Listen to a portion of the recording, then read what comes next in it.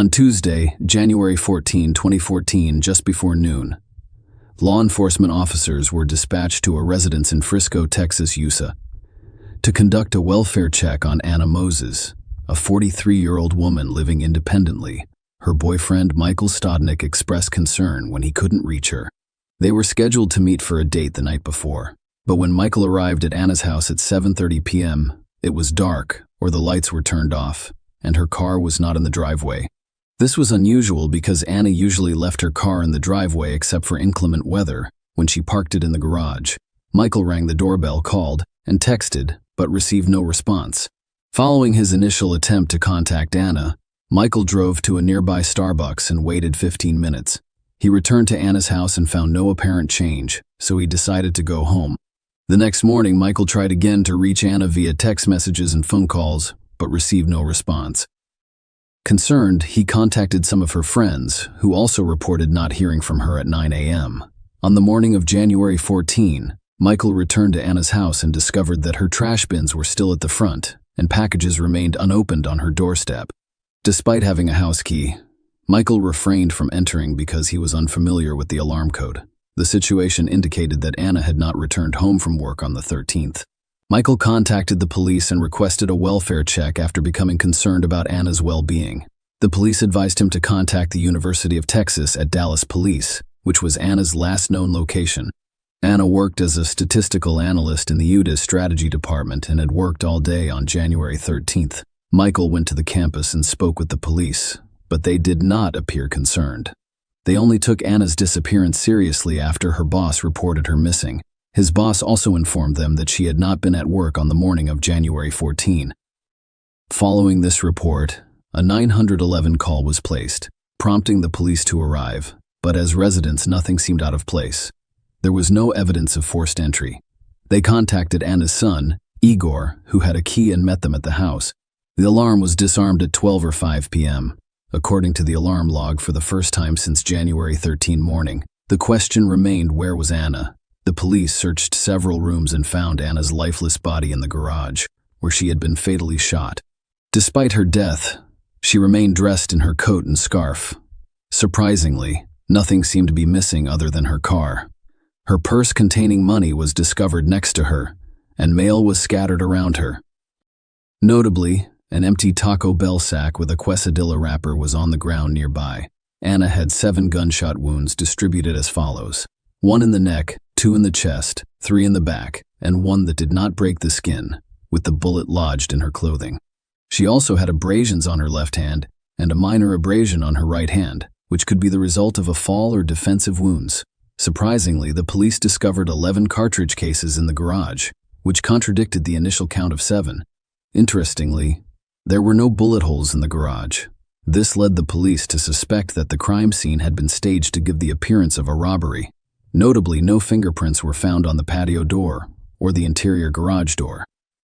The police believe Anna was murdered on the evening of January 13 as she returned home from her job at the University of Texas at Dallas.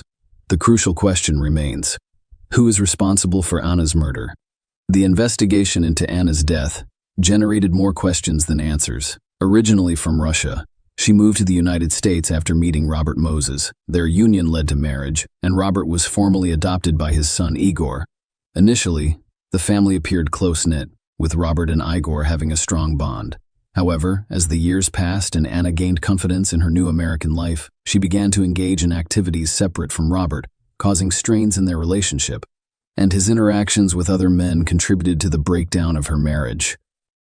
One of these connections was with Dr. John Wheeler-Kowski, a colleague who would generously provide her with financial assistance when necessary. Anna also spent time with Jerry Casper, a man who shared her passion for opera and musicals. Jerry was so taken with Anna that he dedicated books of poetry to her. Despite this, he claimed there was nothing romantic between him and Anna because he was married. During their investigation, the police spoke with one of Anna's friends, Dr. Jacques, a Christian who worked at the University of Texas at Dallas. Dr. Christian described an incident that occurred on December 15, 2012, between Anna and her ex-husband Robert. According to Dr. Christian, Anna was in great distress and contacted her, claiming that she was trapped inside a closet with her 2 dogs. The police were called, but the incident was reported as an error. Dr. Christian stated that Anna appeared genuinely afraid of Robert, recalling an encounter in which Anna was visibly shaken and expressed concern that he would kill me tonight. Anna and Robert finalized their divorce in March 2013. Despite the separation, Robert remained in the house while Robert moved to a home shared with 3 other divorced men, most notably their son Igor, who maintained close ties with both parents and paid frequent visits to them. Despite their divorce, Robert continued to assist Anna with household repairs as needed. Surprisingly, Anna did not tell any friends or family about her lingering fears about Robert following the divorce. In fact, she appeared content and happy, having found companionship through online dating. Anna had been in a year-long relationship with Michael, whom she met through Match.com. When questioned by the police, Robert gave his version of events on January 13. He claimed to have spent the day watching football at home before visiting Twin Peaks Bar. Surveillance footage confirmed his timeline, with him entering the bar at 7:06 p.m. and leaving at 7:57 p.m. During the questioning, the police discovered a small cut on Robert's right hand, just above the knuckle of his ring finger, with blood seeping through the bandage. Despite this, Robert cooperated with the investigation, providing a DNA sample and allowing the police to search his room. During the search of Robert's belongings, several firearms were discovered, including a Ruger long rifle, a black pocket pistol, and a black Browning Buckmark target pistol.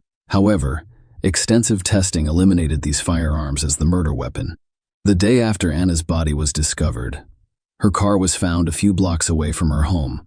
Upon inspection, the police discovered blood on the driver's seat, as well as muddy footprints on the car's hood and on top of the vehicle. Inside the car, a Red Bull can on the backseat passenger side and a cigarette butt on the floorboard raised suspicions because Anna was not known to smoke or drink energy drinks. The police believed that the blood found in the car was consistent with the type of injury on Robert's right hand. Subsequent DNA testing revealed that the blood in Anna's car matched Robert's DNA sample. When asked about the blood, Robert initially claimed ignorance, saying he couldn't think of a reason for its presence. He later admitted to being in Anna's car on January 28, 2015, explaining that he was fixing a broken water pipe in the garage at the time. Following these findings, Robert was charged with murder. The prosecution built its case on the assertion that Robert was the only person with the motive, means, and opportunity to commit Anna's murder, claiming that everything pointed to him. It points to nowhere else. Their disagreements revolved around the belief that Robert murdered Anna for personal financial gain. The court learned of this on January 13. Anna left for work at 8:23 a.m., as she usually does, and setting the house alarm before she leaves. She spent the day at work, with a tea break around 2 p.m. Alongside Dr. Wheeler-Kowski, Anna finished her workday at 5 p.m., her usual departure time. At 5:02 p.m., video surveillance captured her walking into the parking garage at work. At 5:07 p.m., Anna drove away from the garage, stopping at a Taco Bell drive-through to buy a chicken quesadilla. Crucially, surveillance near an elementary school near Anna's house captured a car resembling Anna's passing by at 5:44 p.m. This begs the question, if Anna drove home, was someone waiting for her inside the garage? The prosecution's case was heavily based on establishing the timing of Anna's death, which the police claimed occurred between 5:50 p.m. and 5:50 p.m. and 5:55 p.m. Testimonies in court included statements from people who live on the street where Anna's car was discovered. Stephen Brockway testified that on January 14, around 1 p.m., at 1:40 p.m., he and a friend were moving a trailer and there were no cars parked nearby. He returned around 3 p.m. and noticed an SUV parked there. Another neighbor reported seeing a blue Chevrolet truck on the street around 5 p.m. and 6 p.m. Based on this information, the police concluded that Anna's car was most likely left there after 6 p.m. On January 14, it was revealed in court that the police had interviewed the other men in Anna's life. Specifically, Michael and Jerry. Both men willingly provided DNA samples for investigation, but Michael denied possessing any firearms. Jerry, on the other hand, admitted to owning a 9mm Glock and a 2-point target pistol. Although the police did not recover these weapons, the court learned from toll records that Jerry left his Arlington workplace around 5:18 p.m. on January 13 and exited the Renner Road toll booth at 6 p.m. This information, when combined with the police's belief about Anna's death time, suggested that Jerry was not in a position to be responsible for the crime at the time it occurred. These details were presented to the court in order to rule out any other possible suspects. The court was informed that Dr. Wielerkowski had been excluded as a suspect based on toll records confirming he was in Garland Robert on his way home at 5:47 p.m. Furthermore, the type of firearm he owned, a .40 caliber Glock, did not match the gun used to kill Anna.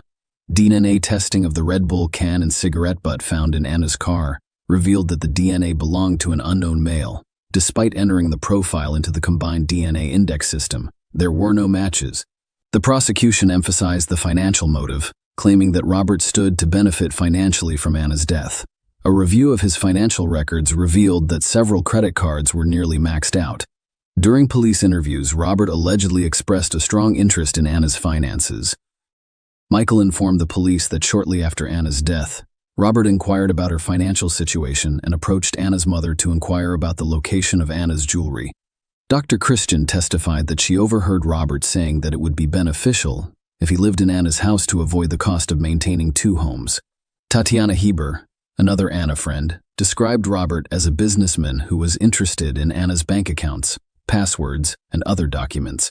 The court learned that Frank Shuvra, Anna's independent executor, advised Igor to set up a trust, but Robert told him to deposit the money in a bank account. Instead, Igor was named the beneficiary of Anna's $750,000 life insurance policy. On February 4, 2015, Anna's estate deposited $25,000 into Robert and Igor's joint bank account.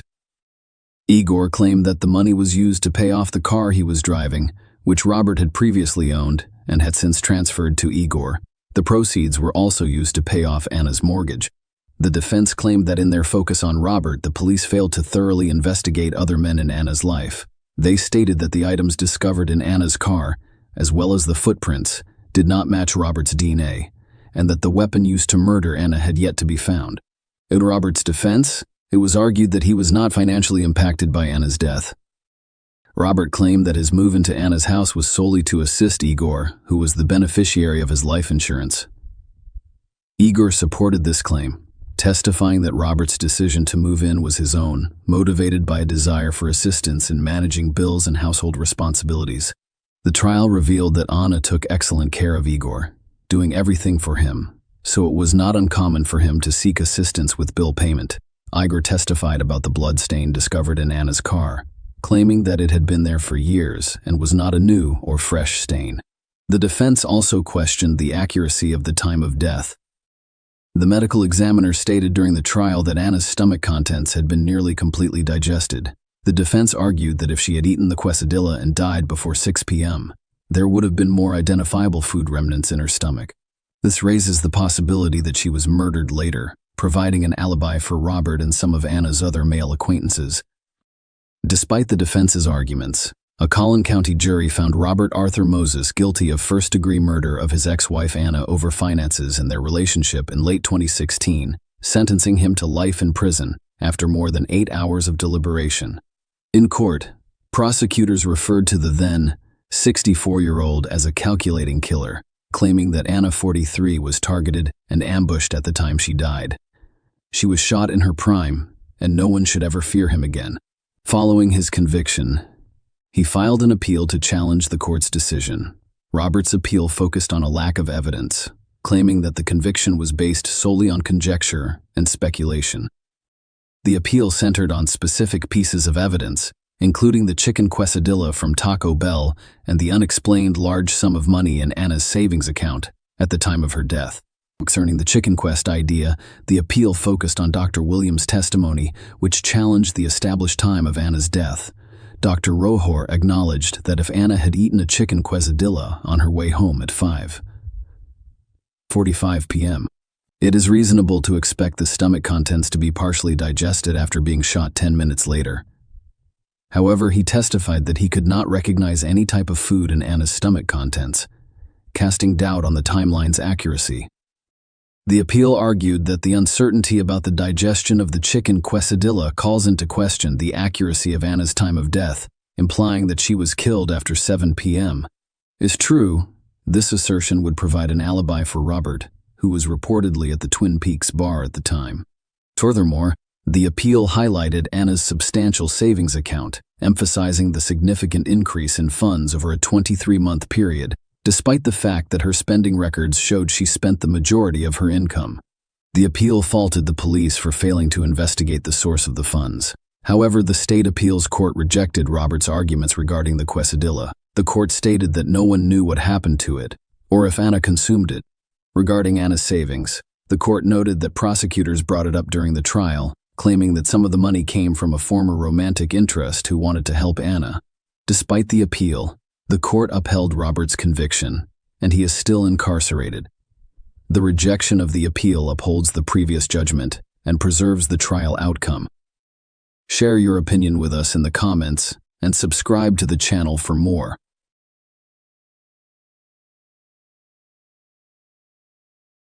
Hey guys, today we're diving into another truly horrifying case. If you want to support my channel, make sure to subscribe and stay active. It really helps me out. I'd be super grateful for that. Let's get started. Be careful who you let into your home, they say. What if you were Cheryl, though? Would you let your ex-convict brother-in-law in the middle of the night? This movie, however, explains everything. The biggest mass murder in Connecticut history occurred on July 22, 1977. The crime was so heinous that the state's Supreme Court characterized it as vicious and seemingly unmotivated. And believe me when I say that the graphic details will stay with you for a very long time. Furthermore, sensationalizing is not our goal. It's unvarnished, heartbreaking, and genuine. And as always, we're dissecting this horror to find out what actually transpired with the Beaudoin family. First, let's learn more about the family and their world. On Cedar Hill Drive in Prospect, Connecticut, the Beaudoin family resided in a tiny, close-knit neighborhood. In 1977, there were just over 6,500 people living in this small village. Neighbors knew one another, and the allure of country living brought a feeling of security and tranquility. Although it may seem like a minor detail, this close-knit atmosphere is crucial to the events that transpired later. Since the Beaudoin family was not your average family, let's now discuss them. 10 people shared a single residence. Frederick Beaudoin, the father, and Cheryl, the mother, who was just 29 at the time, were the family's leaders. They had 7 kids together, ages ranging from babies to pre-teens. 10-year-old Sharon Lee, 9-year-old Deborah Ann, 8-year-old Paul, 6-year-old Roderick, 5-year-old Holly Lynn, and 4-year-old Mary Lou were the next in line after the oldest, 12-year-old Frederick Jr. As if that weren't enough, they also had a niece, Jennifer Santoro, who is 6 years old. Their home must have been a bustling, hectic place with all the daily ups and downs of a large family, because there were so many young lives involved. The Beaudoin family enjoyed a really exciting and enjoyable day together, as you may expect, and on the evening of Thursday, July 21, 1977, it was unquestionably the case. In Prospect, Connecticut, the 8 children were having a great time playing and swimming in their neighbor's pool. It was a normal summer evening, with splashes, laughter, and carefree moments all around. The BOD family wasn't exactly living in luxury, but they also weren't having a hard time. They were thankful for what they had and had enough to get by. They made a cozy, loving household that exuded joy despite their lack of income.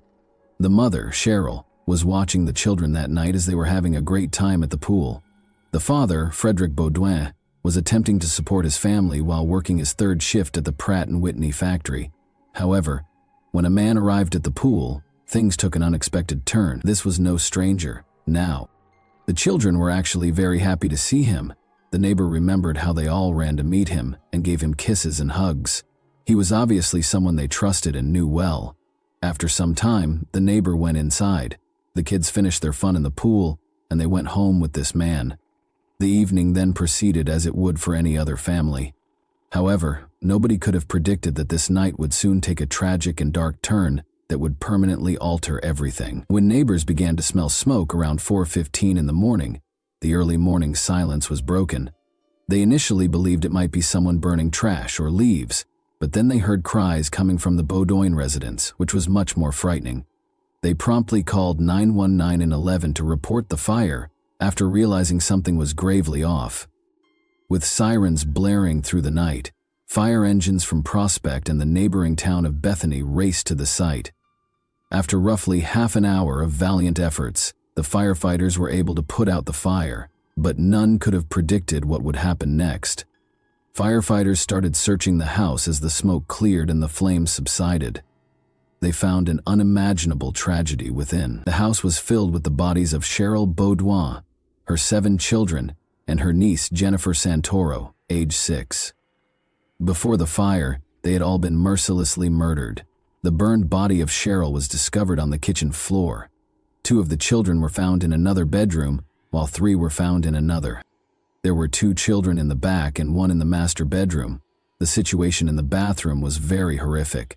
Cheryl was among the numerous victims who had their hands bound behind their backs, which added to the misery. Before their bodies were burned by the fire, all of the youngsters seemed to have suffered significant head injuries, and 2 of them had their feet shackled. Even the most seasoned investigators were astounded by the heinousness of the crime, which was of unfathomable depravity. Edward P. Leonard, the state police commissioner at the time, said that all of the victims had been severely charred. Nevertheless, his testimony only alluded to the unspeakable tragedy that police and firefighters had seen. Later, a few neighbors acknowledged that they had woken up to the smell of smoke, but didn't give it much thought at first. They didn't see the danger until they heard the icy howls and decided to call for assistance. Joseph Paulino, a neighbor, made an effort to assist. He dashed over to the Baudouin residence and tried to get inside, but the fire was already too fierce. A rush of heat drove me back when I opened the back door. He subsequently recalled the horrifying incident. The family's father, Frederick Baudouin, was working the 3rd shift at the Pratt & Whitney factory in North Haven at around 5:30 in the morning when the picture window blew out. To pick him up, police showed up to his place of employment. They just told him that he had to accompany them, without explaining what had transpired. The family's Reverend Joseph Donnelly was waiting to break the heartbreaking news to him at his mother's house, so they took him there. Frederick turned to Reverend Joseph and asked him a question that neither husband nor parent should ever have to ask. Are they all dead? His greatest suspicions were validated by Joseph's solemn reply. Frederick lost everything he valued in a single terrible night, including his wife, kids, and entire family. He reportedly sobbed as he remarked, "There's only one thing, to see the bastard pay." He was shaken by grief. But even as Frederick struggled with this unfathomable loss, detectives were already putting in endless effort to uncover the truth. Determining to stop every vehicle on Route 68, they established a command post outside Prospect Town Hall and started halting traffic. Police also carried on their investigation at the Baudouin residence. At that moment, they became aware of an oddity. Every window and door was locked. An unsettling issue was brought up by this. How could the murderer have gotten away if the interior of everything was secured? It raised the terrifying possibility that the criminal had either locked the doors behind them or was already inside the residence. The detectives, of course, began to speak with neighbors. They then found out about Lorne Quinn, who happened to stop by when the children were having a good time at the neighbor's swimming pool.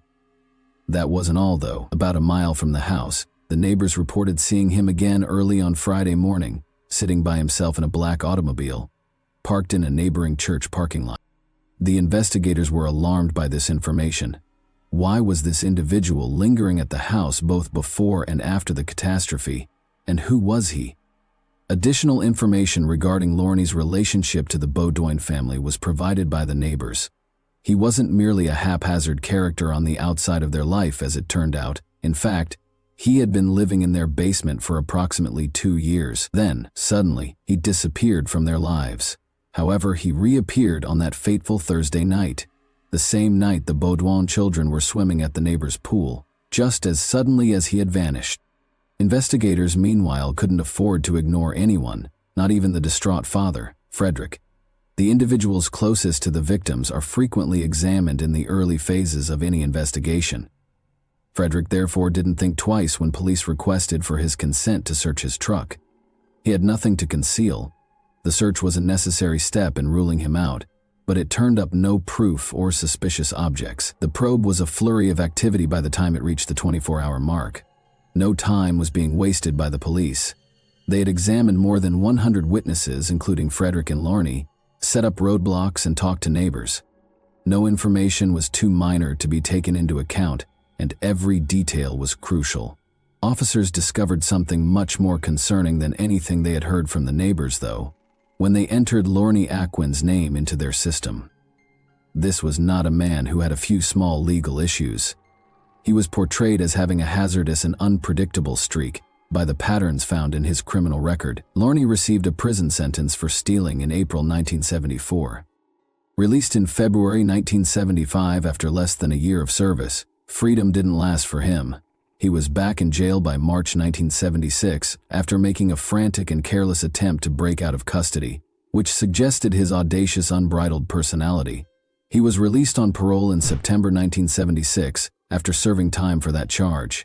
When the incident at the Baudoin residence occurred, this is the aspect that really sparked concerns. It had just been 7 months since Lorne's release from prison. There was barely enough time for him to establish a stable existence again, let alone demonstrate that he had changed, and yet he was linked to one of the most heinous atrocities the community had ever seen. It was hard for investigators to overlook the circumstances and timing of Lorne's comeback. It was difficult to ignore the picture painted by his criminal history and his peculiar actions in the days preceding the tragedy. Why had he spent so much time away from the Baudoin residence? Why was he seen the morning after the fire sitting in a black automobile in a neighboring church parking lot? Investigators discovered a startling twist to add to the intensity of the situation. Lorne was more than a stranger with a criminal history. In reality, Frederick's foster brother was him. What a crazy turn of events. Investigators went to Lorne's residence at around 9:30 a.m. on July 22 and asked him to come in so they could question him. To the surprise of all, he nodded without question. He accompanied them to the police station with composure. However, what followed caught everyone off guard. Lorne did more than simply respond to inquiries. He explained everything. He didn't just deliver an evasive or ambivalent response. He was prepared to confess. Rather, he provided a comprehensive and terrifying description of the crime that made everyone shudder. He said that in order to make sure his sister-in-law and the kids were headed in the correct direction, he had attacked them. The police did not end their interrogation there. Even when they brought in his psychiatrist to speak with him, his account remained consistent despite the fact that they asked him the identical questions 3 times. Lorne remained firm in his confession. By this time, it was obvious that Lorne was to blame. Investigators weren't taking any chances, so they arrested him and charged him with 9 murders and 1 arson charge. He was forced to submit a 7-page confession outlining all the specifics of what had transpired. No one else could have learned the facts, certainly not from the news or any outside sources, because they were so precise and particular. All of it came directly from Lorne. However, the narrative did not finish there. Investigators discovered additional, more incriminating evidence on July 23, later that day. More horrifying, bloody shoes and socks were found in the trunk of Lorne's car, the same vehicle that people had seen him parked in at the church the night of the crime, and a garbage bag full of bloody clothing was located next to his driveway. This was all quite consistent with what Lorne had admitted. The evidence was pointing straight toward him and was piling up like a mountain. However, if you believe that the case was concluded at this point and that Lorne was permanently imprisoned, you're not exactly right. Even though everything appeared to be moving toward a speedy conviction, things were about to take another unexpected turn. The defense unit led by Lorne wasn't prepared to give up just yet. They continued to search for methods to sow uncertainty and change the situation to their advantage. His lawyer was working tirelessly to find weaknesses in the prosecution's case. Even as the evidence against him, his confession, the bloody clothing, and the witnesses, was mounting. It would not go unchallenged without a significant pushback from John R. Williams. The defense team began to fight for a delay, even though it seemed like everything was pointing to Lorne's guilt. They claimed that the court had gone too far in asking for a blood sample from Lorne without any concrete proof. They attempted to provide fresh possibilities, such as the idea that Cheryl's brother might be the true murderer, and they wanted the confession and the blood evidence to be omitted from the trial. The court, however, didn't buy it.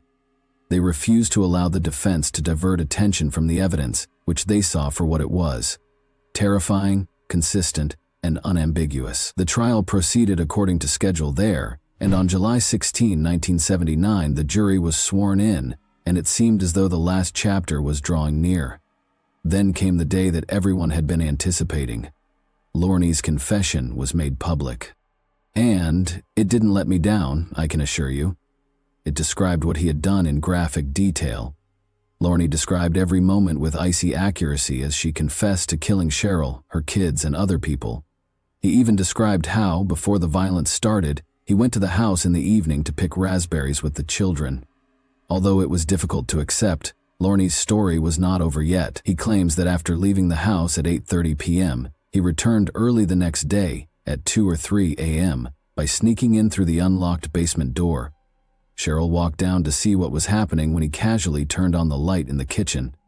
Lorne claims that she didn't appear overly shocked to see him, and that she didn't give him any trouble when he asked to borrow some equipment from the basement to fix his automobile. But after obtaining the lug wrench, things swiftly took a tragic turn. Returning upstairs, Lorne requested a beer from Cheryl. He was family after all, so she didn't see anything wrong with it. However, Lorne struck her over the head with the lug wrench as soon as she turned around to retrieve the beer. And it didn't stop there. He continued to swing, striking her repeatedly and without hesitation. The worst thing, according to Lorne, was that Cheryl didn't cry out for assistance or scream. What was going in her head at the time is beyond my comprehension. Was she attempting to be silent in order to avoid disturbing her kids? Did she want to live through this assault without being noticed? Regretfully, it was unsuccessful. After running to the kitchen after hearing the commotion, one of the children was hit by Lorne using the same wrench. He then proceeded to use the wrench and tire iron to assault the other kids, but he returned and began stabbing Cheryl after hearing her moaning in the kitchen, indicating that she was still alive despite the severe injuries. Later, Lorne told the authorities that he had tragically beaten 10-year-old Sharon before killing her after tying up some of the kids with twine. Imagine the anguish this young child went through at the age of 10, being beaten senselessly and then attacked. He then poured gasoline all over the house, including Cheryl and the kids, and set it on fire. But Lorne's story completely changed on September 5, 1979, when he took the stand. All of his confessions were disputed by him. "I didn't do any of that," he said. He asserted that the only reason he signed the confession was because his psychiatrist advised him to do so.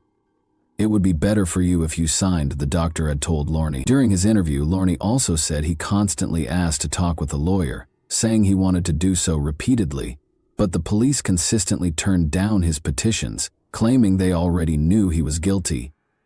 They persuaded him that it would be in his best interests to just confess. Lorne had a peculiar response when asked about the bloodstains on his clothing. He asserted that the blood came from a fight he got into the night of the killings, rather than the murders. Lorne claims that some men attacked him outside the cafe in retribution while he was out for coffee. He claimed that after fighting back, he beat them. The blood originated there. Many were suspicious of his claims since he maintained that it was an odd and improbable scenario. When Lorne talked about how he felt when he heard about the killings, things took an even stranger turn. He claimed that he was so furious when the police first told him about the murders that he hit a wall at the police barracks. In his rage, he allegedly told the state trooper that they had better apprehend the murderers before he did. The jurors had never seen the innocent faces of the 7 dead children until the prosecutors showed them in a picture during the trial. Lorne's attorney used this photo as justification for a mistrial, arguing that the image's emotional impact might unjustly sway the jury's verdict. But the motion was denied by the court, and the trial went on without any problems. As the case developed, some pieces of evidence, such as Lorne's initial reaction upon learning of the incident, seemed to support his version of events. Murders reflected exactly what his confession had said. This alignment made people wonder if he had been forced to confess to the crimes, or if he had truly done them. Furthermore, during the trial, a fingerprint expert from the state police stated that the bloody handprint discovered in the bathtub was not Lorne's. Indeed, his handprint did not match the one on one of the door jambs. Given that the prints didn't resemble any of the victims or even Frederick the father, this revelation cast more suspicion on his involvement. Additionally, there was the issue of a previous interview that writer Lincoln Milstein from the local daily The Current had done with Lorne in October 1977. More discrepancies were exposed by this interview, which had been kept secret until the confession was made public. Lorne acknowledged to Milstein that he didn't remember the murders. He only vaguely recalled seeing bodies and blood all over the place, chatting to Cheryl and the home being on fire. He asserted that his memory of what had transpired was blurry since he had been so terrified and perplexed by it. But in October 1977, for security considerations, Lorne was moved to a state mental hospital in Middleton, and a few weeks later he was formally committed. There were questions regarding his mental state at the time of the confession, when a psychiatrist testified that he might have epilepsy or schizophrenia. In light of this, others contended that his comments lacked credibility, which raised more concerns about his responsibility for the crimes. Let's go on to October 1979. After 3 days of hours of deliberation, the jury found Lorne guilty on all counts of murder. They did not prosecute him, despite rumors that he may have been motivated to murder after experiencing embarrassment after reportedly harassing one or more of the Bode ladies. Although it was never established beyond a reasonable doubt, Chief Assistant State's Attorney Walter Scanlon speculated that this might have been the motivation. The state attempted to obtain the maximum penalty of 245 years in jail, which consists of 20 years for arson and 25 years for each homicide. However, Lorne was given a sentence of 105 years to life in jail, with the option of release after 50 or 55 years by Judge Walter Pickett. After the verdict was reached, Lorne's lawyer promptly submitted an appeal, so fast that it appeared as if the appeal had already been prepared and was ready to be filed.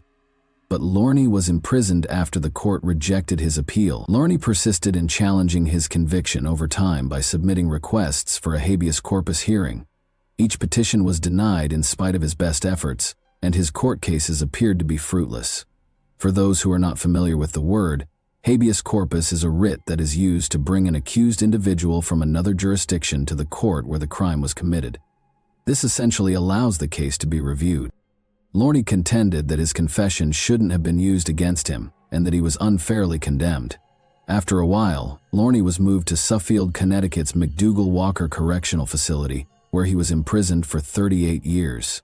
He accrued 8 disciplinary offenses during this period, including violence, drug possession, contraband, and other infractions. He was accused with violence and refusal to submit a specimen in 1997, which was his most recent offense. Then Lorne's health took a sharp turn in June 2015. Following a serious medical crisis, he was admitted to the intensive care unit and put on a ventilator. Lorne had no family that could or would make medical decisions for him, according to the Department of Correction. The judge was summoned to decide how to treat him, but Lorne died of a serious brain bleed before the discussion could begin. Having been incarcerated from the age of 27, he was 65 years old when he passed away. Since no autopsy was conducted and the source of the brain bleed was never identified, his death remained mysterious. After cremating Lorne's remains, the funeral home's previous owner, Robert DeClark, requested and was granted custody of his remains after his passing. In an effort to locate any family members who might come forward, DeClark occasionally carried Lorne's ashes to the Department of Correction after they had been preserved. However, nobody did, and in all honesty, it seems like Lorne received just what he was due. It's nearly impossible to comprehend the violence and cruelty involved. No child, not even Cheryl, deserves to die that way, abandoned and forgotten. For the rest of the family, especially the father, Fred, the lingering heartache must have been intolerable. Can you picture the devastating conclusion that his loved ones had been killed by his own foster brother? It had to be beyond description. The million-dollar question is thus raised. Did Lorne somehow get away with a punishment that wasn't appropriate for the offense? Or was the sentencing fair? Thanks for watching, everyone. Your support means a lot to me, and you can help my channel grow by hitting that like button, dropping a comment, and sharing this video. Your engagement really makes a difference. See you soon.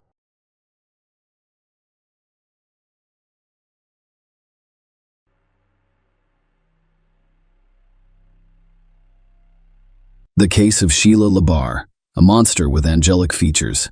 Childhood psychological and physical traumas can have far-reaching consequences in adulthood. Of course, they do not always result in someone becoming cruel and attempting to harm others. However, trauma can sometimes create a true monster. Adrian Rain, a criminal psychologist, believes that there are genetic and psychophysical mechanisms that can transform a person into a cold-blooded killer, which he discusses in depth in his book, Anatomy of Violence. Many serial criminals in history had truly hellish childhoods, and perhaps our heroine today, Sheila LaBarre, can be attributed to them. This woman had an angelic appearance, which she skillfully used to seduce her victims before brutally murdering them. Despite the fact that the court was only able to establish 2 of her crimes, criminologists are confident that there were many more. And now let us look at this difficult story from the beginning to see if Sheila LaBarre was born a monster or if she became one as a result of the cruelty she experienced as a child. Who is Sheila LaBarre? Sheila LaBarre was born on July 4, 1958, in the small country town of Fort Payne, Alabama. She was the youngest of her parents' 3 children, raised alongside her brother and sister Lynn. Her childhood was spent on a picturesque but rather secluded farm surrounded by cornfields. Lynn's older sibling remembered Sheila as an active, inquisitive, and open-minded girl with a creative streak. She enjoyed being the center of attention, had a pleasant voice, and had a cute appearance. So if her life had gone differently, she could have become a famous actress or singer. Instead of bright posters, her name appeared on the pages of criminal chronicles detailing the unimaginable cruelty of her father, Manuel Bailey, the family's head, who had suffered from alcoholism for years, although it would be more accurate to say that his addiction was influenced by his entire family. He frequently went on binges, transforming into a true beast who enjoyed abusing his wife and children. He insulted and humiliated them, beat them with whatever he could get his hands on, threw everyone out in the middle of the night in a downpour or frost, and locked himself inside the house. We are not allowing anyone inside. Mothers, daughters, and sons frequently had to spend the night in a barn or outdoors in the field. When Manuel became drunk again and began throwing dishes and other objects at his family members, the mother did her best to protect the children. However, one of the flower pots thrown by her husband struck her youngest daughter Sheila in the head. Sheila sustained a severe concussion and a permanent scar on her temple, which he painstakingly covered with her hair. However, the insults and beatings were not the worst thing the sisters had to go through in their parents' home. According to Sheila and Lynn's memories, Manuel forced them to become intimate from a young age. The mother may have been aware of what was going on, but the matter was never discussed. Despite the nightmare at home, Sheila did well enough in school. She wished to leave the farm as soon as possible and conquer the big city. The girl was very ambitious and determined. She aspired to be an actress or a pop singer since she was a child, and he had everything for this: charisma, a good appearance, and a beautiful voice. Adulthood. First marriage. Sheila left her parents' home when she was just 18 years old. But adulthood was not as enjoyable. She was not permitted to enter university with an average score, and she lacked the funds to relocate to major cities. Then she got a job as a maid at one of the hotels where her older sister was already working. It should be noted that Sheila had a slim build and an attractive appearance. She had large blue eyes, a charming smile, and thick, long hair. She was surrounded by men's attention, which she eventually learned to use to manipulate her suitors. In the late 1970s, LaBarre Bailey met a man named Jonathan Baxter, and they began a romantic relationship. Jonathan was not yet 20 years old at the time, but he did have a young daughter from a previous relationship. However, the child did not cause any problems, and the couple married soon after. However, this marriage lasted only a few months and ended when Jonathan discovered that the young wife abused his daughter while he was away at work. Sheila was irritated with the child and would raise her hand or lock her in a closet if she began crying or acting up. Jonathan did not organize scandals or listen to explanations. He simply wants to file for divorce and leave his wife and his belongings outside his house. He did not want to see or hear from her again. Sheila dated several men after her divorce, and mostly lived off of them. However, all of these relationships were fleeting, lasting only a few weeks or months, until she met her future second husband, Ronnie Jennings, in the early 1980s. Their turbulent romance quickly led to marriage, and Sheila adopted a double surname, Bailey Jennings. It was a toxic relationship between two erratic and unstable people who frequently cheated, scandalized, and even fought. Nonetheless, their marriage lasted over 3 years. In 1984, after another family feud, Sheila demanded a divorce from her husband, but he refused. In fact, Ronnie abandoned the relationship. He just wanted to piss off his wife and make her angry, and he succeeded. Sheila became hysterical, consuming a large number of drugs in front of her husband while drinking heavily. and after this infernal cocktail, he sat behind the wheel of the car and drove down the road. Sheila quickly lost consciousness under the influence of pills and alcohol, flew off the road, and collided with a tree at high speed. She miraculously survived, but with a massive head injury. She was in a deep coma for more than a week, and doctors gave no prognosis. When Sheila regained consciousness and began to recover, she was admitted to a psychiatric hospital for several months. She later complained to her sister that one of the orderlies was constantly harassing her, possibly taking advantage of her helplessness while she was heavily sedated. After all of this, Sheila returned home to her second husband, but she began to behave aggressively and threateningly toward him. During another scandal, she attacked Ronnie and poked him in the chest with nail scissors. Ronnie, fearing for his own life and health, filed for divorce and hurriedly left the madwoman, rich lover. When her second marriage ended, the young woman began looking for love in print media dating columns, where she also placed her own ads. However, no man stayed with her for long because she preferred to dominate everything, rigidly suppressing their partners in both intimate and everyday life. Soon, a photo of an attractive girl in the dating section drew the attention of 60-year-old Wilfred, who built the bar. The man had already been married twice and had adult children and grandchildren from previous marriages. He was widowed a few years ago and has since lived alone on his large country ranch. Bill was a reasonably wealthy man. He owned a chiropractic office in Epping, New Hampshire, and raised horses on his ranch. At the same time, he was lonely and desired a strong, powerful woman. In fact, that's what he discovered. Sheila was drawn to her new acquaintance's wealth and decided that it would be the perfect union for her. To completely confuse Bill, she began sending him frank letters via postal mail, supplemented with her nude photos. The trap worked, and Labar soon invited a lovely pen pal to his ranch. Their romance progressed rapidly. An elderly man is generous with expensive gifts for a young mistress who moved in with him in the summer of 1987. This greatly pleased the doctor, who now ventured out in public with a lovely companion who was half his age and fit for him as a daughter. Nonetheless, he did not intend to marry Sheila. Sheila, however, did not wait for a marriage proposal and changed her name to Labar. Bill was surprised by the turn of events, but he did not object. Sheila began to meddle in her elderly lover's affairs, eventually taking control of his business, finances, and property disposition. Furthermore, Bill was getting older and could no longer meet a young woman's intimate needs. Then, according to Sheila, he allowed her to meet other men, whom she frequently brought to their home. One of Sheila's regular lovers in the mid-1990s was a Jamaican national named Wayne Ennis. He was much younger than Sheila and was originally hired as an au pair on the ranch.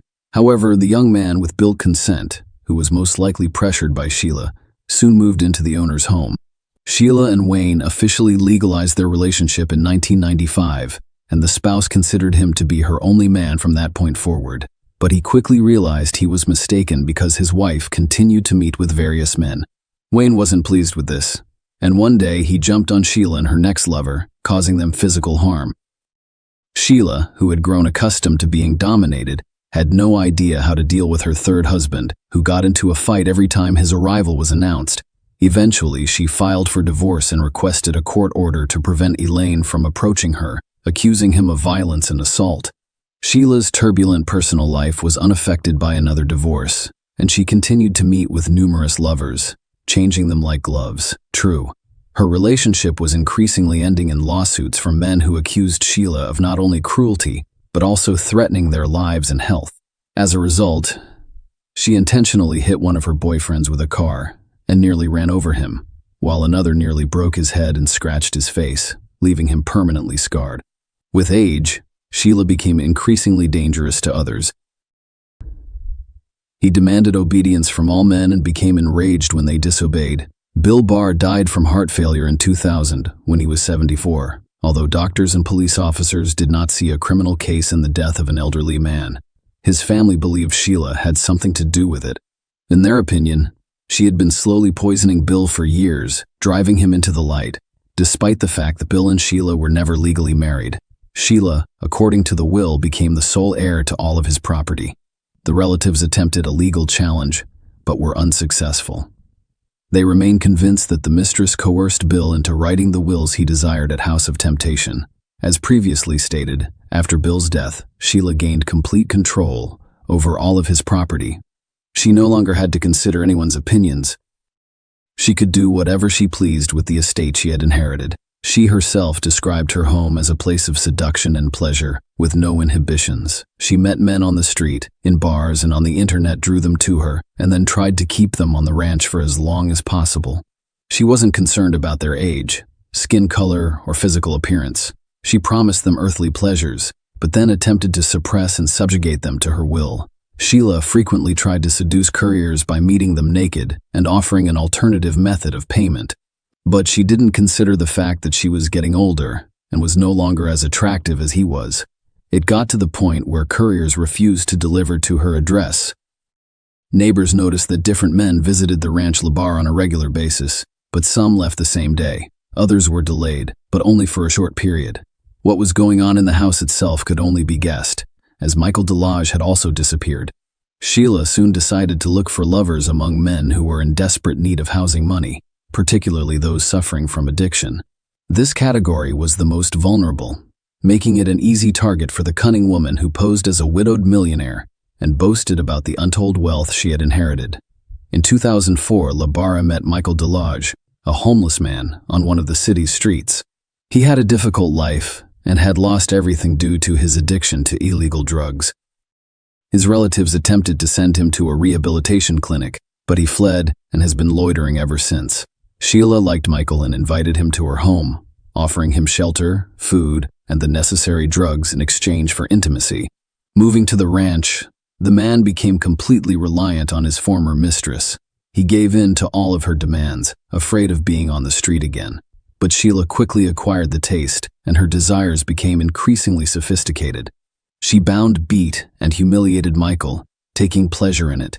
He attempted to flee multiple times, walking dozens of miles and hiding in homeless shelters. However, he never went to the police because he was afraid they would not believe him. Meanwhile, Sheila tracked him down each time and returned him to the ranch. In desperation, he attempted to contact his family members and inform them that he was in trouble. His loved ones immediately reacted to the disturbing news, but it was too late. Michael Delage vanished in October 2005, leaving no trace.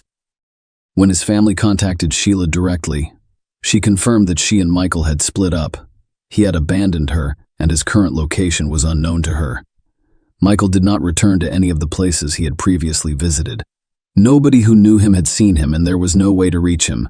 Contacting the police proved fruitless, and La Barre remained behind on suspicion, relying on Kenneth County.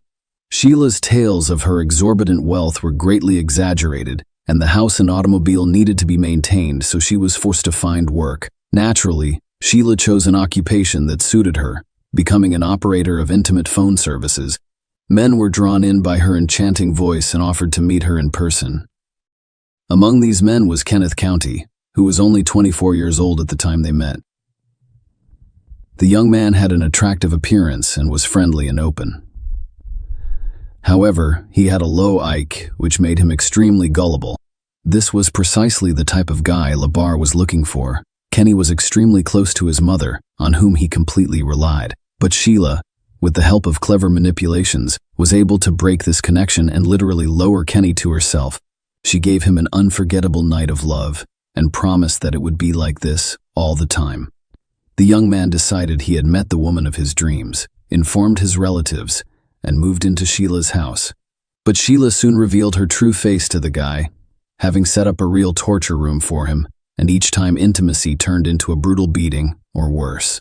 Kenny's skin was covered in bruises, abrasions, scratches, and burn marks. However, he was unable to leave the house of the mistress who had completely subjugated his will. Sheila forbade him from seeing or communicating with his loved ones, leaving his family to speculate about what was going on with Kenny. The first alarm was sounded by neighbors, who noticed the man and were horrified by his sickly appearance. A few days before his disappearance, a local store clerk took a photo of the young man with her cell phone camera, which was later attached to the case file in court. Kenny's condition appears to be deplorable in the photograph. He was extremely thin, with large bruises under his eye and cheek, and his nose was most likely broken. Judging by the degree of healing, All of these injuries were inflicted at different times, implying that the man had been brutally beaten for a long time. The contents of his cart were equally alarming. He rolled 2 large canisters of fuel to the cash register, which later turned out to be his own cremation. The store employees were perplexed and even terrified by the man's appearance, so they decided to report him to the police for possible domestic violence. But this time, Sheila got away with it, and they were unable to charge her with anything. Kenny soon stopped contacting his family completely, and when his worried mother arrived at Lavaz's house, the owner became aggressive and advised her to leave Kenny alone. All subsequent attempts failed, prompting Kenneth County's family to file a missing persons report with the police, indicating that he was being held forcibly at the country ranch, which included a home crematorium and gruesome findings. When police arrived at Sheila's home, she claimed that the young man no longer lived with her and that Kenny had fled because his mother, whom he was allegedly terrified of, began paying frequent visits. Sheila provided an audio recording as evidence, in which she asked her lover if his own mother had attacked him, to which he quietly responded in the affirmative. It all seemed more than strange. The very next day, an officer visiting Sheila obtained a search warrant for the estate. Sheila had previously been on the police's radar, and her name had been linked to yet another mysterious boyfriend disappearance. However, Sheila had never been questioned, and her home and grounds had never been searched. When the police arrived, they discovered that Labar was not at home, but there were several fires burning near the outbuildings. The fires appeared strange and were made of improvised materials such as a mattress, pieces of wooden furniture, hay, and so on. All were doused with a flammable mixture. One of the bonfires contained bones that clearly resembled human remains. The squad requested reinforcements in the form of forensic experts and reported on their findings. But that was only the tip of the iceberg in terms of what they discovered next. Poorly washed blood traces were found almost everywhere in the house. It was so much that it looked like there had been a real massacre. It turned out that the blood was from at least 3 different people. The bones smoldering in the fire belonged to Kenny, who had gone missing, and there were 2 empty fuel cans nearby, the same ones the boy had purchased at the local store the previous day. But that was not all. Also discovered on the property were the remains of Michael DeLodge, who had vanished a few years earlier, and some fingers of a third man who was never identified, among other things. A large number of items belonging to various men were fished out of the sump at the ranch, the fates of which have yet to be determined. The hostess was not at home at the time of the police visit. She realized what had happened and fled. Sheila hitchhiked to Boston, where she clearly hoped to get lost. Furthermore, on the way, she seduced one of the drivers who gave her a ride, and he kindly invited her to live in his home. However, the following day, after seeing on TV news about the search for a dangerous criminal, the new lover called the police and reported that Sheila was now in his bed. She was arrested there. During the search for Sheila's home, another terrifying discovery was made: a box of videotapes on which Michael and several other men confessed to horrific crimes. However, based on the guy's appearance and condition, it appears that these confessions were made under torture. Since Lavaz's arrest, her mental health has sparked numerous concerns. Sheila was diagnosed with a delusional disorder and symptoms of schizophrenia after the court ordered the necessary evaluations. She described herself as an angel sent from heaven to protect children from rapists. Sheila's failing mental health became the foundation upon which your attorney attempted to build a defense. He referred to his client as a gravely ill person and attempted to demonstrate that she was unaware of her actions. The cause of this was the mental and physical trauma she had experienced as a child.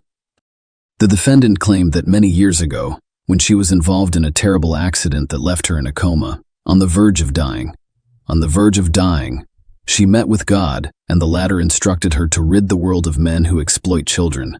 Sheila's ex-husbands and some of her lovers testified in court, calling her crazy, unstable, and extremely violent. And Wayne Ennis, the third husband, claimed that his ex-wife repeatedly persuaded him to kill Mr.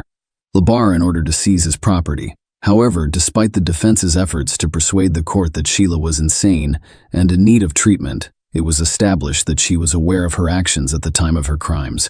In July 2008, she was found guilty and sentenced to life in prison with no possibility of release. All of her appeals were denied. Sheila is currently serving her sentence in Florida at the Homestead Correctional Facility. Share your opinion with us in the comments and subscribe to the channel for more.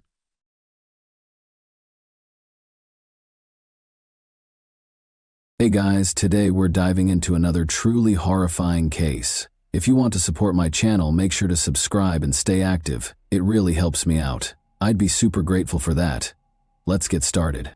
Mississippi's charming seaside village of Ocean Springs was well known for its peace and easygoing way of life. It was the type of community where neighbors watched out for one another and life went more slowly. Lauren Johansson, a kind young woman who seemed to improve the world simply by existing, was one of its occupants. Because she loved animals so much, Lauren spent a lot of her time volunteering at nearby shelters. One day, she hoped she would build a sanctuary where all stray animals may find refuge. However, everything changed on the morning of July 3, 2024. Lauren's phone was inaccessible, and she failed to return home. Her father became concerned after receiving an odd message from her number. The events that transpired next exposed the flaws in the system that was supposed to serve and protect. On October 30, 2001, Lauren Johansson was born in Ocean Springs. Numerous tourists were drawn to the town by its wide beaches, oak-lined walkways, and scenic surroundings. But to Lauren, Ocean Springs was more than just a vacation spot. It was home. She was able to experience her family's love and support there, which helped to mold her into the kind and responsible person she is today. Lauren was lovingly raised by her parents, Robert and Tamala. She was born with two older sisters, both of whom had serious health issues. Lauren actively participated in their care from an early age, helping her parents with everyday duties. She developed a great feeling of duty and compassion as a result of this event. She constantly tried to lessen the hardships of people around her and showed a remarkable ability to care for others, even as a young child. Early in life, Lauren developed a deep affection for animals. From pets to wild animals, she was fascinated by all types of wildlife. This love was fostered by her parents and developed into a calling over time. Lauren began volunteering at nearby animal shelters when she was a teenager. She was more than simply a dog or cat food and cleanup lady. She provided medical attention to injured horses, birds, and even rescued wild animals. It was evident from her ambition, commitment, and kindness that Lauren was meant to serve others. She chose to become a nurse in high school, which was a great fit for her nurturing personality. She enrolled in the University of Southern Mississippi's nursing school after graduation. Lauren's intense interest in the subject and her unwavering work ethic drove her academic success. Her exceptional academic performance demonstrated her will to succeed and her sincere desire to improve people's lives. Lauren's aspirations went far beyond being a nurse. She had dreamed of establishing an animal rescue and rehabilitation center since she was a young child. She meticulously saved every dollar she made for this purpose. Building a location where animals in need may find refuge and a chance at a new life was her clear aim. She found motivation and purpose in this project. In her final year of high school, Lauren got to know Bryson Rivers. Bryson was popularly perceived as the ideal man, since he was charming and had exceptional athletic ability. They met at a school function where they had both volunteered. A casual talk quickly developed into a passionate partnership. Lauren was deeply impacted by Bryson, who was a year older than her. He was born on February 9, 2000, and was raised in a big, deeply religious family. His parents emphasized the importance of close connections, church attendance, and family values. Bryson was supposed to assist in taking care of his younger siblings because he was the oldest. His seemingly perfect image in high school was a result of the discipline and sense of duty that this upbringing established in him. Bryson was a standout student and athlete who constantly had high grades and was commended by teachers for his concentration and hard work. He was a standout on the school team and a favorite among his friends because of his athletic ability, especially in football and track and field. While friends appreciated his perseverance and capacity to succeed, teachers saw immense promise in him. His relationship with Lauren appeared to be ideal from the outside. They seemed to work well together and were both driven and ambitious. Lauren took pleasure in Bryson's apparent support and frequently expressed how considerate and kind he was. Bryson responded with praise of Lauren, making her feel appreciated and going with her to significant occasions. However, concerning trends started to show up over time. Bryson showed signs of a need for control early on in their relationship. At first, it sounded like cute requests to talk longer or to find out how Lauren's day went. But these requests quickly turned into demands, and Bryson became more and more envious of the males in Lauren's life, including her classmates and friends. Claiming it was for her own benefit, he started to insist that she limit her contacts with people he didn't particularly approve of. Lauren's acquaintances observed little yet noteworthy behavioral shifts. She began going to fewer social events and frequently avoided talking about her relationship. She explained away Bryson's growing domineering behavior by pointing to the strain he was under from school and training for the military. Lauren stood up for Bryson, highlighting his love for her, even when his actions became harsh. Bryson's attempts to control Lauren increased, along with his jealousy. He frequently played on her feelings and used guilt to persuade her that his behavior was acceptable. Lauren would argue whenever she tried to set limits, and Bryson would respond by assuring her that everything he did was for their mutual benefit. As this conduct became more commonplace, Lauren noticed that she was adjusting to his expectations more and more. Bryson's influence grew stronger throughout the years. He created a dynamic that made Lauren feel reliant on him by deftly alternating between demonstrating concern and applying emotional pressure. She missed the red flags of an unhealthy relationship because of this pattern. Despite warnings from worried friends and family, Lauren consistently justified his actions, claiming that he was a decent man going through a difficult time. When Bryson first became physically aggressive during an argument, things became more heated. He became louder as he accused Lauren of not giving him enough credit. Then, in order to prevent her from leaving the room, he grabbed her wrist. This was the first time his actions had clearly gone too far. Despite being terrified, Lauren later told her friends about the occurrence and justified it by claiming that Bryson had been agitated and didn't intend to harm her. As they observed Lauren's reserved manner, her pals grew more concerned. She had been candid about discussing good times, but now she avoided talking about her relationship. Her family members voiced their worries, particularly after she disclosed that Bryson frequently chastised her for her actions, saying that was the reason for their arguments. Lauren brushed off her closest friend's attempts to persuade her that his treatment of her was wrong, referring to it as a short-term issue. The way Brian behaved in public raised yet another red flag. If he felt Lauren was getting too much attention, he would frequently cut her off in talks or make scathing comments. One instance happened when Lauren thanked a server for their service on a night out with pals. Bryson was annoyed by this insignificant gesture, and he used the remainder of the evening to express his annoyance by making passive-aggressive remarks about her. Robert, Lauren's father, also started to notice changes, and although he had never seen Bryson act aggressively, he had a gut feeling that something wasn't right. He made multiple attempts to talk to Lauren, but she refused to admit that there were any issues, claiming that her father was unfairly criticizing Bryson and being unduly protective. The culmination of the matter was when Lauren stopped talking about her feelings with anyone. She would either quickly shift the topic or defend Bryson by claiming that his actions were due to stress, fatigue, or frustrations at work whenever her friends or relatives brought up her relationship. She started to think that it was her duty to keep him from losing his temper.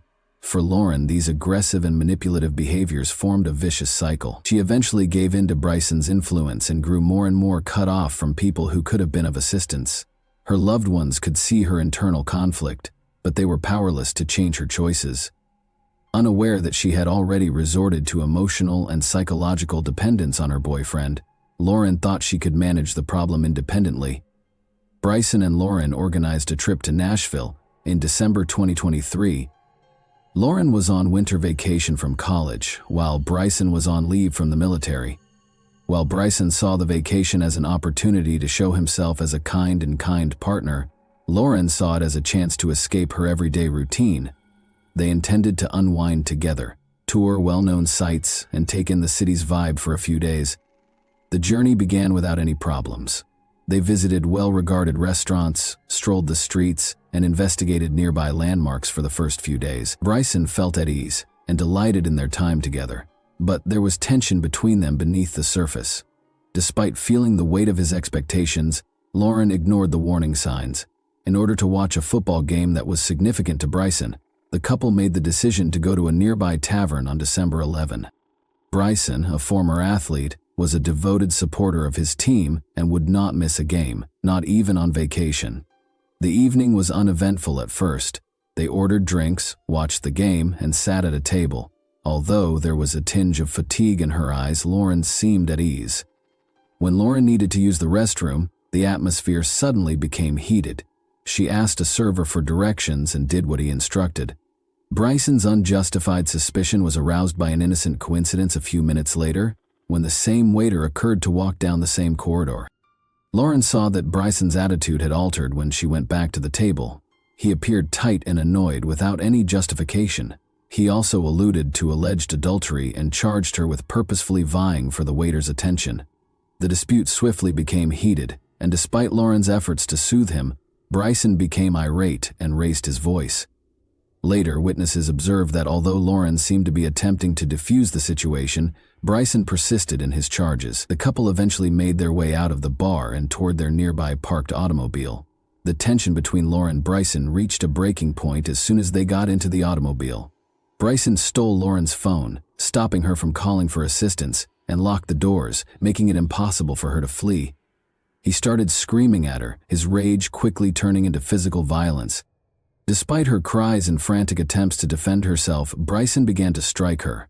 Lauren tried to get attention by hammering on the windows and honking the horn, but sadly no one was present to listen or assist. Following a few minutes of mistreatment, Bryson ignored Lauren's cries for her release and turned on the ignition before heading into empty streets. He threatened to leave her body in the woods where no one would ever discover it, which was a terrifying idea. He finally stopped into a deserted parking lot where the attack went on. Lauren attempted to retrieve her self-defense weapon from her backpack in a last-ditch effort to defend herself. But before she could get the bag back, Bryson saw it and snatched it out of her hands. Lauren was subjected to constant brutality for about an hour during the incident. In addition to hitting her, Bryson made unsettling threats while becoming frighteningly detached. Recordings from Lauren's phone showed him icily remarking at one point that the swelling was beginning to make her head seem like a bowling ball. Bryson called his mother during the attack, which led to Lauren's surprise rescue. In the background, Lauren yelled, pleading with Mom to call the police.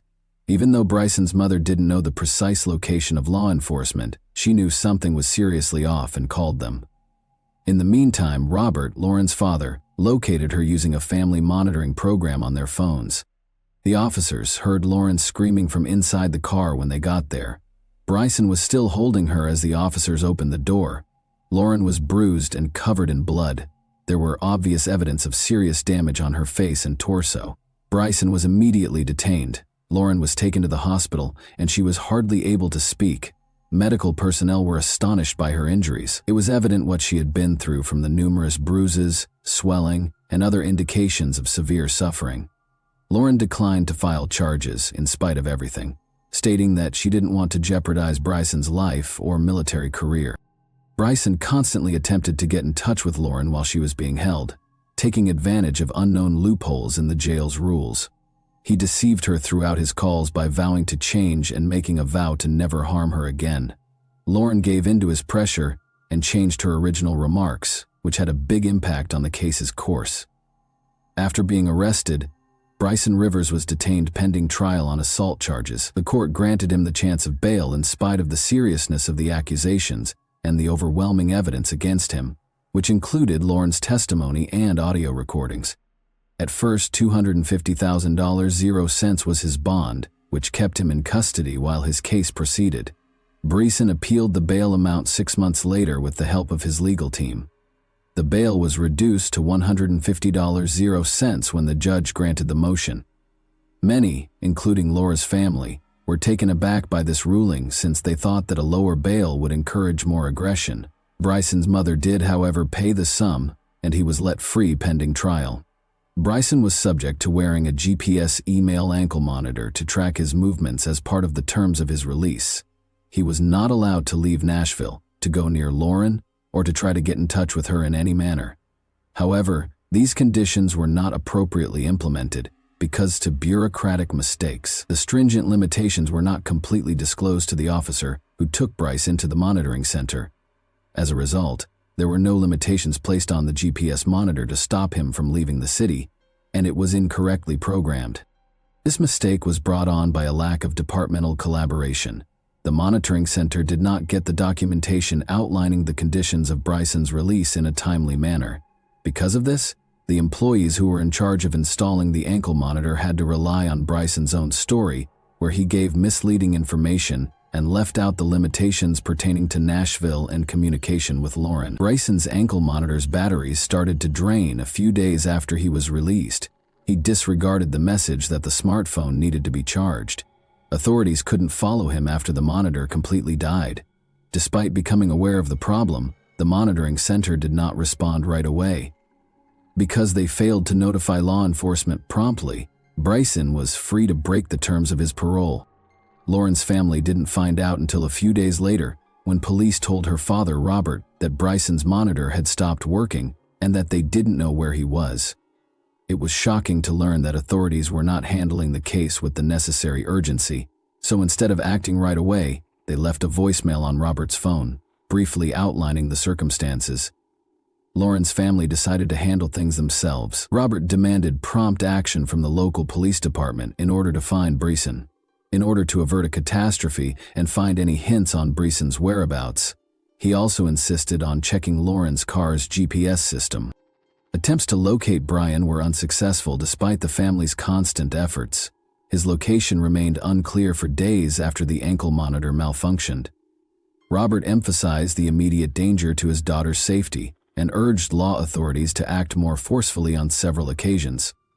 When law enforcement officially confirmed that Brian had broken the conditions of his parole on July 2, the situation became more heated.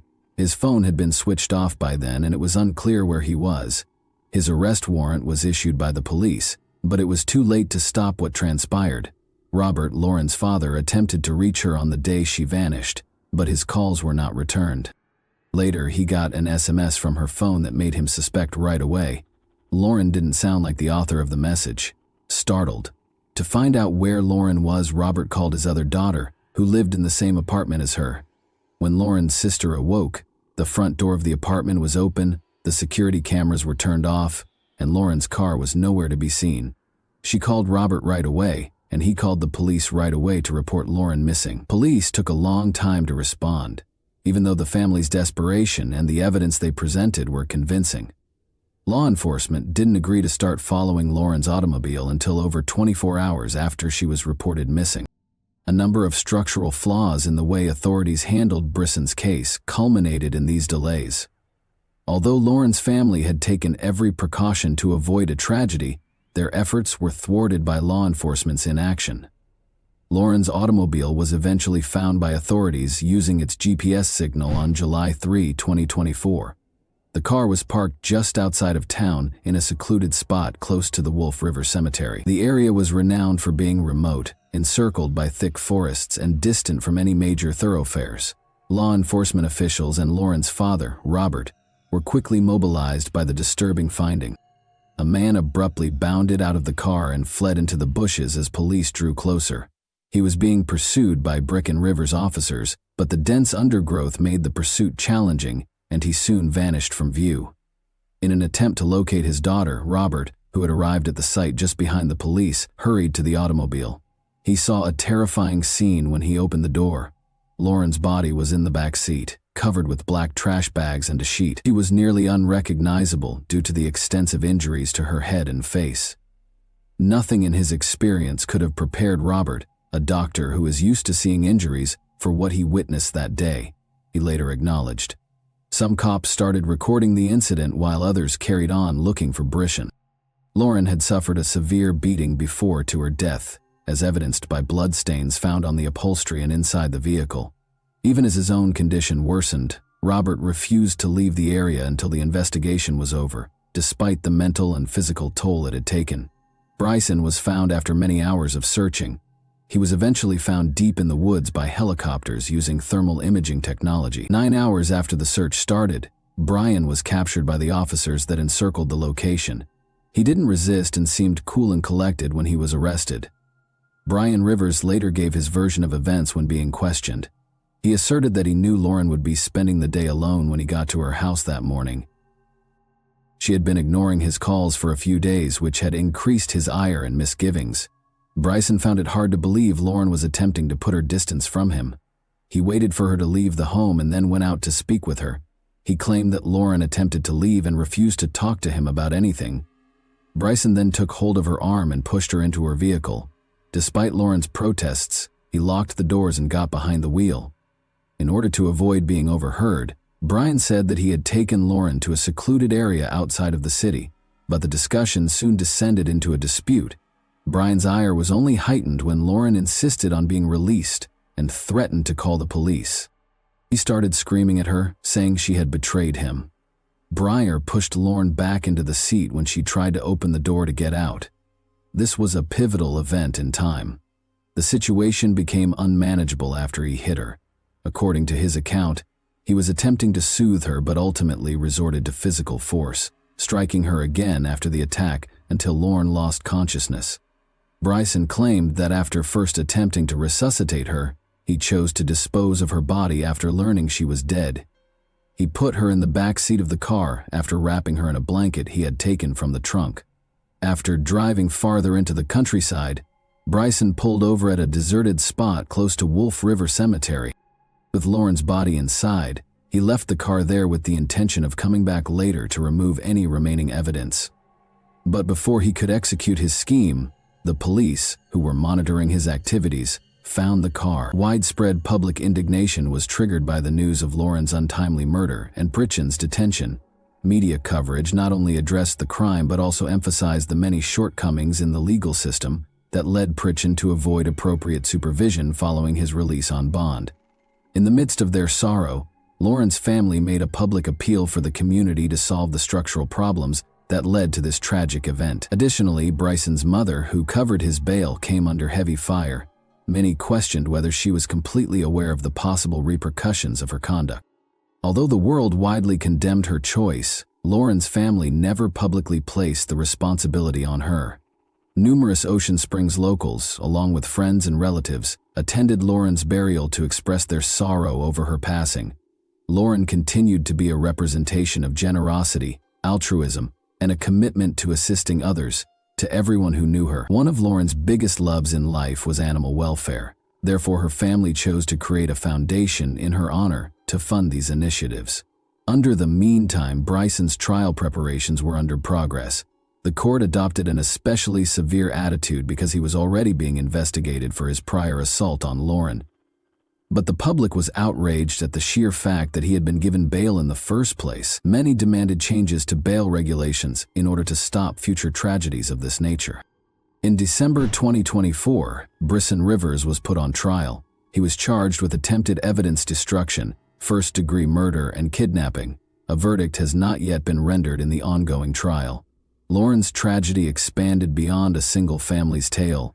It spurred important discussions on the system's response to victims of domestic violence and the significance of addressing early warning indicators. Her experience is a sobering reminder that disregarding the first warning indications of danger can have disastrous results. Despite witness accounts, tangible proof, and audio recordings of the attack, one of the most important concerns is why. Following his initial arrest, Briston was permitted to post bail. Due to a lack of departmental cooperation, this judgment not only damaged public confidence in the legal system, but also allowed the offender to carry on with his activities. Fauci. Lauren's death was the result of a series of mistakes, including a failure to enforce bail conditions and a delayed response to Bryson's GPS monitor breakdown. The accused people's monitoring mechanism has also drawn criticism. The shortcomings in current procedures were brought to light by Bryson's GPS device's incorrect configuration, the disregard for low battery warnings, and the delay in acting upon his disappearance. This tragedy could have been avoided if authorities had acted quickly after the equipment malfunctioned.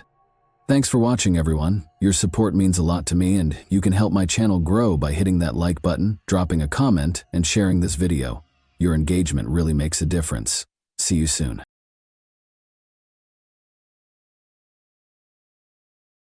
Hey guys, welcome to my channel, and today we're going to take a look at another horrible case with you. Faith Hedgepeth, then 19 years old, was discovered dead in her Chapel Hill apartment in 2012. When authorities started their investigation, they soon encountered a wall of uncertainty and dead ends. They were diverted by conflicting accounts from her closest friends and family, odd 911 calls, and false leads. Investigators were frequently left with more questions than answers When a seemingly promising lead turned out to be a dead end, the case became colder as time went on and important pieces of evidence stopped making sense. The identity of Faith's killer remained a mystery despite constant efforts. Why did the inquiry stall so significantly, and who was responsible for her brutal death? Let's investigate this case. Unaware of the tragic turn their day would take, Rosario and her companion Marisol Rangel arrived back at their flat just before 11 a.m. on September 6, 2012. They called for Faith as they walked in, but the place was oddly silent. Uncertain of what to anticipate, they approached Faith's bedroom with trepidation. They were stunned by what they discovered. Faith's corpse was on the ground, partially wrapped in a blanket and covered in blood. 3 years after Faith was brutally killed in an apartment she shared with a friend by a killer who is still at large, there are still many unanswered questions and speculations surrounding this case. Shocked, Rosario called 911, her voice shaking as she described what she had found. Once vibrant, Faith was gone, leaving the friends to wonder forever, who could have done this, and why? We must examine the final hours of Faith's life in order to comprehend what transpired to get to this point. Around 5:45 p.m. on the evening of September 5, 2012, Faith went to a rush event for Alpha Pi Omega, a Native American sorority at the University of North Carolina. She met Rosario after departing at 7:15 p.m., and the two of them studied at the library until almost 9 p.m. Around this same period, Faith texted her father about her plans for the future. He still has the final voicemail he ever got from her saved. After returning to the flat at around 11:30 p.m., they went out once more, landing at The Thrill, a nightclub, at 12:40 a.m. They danced and socialized for around an hour and a half. Their departure was captured by security cameras. Since Rosario wasn't feeling well, they made the decision to return to the flat, arriving just as Faith's Facebook account was accessed. Faith's phone sent a text message to Rosario's ex-boyfriend Brandon Edwards at approximately 3:40 a.m. "Hey B, can you come over here please? Rosario needs you more." You know. Please let her know you care." 3 minutes later, the same phone sent another message that contained the word "than," which was thought to be a correction for a typo in the first message. The last known activity on Hedgepeth's phone was this text exchange. After that, Rosario attempted to get in touch with Edwards and then collegiate soccer player Jordan McCrary, but neither of them answered. Rosario thought Faith was asleep when she left the flat at 4:25 a.m. She stayed at a friend's place until the next morning. Rosario attempted to contact Faith once more at 10:30 a.m., but received no response. She contacted Marisol out of concern, and the two of them proceeded to the apartment where Faith's death was found. Who was in charge? Is Rosario Rangel or another person involved? Faith's cause of death is still unknown, but as the inquiry progresses, more information will become available. Faith Hedgepeth, a proud member of the Holly-Washapani Native American tribe, was born in 1992 in Warren County, North Carolina. After her parents divorced, Faith was raised by her mother, Connie, and she grew up in a difficult home. Connie, who had 3 children already, named her Faith because she thought it would give her the courage and optimism she needed to raise a 4th kid in a challenging situation. Faith was a good student in spite of these obstacles. As a cheerleader, honor student, and involved member of multiple clubs, she succeeded in high school. She attended the University of North Carolina at Chapel Hill thanks to her diligence, which earned her a Gates Millennium Scholarship. Faith dreamed of becoming a teacher or a pediatrician and wanted to be the first member of her family to earn a college degree. Despite taking the spring 2012 semester off, she had a successful first 2 years at UNC Chach. She shared a Chapel Hill off-campus apartment with her friend Karina Rosario and Rosario's boyfriend Eric Taco Jones throughout that summer. But Karina and Eric had a violent relationship, and Faith assisted Karina in obtaining a protective order against Eric after he twice attempted to enter into their apartment. Eric lost his temper and even threatened to kill Faith if he couldn't reconcile with Karina. Faith's life had taken a dark turn, and even though she continued to have hope for the future, she found herself in a precarious situation. Faith's family was devastated by her passing. Faith's loss was unfathomable to her mother, who had already dealt with a lot of difficulties as a single mom raising her children. Having lost a sister who served as a support system and role model, Faith's siblings were also devastated. Her family was left to deal with her passing, She had been a bright, kind young woman with a bright future. In addition to being extremely personal, Faith's passing was a setback for the entire community, which had supported her aspirations and watched her develop. Her family was left feeling incredibly empty and unable to comprehend why someone so full of promise had been brutally ripped from them. The choice to start the investigation into Faith's death in secret sparked immediate criticism. In contrast to standard police practice, the Chapel Hill authorities took considerable care to conceal information. All records were sealed by a court order, and even the media's repeated requests for information were turned down. The police worked discreetly behind closed doors, gathering evidence from the incident without disclosing what they had discovered, while the community awaited answers. Semen and extracted DNA were the first important clues from the actual crime site. When the autopsy report stated that Faith had died from blunt force trauma to the head, most likely from a rum bottle, the question became even more complicated, even though it matched male DNA discovered elsewhere in the apartment.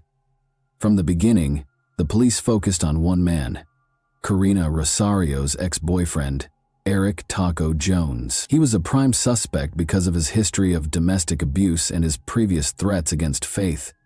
"Forgive me for what I am about to do," Jones had even warned in a text message to a friend the night before the murder, and he later shared the same statement on Twitter. He altered his Facebook banner to a haunting precursor to what appeared to be an admission of guilt 3 days after Faith's death. "Dear Lord, forgive me for all my sins and the sins I may commit today." Police were unable to directly link Jones to the crime in spite of these warning signs. He provided a DNA sample, but it did not match the evidence gathered at the scene. No matches were found in additional DNA testing from other individuals, including those who had visited the local nightclub where Faith and Karina had spent time. After Jones was formally ruled out as a suspect, the inquiry appeared to come to a standstill. It appeared as though the puzzle pieces would be put together fast when the inquiry into Faith's death originally started, but as time passed, detectives discovered evidence that only made the mystery more complex. The disclosure of some anticipated and some surprising details suggested an incomprehensible level of intricacy. The 911 call, which would subsequently come under close examination, was a crucial piece of evidence in the case. After discovering her friends dead at their apartment, Karina Rosario called. Many found it strange that she only referred to Faith as her buddy during the call, never mentioning her by name. Reporter Tom Gasparovia questioned the legitimacy of the conversation, speculating that it might not have been Rosario but perhaps Marisol Rangel, whose voice sounded similar. Additionally, Rosario appeared abnormally hesitant during the conversation, despite the dispatcher's repeated requests for her to check Faith's respiration, Gasparovia noted. Was the individual who found the body truly as innocent as they appeared to be? Was the 911 call itself a hint? The people who were following the case started to have these types of questions. The odd information wasn't limited to the 911 call, either. Confusion was further exacerbated by another important piece of evidence discovered close to the crime scene, a mysterious letter written on a piece of ripped paper. Written in a sloppy hand with a ballpoint pen, the message said, "I'm not stupid, bitch, jealous." Its rambling, angry writing appeared to be the result of a fit of wrath, but it was unclear what it meant. Why would someone leave a letter at a murder site? The ripped piece of paper seems to have come from a takeaway bag from Time Out, where Faith and Karina had eaten at that evening. However, was the note a spontaneous outburst or a private communication to Faith? When forensic specialists examined the note, they discovered that the handwriting was erratic. The word "stupid," which was written much more clearly, was underlined by one, perhaps by someone attempting to hide their identity or deceive investigators. Even more concerning was the fact that the message seemed to be written before the murder because there was blood all around the room, and the note itself seemed free of blood. Why abandon it? Was it a deliberate deception or a hint? Reporter Tom Gasparelli speculated that Faith might not have been the intended recipient of the note. The murderer might have planted it to trick detectives. Was it a last desperate communication, or was it a lie? The note's emotional tone suggested intense annoyance or jealousy. Was it Faith or someone else that the murderer was angry at? Faith's own phone provided yet another horrifying piece of evidence in her case. Faith's phone unintentionally called a friend the night before she was murdered, recording a brief but unsettling chat. With background noise and muddled conversations, it initially appeared to be a simple pocket dial accident. However, when audio specialist Arlo West examined the call, he found some concerning snippets. West also claimed to hear a woman's voice saying, "I think she's dying," followed by a man's voice saying, "Do it anyhow." References to Eric and Rosie that seemed to connect the conversation to Faith's roommate Karina Rosario and her violent past with Eric Taco Jones were also heard. The call's timestamp of 1:23 a.m. coincided with the claimed time when Faith arrived at the club.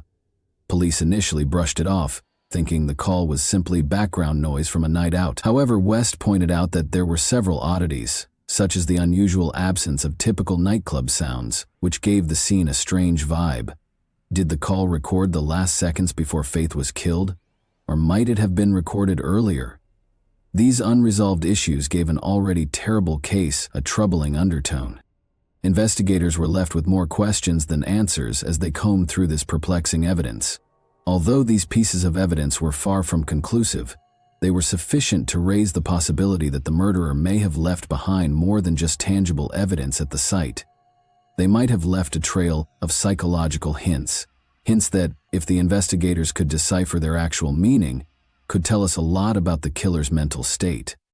The public's annoyance increased while the case went unresolved. A $29,000 0-cents reward was given by the university, the Halawashaponi tribe, the local Crime Stoppers chapter, and the apartment complex where Faith had resided for any information that resulted in an arrest.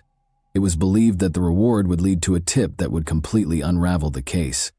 However, months and weeks went by with no improvement. There was still no breakthrough when Governor Bev Perdue increased the award by an additional $10.00. The probe was conducted in secret in the interim. The UNC student newspaper, the Daily Tar Heel, petitioned for the release of the secret documents in November 2012. The case remained sealed beneath a veil of silence when the court rejected their plea, despite publicly claiming that their daughter's death certificate verified she had been battered. Faith's family was also kept in the dark about several specifics. The town of Chapel Hill remained uneasy as the months passed. The FBI has created a profile of the male DNA recovered from the scene by January 2013. According to the authorities, this person had lived close to Faith, had expressed interest in her, and his actions had probably changed after the crime. The court nevertheless mandated that the records be kept secret in spite of this development. The public was left in the dark about the case, which appeared to be proceeding behind closed doors. The police didn't formally ask the North Carolina State Bureau of Investigation for assistance until September 2013, a full year after Faith's passing. Chris Blue, the police chief for Chapel Hill, acknowledged that they had run out of options and that the case had gone cold. The murder of Faith was still a mystery, and the case files were still sealed. After 2 months, the inquiry took yet another unsettling turn. Publications such as the Tar Heel started to doubt the investigation's objectivity. Why hadn't the police pursued important leads? Although the police had never thoroughly searched the neighborhood, neighbors in the apartment building where Faith had resided said they had concerns about Eric Jones long before the murder. Only Faith's apartment had actually been completely examined. The other apartments in the complex, including the woods beyond the building, had not been looked at. When it was discovered that police had never examined security footage from the Thrills parking lot, a significant lost opportunity became apparent.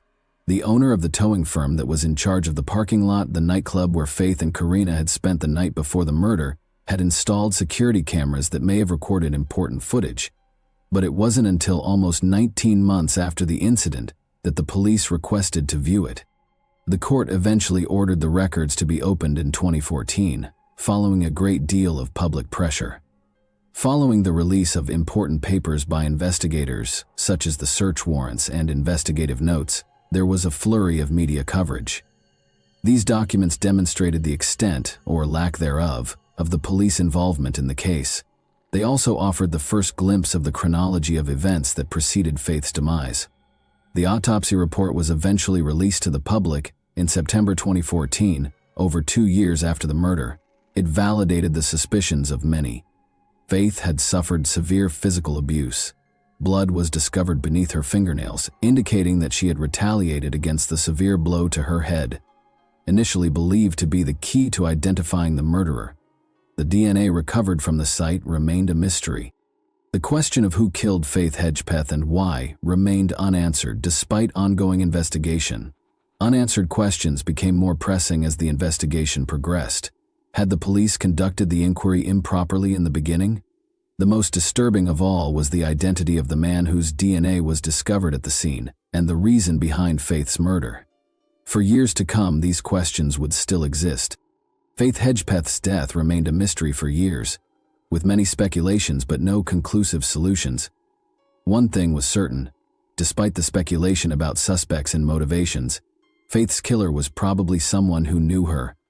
According to Chapel Hill police, the murder was committed by a member of her UNC Chapel Hill social circle rather than at random. Investigators interviewed more than 2,000 people over the years, obtained 750 people's DNA, and reduced the number of potential suspects to 10.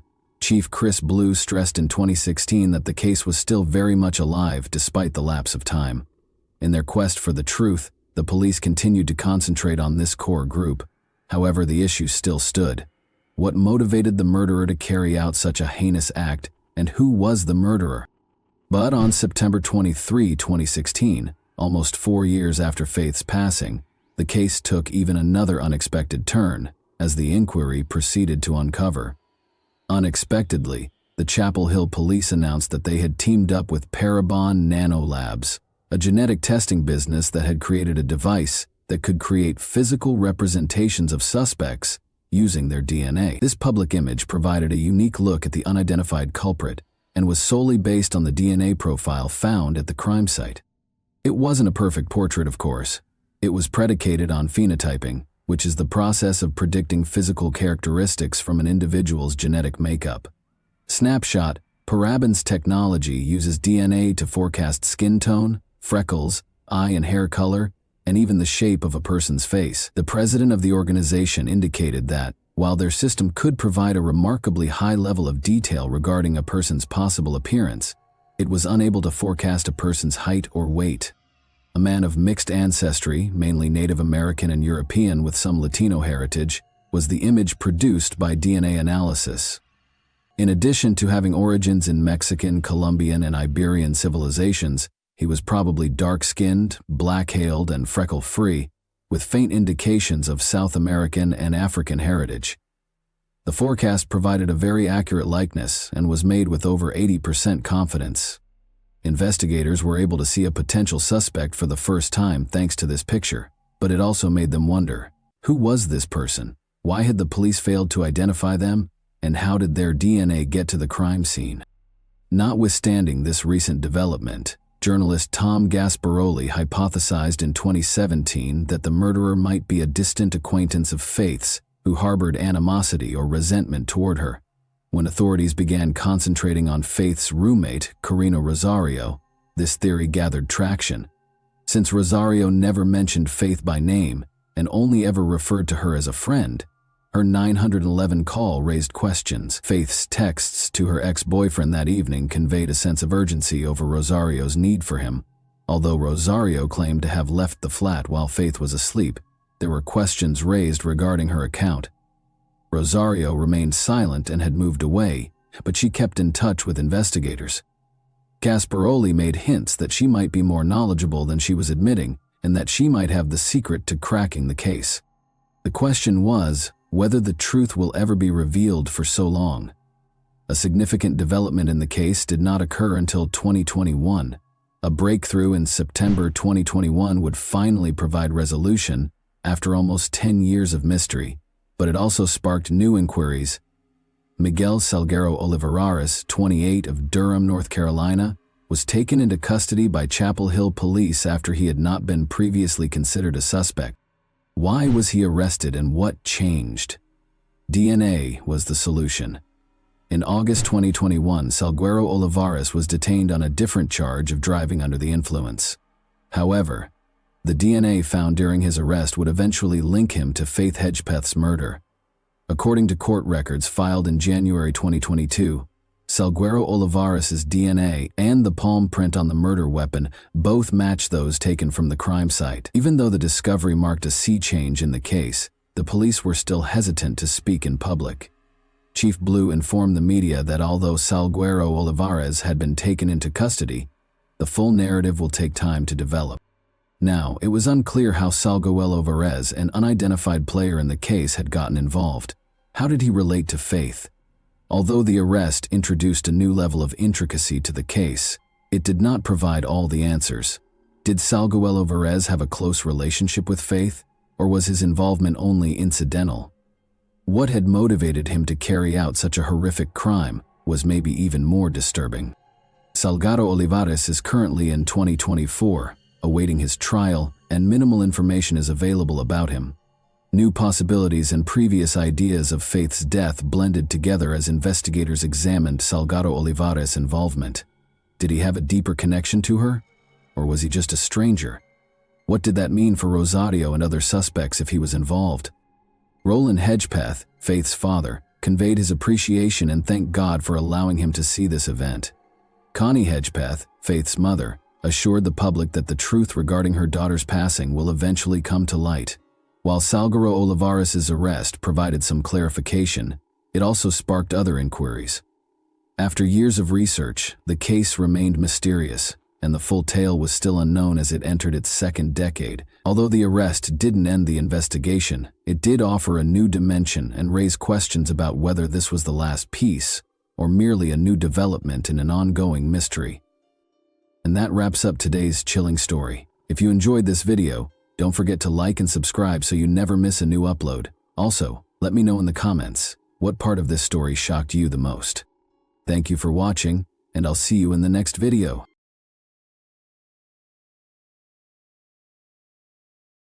Hey guys, welcome to my channel, and today we're going to take a look at another horrible case with you. There was a foreboding hush after Lisa Holstead, 22, vanished without a trace on August 12, 1986. Authorities began a desperate search when her partner reported her missing, and an hour into the hunt, they discovered something gory. Lisa had been viciously strangled, and her lifeless body was discovered in a marsh in the Kenyers Nature Park. There were no leads or suspects to speak of who may have perpetrated such a horrible act, thus the case remained a mystery for years. Why would somebody choose to take the life of a woman who is so young and active? Today, we'll examine how the 34-year-old Green Bay cold case murder inquiry was resolved. So let's go right to the puzzle without further ado.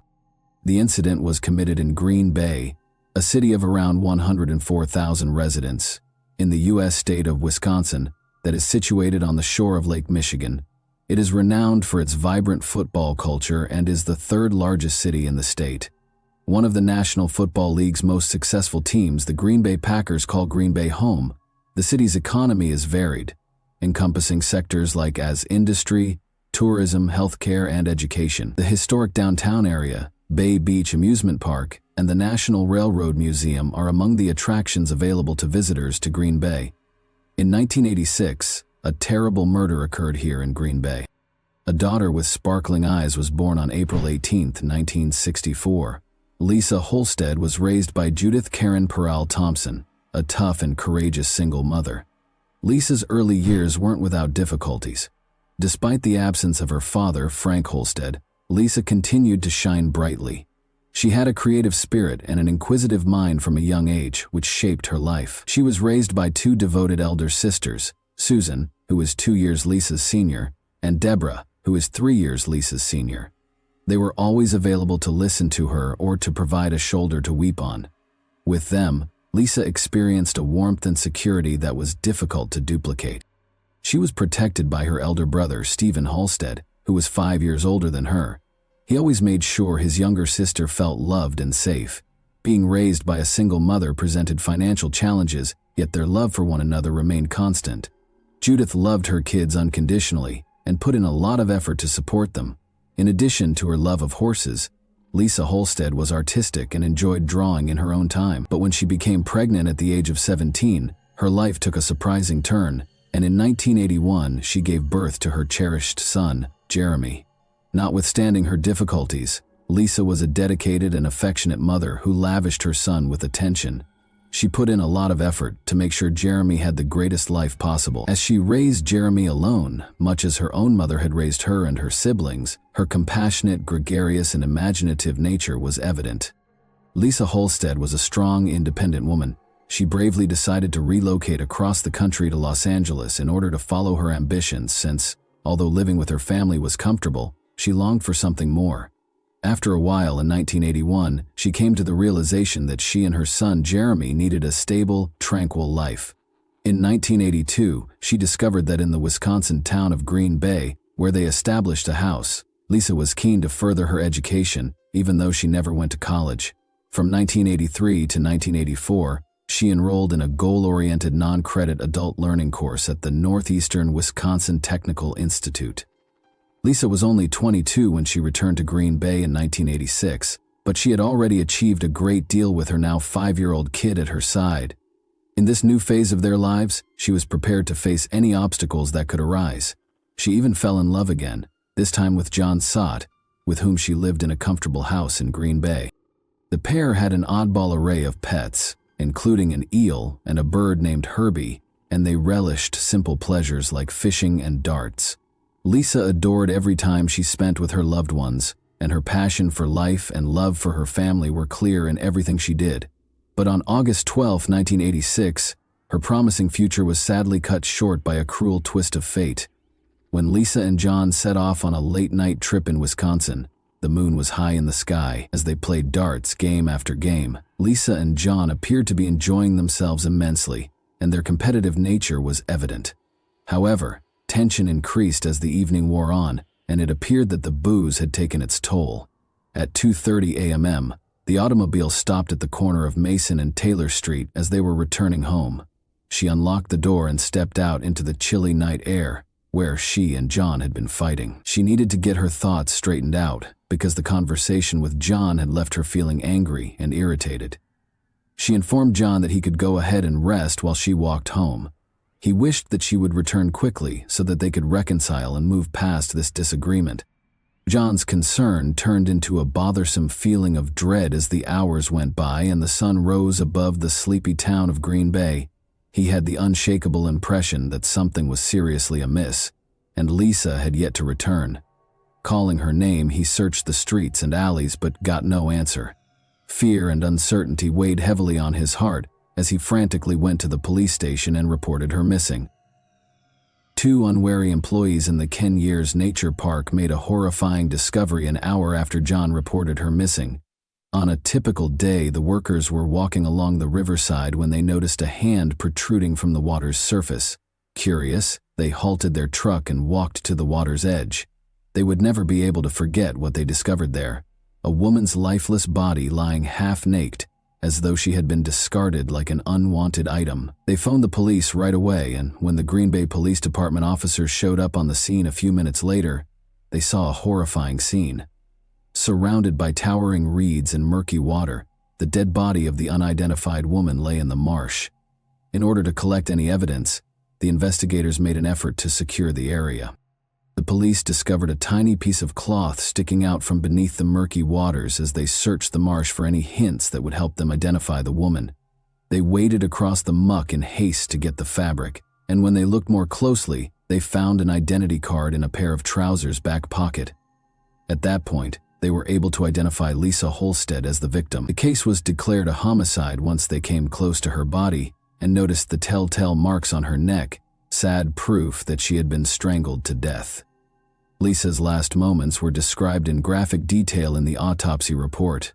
Her blood alcohol content was discovered to be extremely high, measuring an astounding 0.25%, well beyond the legal limit. The autopsy at the time also showed that she had sustained numerous wounds that left her body covered in blood, a sight that could have troubled even the most courageous person.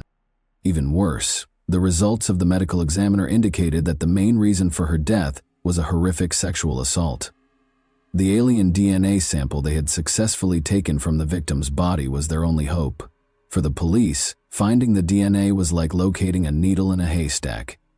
They didn't have a suspect to match it to, but they felt it was an important piece of evidence. Like a priceless diamond, the tiny sample was meticulously preserved. The investigators hoped that technology would eventually catch up with this evidence's potential and provide them with the answers they so urgently needed. Like wildfire, the news of Lisa's passing spread, leaving a path of sorrow in its wake. the loss of the lady he loved, the final quarrel, and the knowledge that he could have done more to protect her left her boyfriend John devastated. Her family was thrust into an agonizing and perplexing environment. Investigating quickly, the police spoke with everyone who might have had a reason to hurt Lisa. In the years that followed, investigators questioned every suspect, followed up on every lead, and made multiple trips back to the crime scene, but nothing seemed to reveal the whole truth. In order to piece together any lead or clue that would point to Lisa's killer, they even went back to the drawing board multiple times. However, they encountered dead ends in their endeavors. The situation just seemed to get more obscure with the passing of time. As the evidence eroded, possible suspects disappeared from view. After more than 30 years, the case was finally archived and sat collecting dust on a shelf.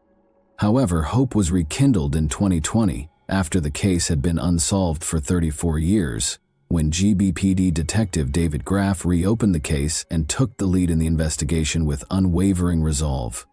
As he and his group went through the old case files, they saw a tiny vial that had been left at the back of the storage container. Inside was the culprit's DNA, which held the secret to solving the case. It was time to use the most recent forensic technologies to investigate her heinous murder. In an attempt to discover the identity of the murderer, he contacted Othram, a pioneer in the field that specializes in forensic genetic genealogy. In addition to revealing more about the suspect, this state-of-the-art technology would offer an intriguing look into the killer's family ties. The detective was finally able to unravel the complex web of this cold case with this new information. When the lab returned the results of the June 2020 study of the DNA, the Green Bay Police Department had a plethora of information about their suspect. The police were getting closer to the murderer with each new piece of information they learned from the DNA study. The police began meticulously tracking down the person's distant relatives' family trees, building a network of connections piece by piece, until they had 10 or 15 distinct family trees. They searched databases and websites as the investigation went on in an effort to identify groupings of people who might be connected to the victim. They discovered a group of people residing in other states after much research and excavation. They followed their trail and eventually discovered a link to Wisconsin, which brought them to Green Bay, the scene of the gruesome murder. In 1986, the year the crime was committed, the authorities discovered a family member who had been residing in Green Bay. They eventually located a suspect whose DNA might have matched the sample collected at the crime scene after several hours of labor. Finally, the long-awaited breakthrough had arrived. Investigators discovered that the man was Luke Griffin, who had previously been released on parole from the Green Bay Correctional Institution, where he had been serving time for the horrific crime of second-degree sexual assault and had a history of violence against women, including strangulation. The fact that Luke had been convicted of sexual assault in 1981, something that had been overlooked during the initial investigation, was what most startled them. The police appeared to have overlooked an important hint that had been in plain sight the entire time, but owing to Detective David Graff's and his team's unwavering efforts and the revolutionary science of forensic genetic genealogy, Luke's past eventually caught up with him. The investigators realized they needed to be very confident before making an arrest, since they had a suspect in their sights. Luke Griffin's DNA had to be compared to the crime scene profile. In order to find their main suspect, Luke Griffin, who had relocated to the city of Racine, the police set out on an exciting quest in September 2020. In an effort to find evidence against Griffin, the Green Bay detectives teamed up with the FBI, DCI, and Racine County officials to place him under surveillance. Luke was being pursued, and the authorities had no intention of letting him escape their grasp. They followed him to another Wisconsin town, keeping tabs on everything he did. They were observing him on September 18, 2020, when they noticed him sloppily throwing a cigarette butt on the ground and throwing some beer cans in a dumpster. He had no idea that these seemingly unimportant deeds would ultimately bring him to ruin. The cops swiftly gathered the abandoned objects and returned them to the lab for additional DNA testing. On September 29, 2020, the results were released, and the officials were overjoyed. The DNA matched exactly with that recovered from the crime scene more than 30 years ago. The sound of handcuffs snapping into place was heard as Luke was led from his house on October 28, 2020, at approximately 6 in the morning. As the police car drove away with Luke to Brown County Jail, neighbors whispered to each other and peered out from behind their curtains. Luke sat stonily in the interrogation room, denying any role in the killing. Luke eventually admitted to having a sexual contact with the victim as the intensity of the questioning increased, but he said that his recall of the night was vague at best, blaming his confusion on his drug and alcohol use. As the crime's specifics emerged, it became evident that Luke's drunkenness had impairing his memory, making it impossible for him to remember what had happened before Lisa died. The once elusive culprit has been apprehended. His trial was scheduled for 2021. As Luke Griffin entered the courtroom with guards at his sides, it was crowded with reporters, the victim's family, and interested bystanders. When he sat down at the defendant's table, all eyes were on him. As the trial got underway and the prosecution presented their case, Luke's future was in jeopardy. The jurors paid close attention, taking in every nuance of the evidence. Speaking to the jury about what transpired that fateful night in 1986, Luke explained that he had just stopped at McDonald's and then traveled a route that just so happened to pass by the location where Lisa's body was subsequently found. However, the weight of the crime he had committed seemed to press more heavily on his shoulders with each syllable. The evidence against him grew stronger during the trial, until at last the jury was forced to render a verdict. After a protracted and taxing legal struggle, Luke was detained on a first-degree homicide charge, and his bail was set at $1 million, 0 cents. Luke took the shocking choice to enter a no-contest plea to the allegation of homicide by reckless conduct on January 27, 2023. As the judge read the decision, the courtroom was once again heated. Luke's lawyer, Peter Hain, pushed for a lighter term, pointing to Luke's bad health and the 2 years he had previously served in prison. Hane's plea, however, was rejected by Judge Timothy Hinkfuss, who claimed that Luke's negligence and refusal to accept responsibility had only served to further harm Holstead's family. Hinkfuss continued by explaining that the maximum term he could impose was constrained by the statutes in effect at the time of the crime, and that homicide by reckless conduct, a Class C felony, is currently punishable by up to 40 years in Wisconsin. When Luke was convicted of the murder and charged with first-degree intentional homicide, the crowd gasped collectively. For the prosecutors, who had devoted their lives to bringing justice to the victim's family, it was a bittersweet victory. Luke Griffin, 67, received a sentence of 10 years in jail on March 27, 2023, which was the maximum punishment permitted by the 1986 sentencing statute. After completing 2/3 of his term, Luke is eligible for release. Additionally, 2.5 years of time served were granted to him, meaning that he is eligible for parole in less than 6 months, and might be released in 4.5 years. Judge Timothy Hinkfuss of the Brown County Circuit Court stated that the case's legal battle had been fiercely contested since 2020. Although Judge Hinkfuss accepted that the maximum penalty was grossly insufficient, she also acknowledged that Lisa Holstead's murder was a horrible and vile conduct that was limited by the laws in force at the time of the incident. David Lassie, the district attorney for Brown County, urged its imposition, pointing to the seriousness of the offense and its effect on the victim's family. For 34 years, he evaded justice and refused to accept responsibility. According to Lassie, that has had a major effect on the family.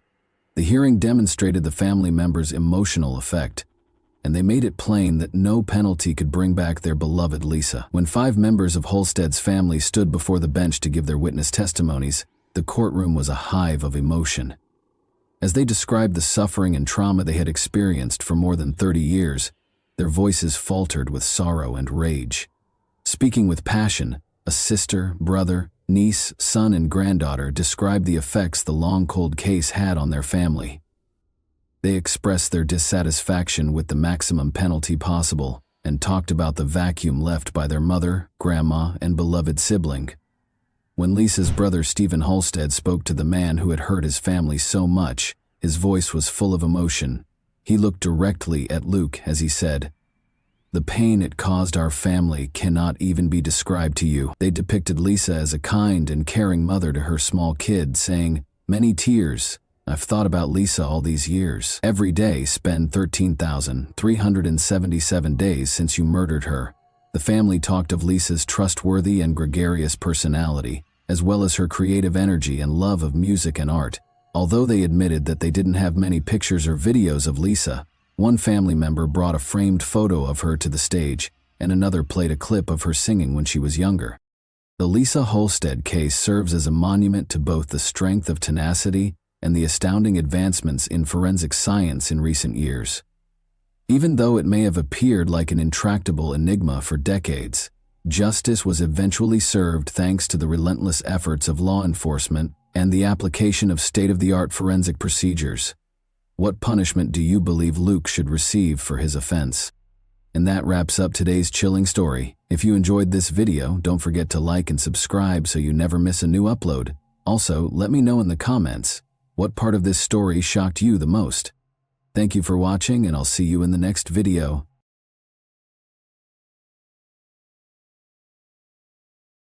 Hey guys, welcome to my channel, and today we're going to take a look at another horrible case with you. Ebolia Ryan, 47, a mother of 3, had been anticipating spending the holiday season with her kids on December 1, 2014. Her plans were tragically derailed, and she was never able to spend her favorite season with her loved ones. On December 4, 2014, 3 days after her murder, the Abu Dhabi Police Department made an arrest in the city, ending their ceaseless investigation into the ruthless killing. After the arrest, it became clear that this case wasn't as straightforward as it first appeared, and an unexpected motivation was discovered, which put the authorities on high alert once more. Who was this woman who had been arrested by the Abu Dhabi police? What may she have done that would have put the investigators under a time crunch? The woman who was taken into custody was Alaa Badr Abdullah al-Hashemi, age 38. Her husband, Mohammed al-Habashi al-Hashemi, and their 6 children resided in the United Arab Emirates, where she was born in Yemen. When Alaa chose to carry out a terrible act, her youngest kid was just 10 months old, and her oldest was 10 years old. All of her children, young and naive, were ignorant of the evil plans their mother harbored. Alaa began implementing her ideas on Monday, December 1, 2014. In accordance with one understanding of hijab, she put on her black gloves and covered her face with a veiled niqab, a typically black covering worn by Muslim women to cover their faces. Just before 1 p.m., she left her home. Alaa went to the well-known boutique mall on Al Reem Island in Abu Dhabi that same day. Alaa was very unconcerned, even though she knew that the mall had fully operational CCTV cameras and that security was keeping an eye on her. She refused to go back or leave the mall without completing her tasks. Around 1:13 p.m., Alaa went into the mall and rode the elevator. Alaa spoke briefly with a security guard after stepping out of the lift and making her way to the mall's restroom, where she ran into Ebolia Ryan, a 47-year-old lady. After some waiting, Alaa struck with full power and fatally stabbed Ebolia while she was by herself. Shortly after leaving the restroom, Alaa ran back to the lobby and climbed into the elevator. The mall patrons quickly became aware of what had transpired in the restroom. Alaa fled the building as they came out in the foyer, still reeling from the horrific murder that had just occurred. Even though boutique mall's security was typically strict, Alaa was able to evade the guards. Fortunately, the security footage had caught every step she made. The terrible incident was reported to the Abu Dhabi Police Department by the mall security, and as soon as investigators got on the site, an investigation into Ebolia Ryan's murder was started. Born and raised in Romania, she was a kindergarten teacher who was Hungarian-American. Before going through a divorce, she and her husband Paul Ryan moved to Sopron, Hungary in 2006 with their twin sons Adam and Aiden and daughter Tamaya. Ebolia followed her career wherever it took her when she and her spouse parted ways. Ebolia had a varied teaching career over the following few years, working in 4 different countries including the US. She had been living in Abu Dhabi for about a year, with Abu Dhabi being her final destination. In addition to teaching there, she also played the role of a loving mother to her twin boys, ages 11 and 12, who shared their Abu Dhabi home with her. Tamaya, Ebolia's 13-year-old daughter, was then residing in Vienna, Austria, with her father, her ex-husband Paul Ryan. In the United Arab Emirates, Ebolia had dedicated her life to the field of education. Despite being in an unfamiliar place, she adapted to her new surroundings rather well. In addition to the traditional duties of teaching, she also took on the role of mentor, greatly advancing the professional development of her colleagues. She was well known for her unwavering commitment to her career, and it was clear from her actions that her primary goal was to guide her students toward a brighter future. Ebolia was a lighthouse of compassion and generosity, embodying a feeling of purity in our world. She led a life filled with a deep sense of purpose, constantly working to improve the lives of those she came into contact with. As the holidays drew near, Iboya had made plans to visit the boutique mall for some shopping on December 1, 2014, before returning home to her twins. She had no idea, however, that fate had other ideas for her. The suspect was fully hidden from head to toe, making it extremely difficult for officials to identify him during the early phases of the investigation. This also prompted them to speculate that the offender might be a man wearing a disguise. Abu Dhabi police released a public statement on December 3, 2014, a few days after the terrible death of Ebola, stating that they were still working to identify the suspect's gender. Due to the totally enveloping clothing, which included a black abaya, black gloves, and a face cover, none of the several witnesses to the murderer were able to provide any distinguishing characteristics, such as facial features or build, regarding the suspect. In order to disseminate additional information, the Abu Dhabi Security Media Department posted a video on its official YouTube channel.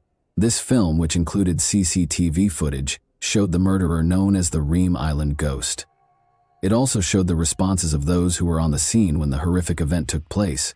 Notably, a lady with a small child was seen hurriedly removing the child as security guards rushed into the hallway to respond to the situation. The video demonstrated that spectators were more alert, paying close attention to activity in the toilet area. An important piece of evidence was the surveillance film, which also showed the shrouded suspect picking up a newspaper, likely to hide the weapon, and walking toward the bathroom. About 90 minutes later, the suspect in the assault rushed back into the lobby, causing chaos among the customers who quickly scattered. As a security guard headed for the bathrooms, the accused assailant ignored a woman's attempts to obstruct her in the middle of the tumultuous event. After racing into the elevator, the suspect eventually ran away. A disturbing image of bloody footprints coming from one of the restroom stalls was shown on the film as it ended, providing a sense of the violent and gory nature of the murder. Ebola, the unfortunate victim, was fatally stabbed, according to law enforcement sources. At the crime site, detectives also found a kitchen knife, which they verified was the murder weapon. When the detectives questioned the witnesses, they discovered that the two ladies had also argued violently before the murder. However, none of the detectives could tell if the attack on Ebola was premeditated or the product of an argument gone too far.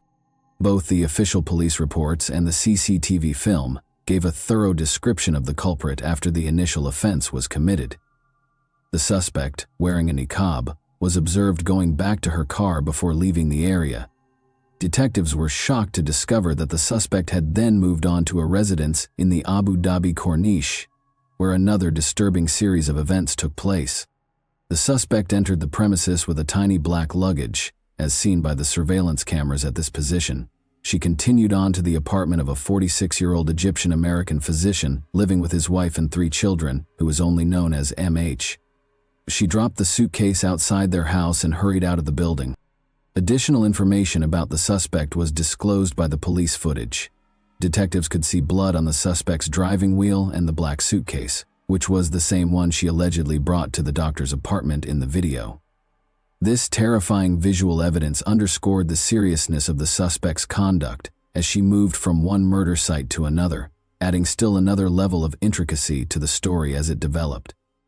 Luckily, the bag was discovered by the doctor's son on his way to the mosque for prayer in the evening. He informed his family that he had noticed something odd in front of the house. They requested assistance from a security guard, who then called the police. It was a bomb, and the cops were able to identify it and disarm it before it exploded. A woman wearing gloves had entered the house minutes prior to the event, according to the security guard. She had a black luggage in tow. She went to the floor where the doctor's family resided, he said, and a few minutes later she hurried out of the building. Detectives claim that the improvised device was constructed from readily available basic materials. The bomb's components, a tiny gas cylinder, adhesive, nails, and a lighter, were designed to cause serious harm when detonated. The detectives continued their investigation to find the murderer, but they did not disclose many specifics regarding their progress or actions. The perpetrator was apprehended by Abu Dhabi police early on Thursday, December 4, 2014. The murderer was found to be Ala Badr Abdullah al-Hashemi, 38. General Sheikh Saif bin Zayed Al Nahyan, the UAE's Deputy Prime Minister and Interior Minister, announced that the suspected niqab killer had been taken into custody by security and law enforcement for the savage murder of American teacher Ebolia Ryan. He emphasized that the perpetrator was apprehended within 48 hours after being identified in less than 24 hours, but the investigators wouldn't reveal how they were able to identify Allah. It was clear from looking through Allah's search history that she had developed radical views as a result of the things she viewed online and the individuals she followed. She wanted to harm someone from another nation at random, but she had no explicit plot to harm any American. Allah didn't try to conceal any information and was very direct when stating the cause of the attacks. Allah acknowledged that the only reason she picked Ebola and the doctor was that they were Americans. In addition, Allah informed the case's detectives that she had done such heinous crimes because her husband, Mohammed al-Habashi al-Hashemi, had been arrested and detained by the police for interrogation on suspicion of having ties to terrorist organizations. She intended to avenge the police for stealing her spouse and instilling fear of danger in outsiders, particularly Americans, British, and French residents. These horrific events followed earlier assaults on Saudi Arabian citizens from Western nations. These attacks were widely publicized, which caused concern in the commercial and international security groups. Furthermore, U.S. embassies in the region had issued warnings just weeks prior to Ebola's stabbing because certain websites were inciting attacks, particularly against American teachers. Due to its extremely rigorous anti-terrorism security, Abu Dhabi was mostly seen as a safe area for foreigners to work. However, as a result of these incidents, foreign residents of Abu Dhabi started to get concerned about the rising crime rate against foreign nationals. According to the Emirates authorities, Ebola's death was the result of a terrorist attack carried out by a single individual who was swayed by extremist ideologies found online. Allah didn't know either of her victims, the police stated. She didn't have any personal issues, she just carried out those acts because of the victims' nationalities. Since terrorist strikes are rare in the United Arab Emirates, this caused anxiety among Abu Dhabi residents, both locals and visitors from other nations. When investigators discovered a statement from Abu Muhammad al-Adani in September 2014, speaking on behalf of the organization identifying itself as the Islamic State of Iraq and the Levant, they discovered even more concerning detail regarding Ebola's murder. Abu Muhammad al-Adani called on the Muslim community to target Westerners and those from any other nation who were responsible for the attacks on their group. Specifically, he said, "Hurt them in any way you can." Instead of being a clear directive from militant organizations, the attacks that followed this menacing speech were viewed as a part of a trend of violent acts motivated by ideas.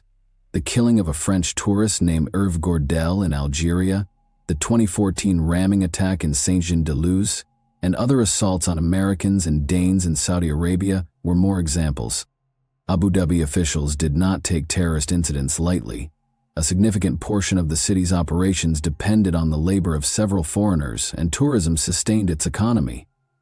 Security officials sent a clear warning to any other prospective terrorists in the UAE about the dire consequences of any planned strikes, in order to ensure that the violence stayed isolated. Prior to the attack, Allah had been browsing terrorist websites online, where she learned how to construct explosives and commit murder, according to an unnamed UAE security official who spoke to Emirates news agency WAM. Additionally, the investigators were eager to investigate the likelihood that Allah was not acting alone. In an interview with ABC News, the police stated that they had detained several individuals at Allah's residence, but they were unsure if they were directly responsible for the assault. Allah disclosed to the investigators that Mohammed al-Habashi al-Hashemi, her husband, had previously provided support to militant organizations. He forced her to view and listen to tapes of Osama bin Laden and other group leaders. Although her home was described as a base of operations, it was unclear if she belonged to any organizations. Allah was also found guilty of using an online account to disseminate information that disparaged and damaged the nation, according to additional research. Allah was also found guilty of providing money to Al-Qaeda, a Yemeni terrorist group, knowing that it would be used to finance terrorist activities, according to the news outlets that reported on her arrest. Judge Falah al-Hajeri stated that the United Arab Emirates, with all of its benefits, had been and would remain a safe and stable place on June 29, 2015, before to issuing the ruling. It is an illustration of how people can coexist peacefully and harmoniously. Some new criminal methods that have not been seen before in the UAE have been used in recent years to scare and hurt people, he said. By doing destructive things, the intention was to upend the nation's system and endanger society. It was crucial to examine and handle these acts as strictly as possible when they posed a threat to the country's general stability. In order to combat and eradicate terrorism, a new anti-terror law was created.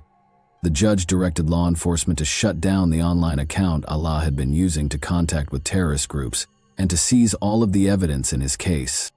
Later, on June 29, 2015, the Federal Supreme Court in Abu Dhabi found 38-year-old Ala Badr al-Hashemi guilty of killing 47-year-old Ibalia Ryan and condemned her to death.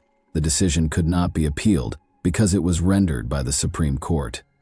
Ala's destiny was thus predetermined. Ala asked the court to give her psychological support during her trial. She claimed to have been seeing ghostly figures and experiencing weird experiences. Taking this into account, the court ordered that Ala undergo psychiatric testing. The findings, however, demonstrated that Ala was fully conscious of her acts and that her mental state had no bearing on them. Surrounded by 4 police officers, Ala remained emotionless when the court announced the verdict and sentence. She waved to her brother and father and smiled as she left the court. Ahmed al-Dahani, the State Security Prosecution's Attorney General, declared on Monday morning, July 13, 2015, that the Federal Supreme Court's State Security Circuit's decision, number 73 of 2015, regarding Ala Badr Abdullah's execution, had been carried out with President Khalifa bin Zayed Al Nahyan's approval. The officials did not, however, reveal the manner of Ala's execution. In remembrance of Ibalia Ryan, members of the expat community in Dubai attended a candlelight memorial and talked about the impact her untimely passing had on them. For Ibalia's friends, family, and the teaching community, finding closure was a challenging process.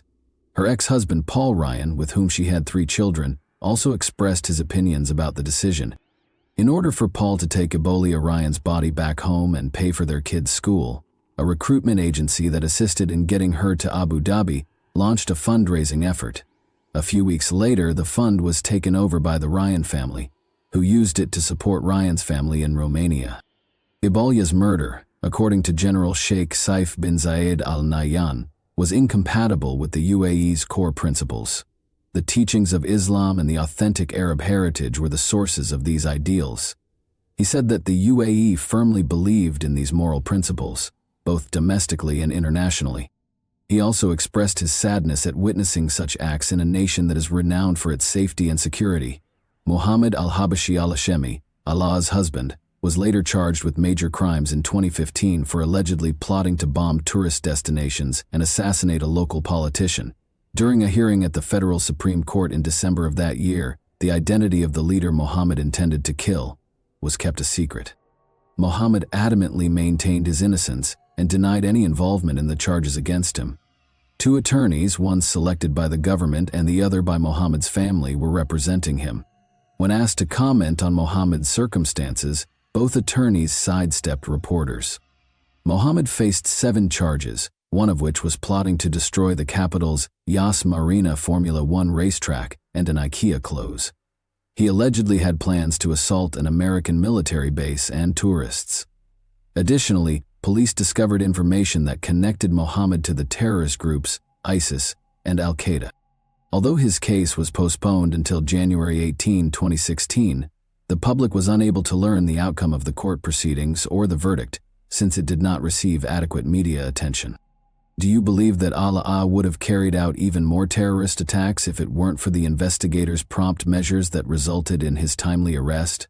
Allah showed neither sorrow or guilt for her crimes during her trial.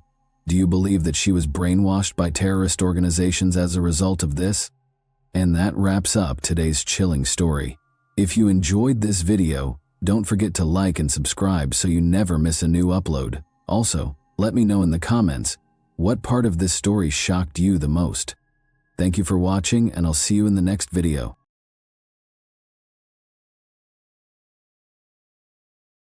Hey guys, welcome to my channel, and today we're going to take a look at another horrible case with you. Tim Hack and Kelly Drew, two 19-year-old high school sweethearts, went missing on August 9, 1980, after attending a wedding celebration at Concord House in Concord, Wisconsin. Searchers discovered a pair of pants, Tim's car with his wallet inside, some ropes, and a pair of women's undergarments strewn over Concord over the course of the following few days. A gruesome finding resulted from these hints. Tim and Kelly's bodies were discovered brutally mutilated and allowed to decay in a field 2 months later. Nearly 30 years later, the culprit, a man so modest that even his neighbors were unaware he had such sinister secrets, was identified thanks to developments in DNA technology, an unusual witness, and an investigator's unwavering pursuit of the truth. But why did it take so long to locate this individual, and who was he? The story for today transports us back to Concord, Wisconsin, a tiny community of just over 2,000 people in Jefferson County. The peaceful town is a great place for those who enjoy the outdoors because it includes a lot of parks and natural areas. Locals frequently engage in outdoor pursuits like biking, hiking, fishing, and camping. At roughly 7%, Concord's violent crime rate is 1/3 of the national average of 22.7%. Concord was the kind of community where neighbors looked out for one another, and people never locked their doors in the 1980s when the major events of today's story took place. Tim Hack and Kelly Drew, both 19-year-old high school sweethearts, thought they could marry, settle down on a farm, raise their kids, and age together in this kind of setting.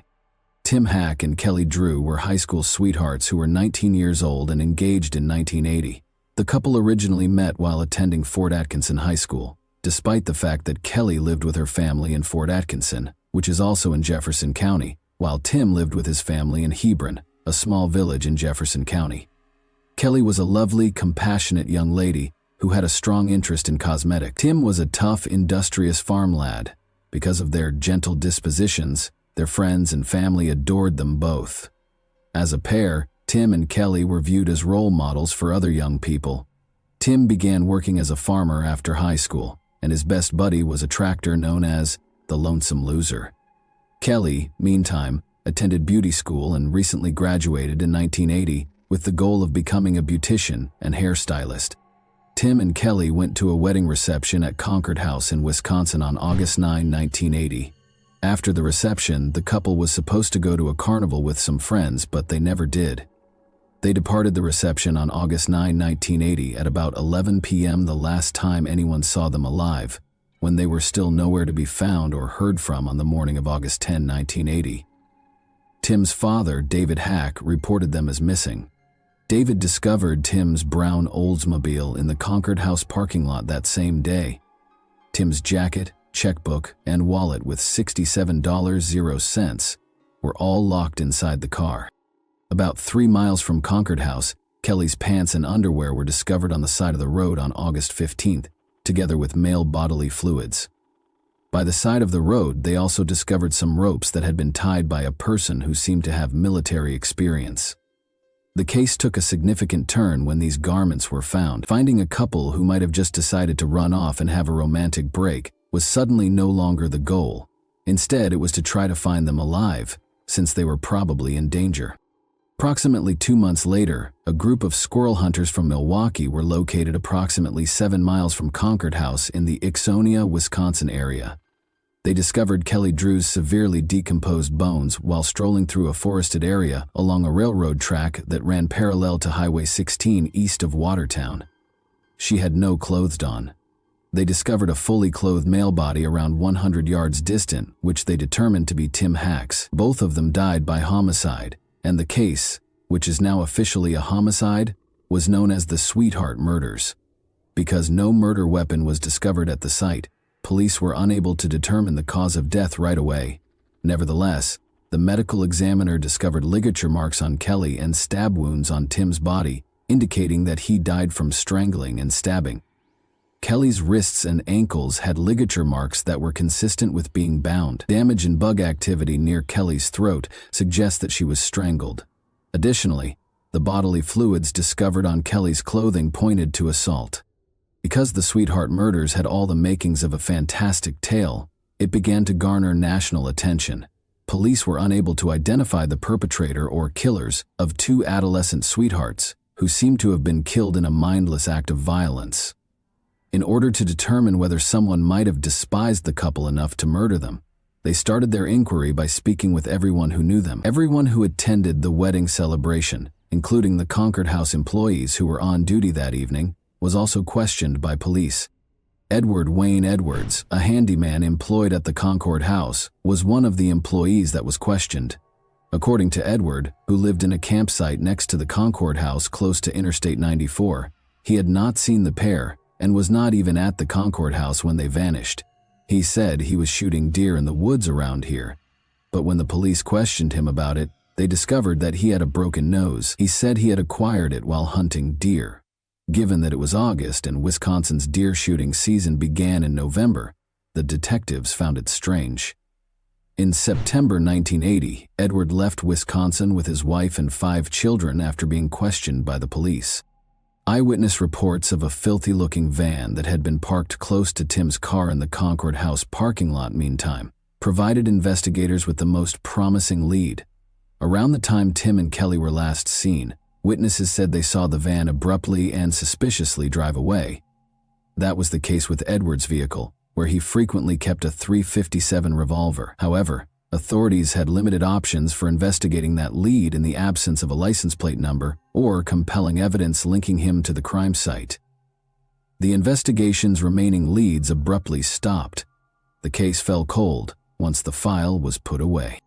One of the investigators in charge of the initial investigation, Richard Lewell of the Wisconsin Department of Justice, requested that the case be revisited in 2008, 20 years after Tim Hack and Kelly Drew were murdered. Lewell had been obsessed with the case for nearly 3 decades.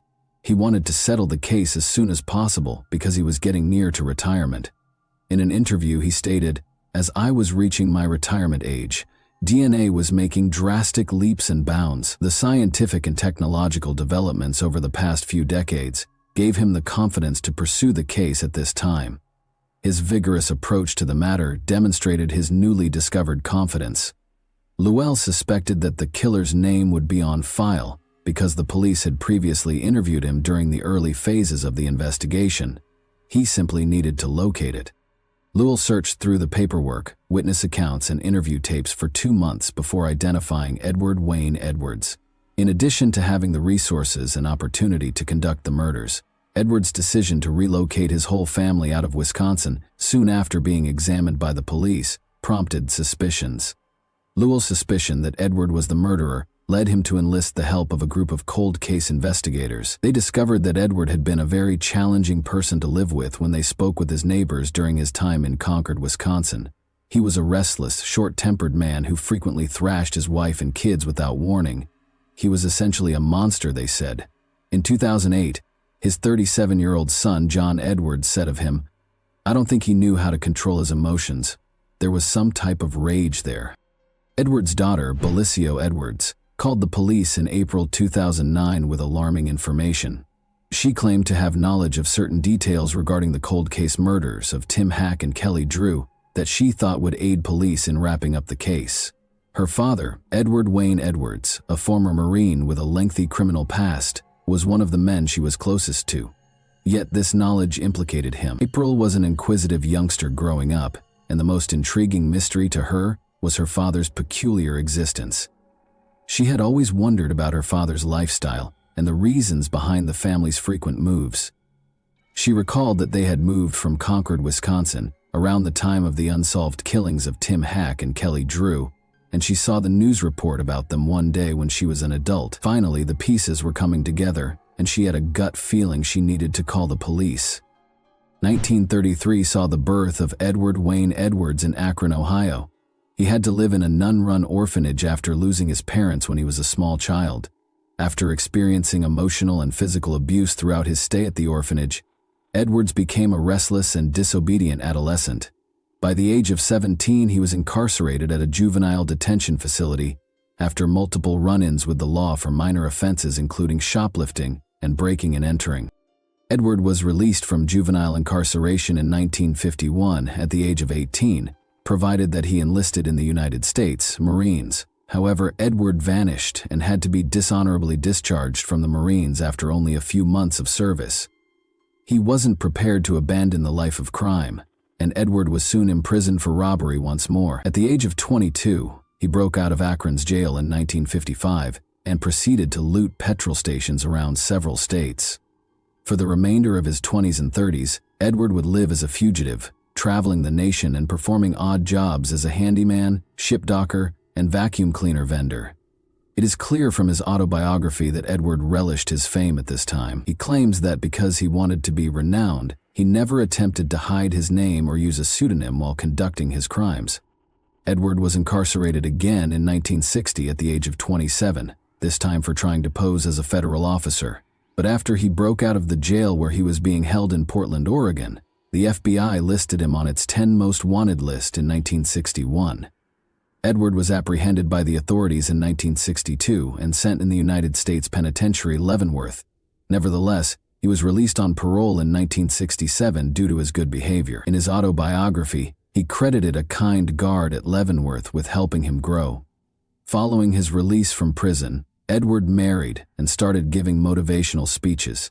At the age of 39, Edward made appearances on 2 television programs, To Tell the Truth and What's My Line. In 1972, he also released his autobiography, The Metamorphosis of a Criminal, the true life story of Ed Edwards, and discussed his life as a master criminal on a number of talk shows and game shows. Edwards was listed on the FBI's 10 most wanted list in the late 1000s, 960s. He was one of the suspects in 2 murders that occurred in Portland, Oregon. Although they were unable to provide proof, it was evident from looking up Edward Lane Edwards' criminal history that he had served time in jail and had been found guilty of a number of offenses, including fraud, arson, robbery, and car theft. He had accomplished a great deal. For Edward, everything appeared to be coming together at last. The system had been beaten by him. He was headed toward success. Sadly, Edward's good fortune was short-lived. He killed his first victim in 1977. Billy Loveco, age 21, and his girlfriend Judith Straub, age 18, who lived in Sterling, Ohio, were his victims. On August 7, 1977, Billy and Judith went on a date, but they never came back. Judith's shoes and pocketbook were still in her car when it was discovered later that day in Silver Creek Metro Park's parking lot. On August 8, Norton police searched for Billy and Judith with the help of family members and a National Guard helicopter. Their bodies were discovered by the search team in the dense weeds close to Metro Park. A 20-gauge shotgun had been fired at them directly. Edward got away with the killings because police at the time were unable to link him to the case of Billy and Judith. Additionally, these killings set a pattern that would be followed by Tim and Kelly's murders. At the age of 49, Edward was incarcerated again for arson in Pennsylvania in 1982.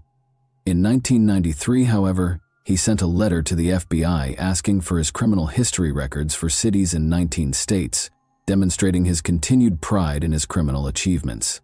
The data were purportedly for a new book he was writing about criminals like Jimmy Hoffa, Charles Manson, and Tony Provenzano that he had met while incarcerated. Edward killed his 3rd person in 1996 when he was 63 years old. His victim was Danny Boy Edwards, a 25-year-old foster son who spent 7 years living with him in Burton, Ohio, before he was brutally murdered. Danny Boy served in the U.S. military, Army. In some way, Edwards persuaded him to leave the service and go home. Edward killed him with 2 gunshots to the face after tricking him into going into the neighboring woods when he arrived home. Danny Boy's body was left in a shallow grave by Edward. Eventually, a hunter discovered it there and informed the police. However, Edward also got away with killing Danny, just like he did with his first round of killings. In addition to the well-known Zodiac deaths, Edward may have been responsible for 15 more murders. John Cameron, a retired homicide investigator, also thought Edward was behind the Zodiac murders and other well-known unresolved cases. These statements, however, are regarded as conspiracy theories because they have not yet been validated.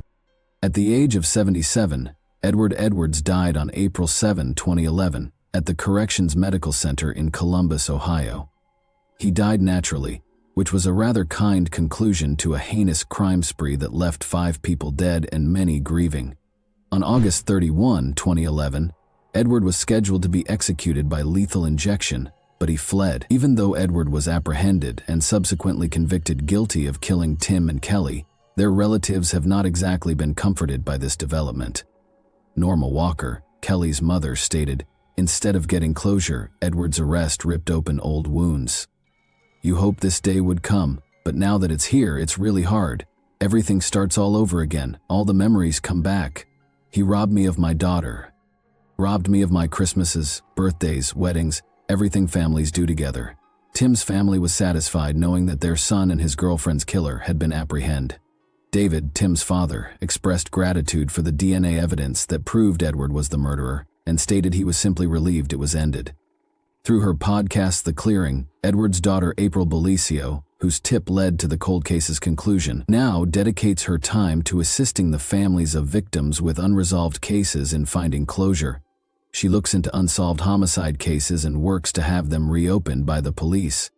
Edward Edwards, the murderer of Tim Hack and Kelly Drew, brutally ripped away their promising future. The serial killer Edward had no personal grudges against the pair. It is all the more terrible since they simply happened to be in the wrong location at the wrong time. Some people think Edward evaded justice by passing away from natural causes a few weeks before his scheduled execution, despite the fact that he was eventually captured and given a death sentence for his crime. What are your thoughts about that? Did Edward receive his just deserts? Were his victims given justice? And that wraps up today's chilling story. If you enjoyed this video, don't forget to like and subscribe so you never miss a new upload. Also, let me know in the comments, what part of this story shocked you the most? Thank you for watching, and I'll see you in the next video.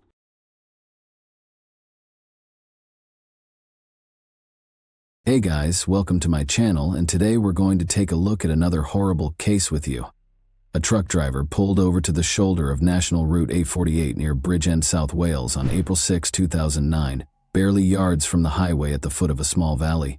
He saw an old luggage half hidden by the tall grass. He was intrigued by the suitcase's peculiar shape and positioning. He decided to check it out and was appalled to discover a human hand when he unzipped the bag. The motorist was shocked by the finding and called emergency services right away.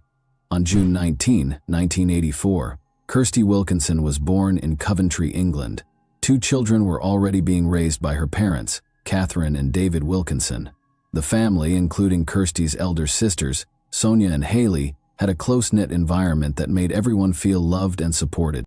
Kirsty and Catherine had a particularly cordial and trustworthy friendship. The family relocated to Bridgend, South Wales when Kirsty became 14. This was a pivotal moment in her life. Her teenage years coincided with the move, and her new school presented additional social and emotional difficulties. Kirsty immediately attracted notice for her attractive beauty and self-assured manner. She started dreaming of a modeling career after being inspired by celebrities she saw in publications. She pictured herself enmeshed in the fashion industry, surrounded by flashes from cameras and the spotlight.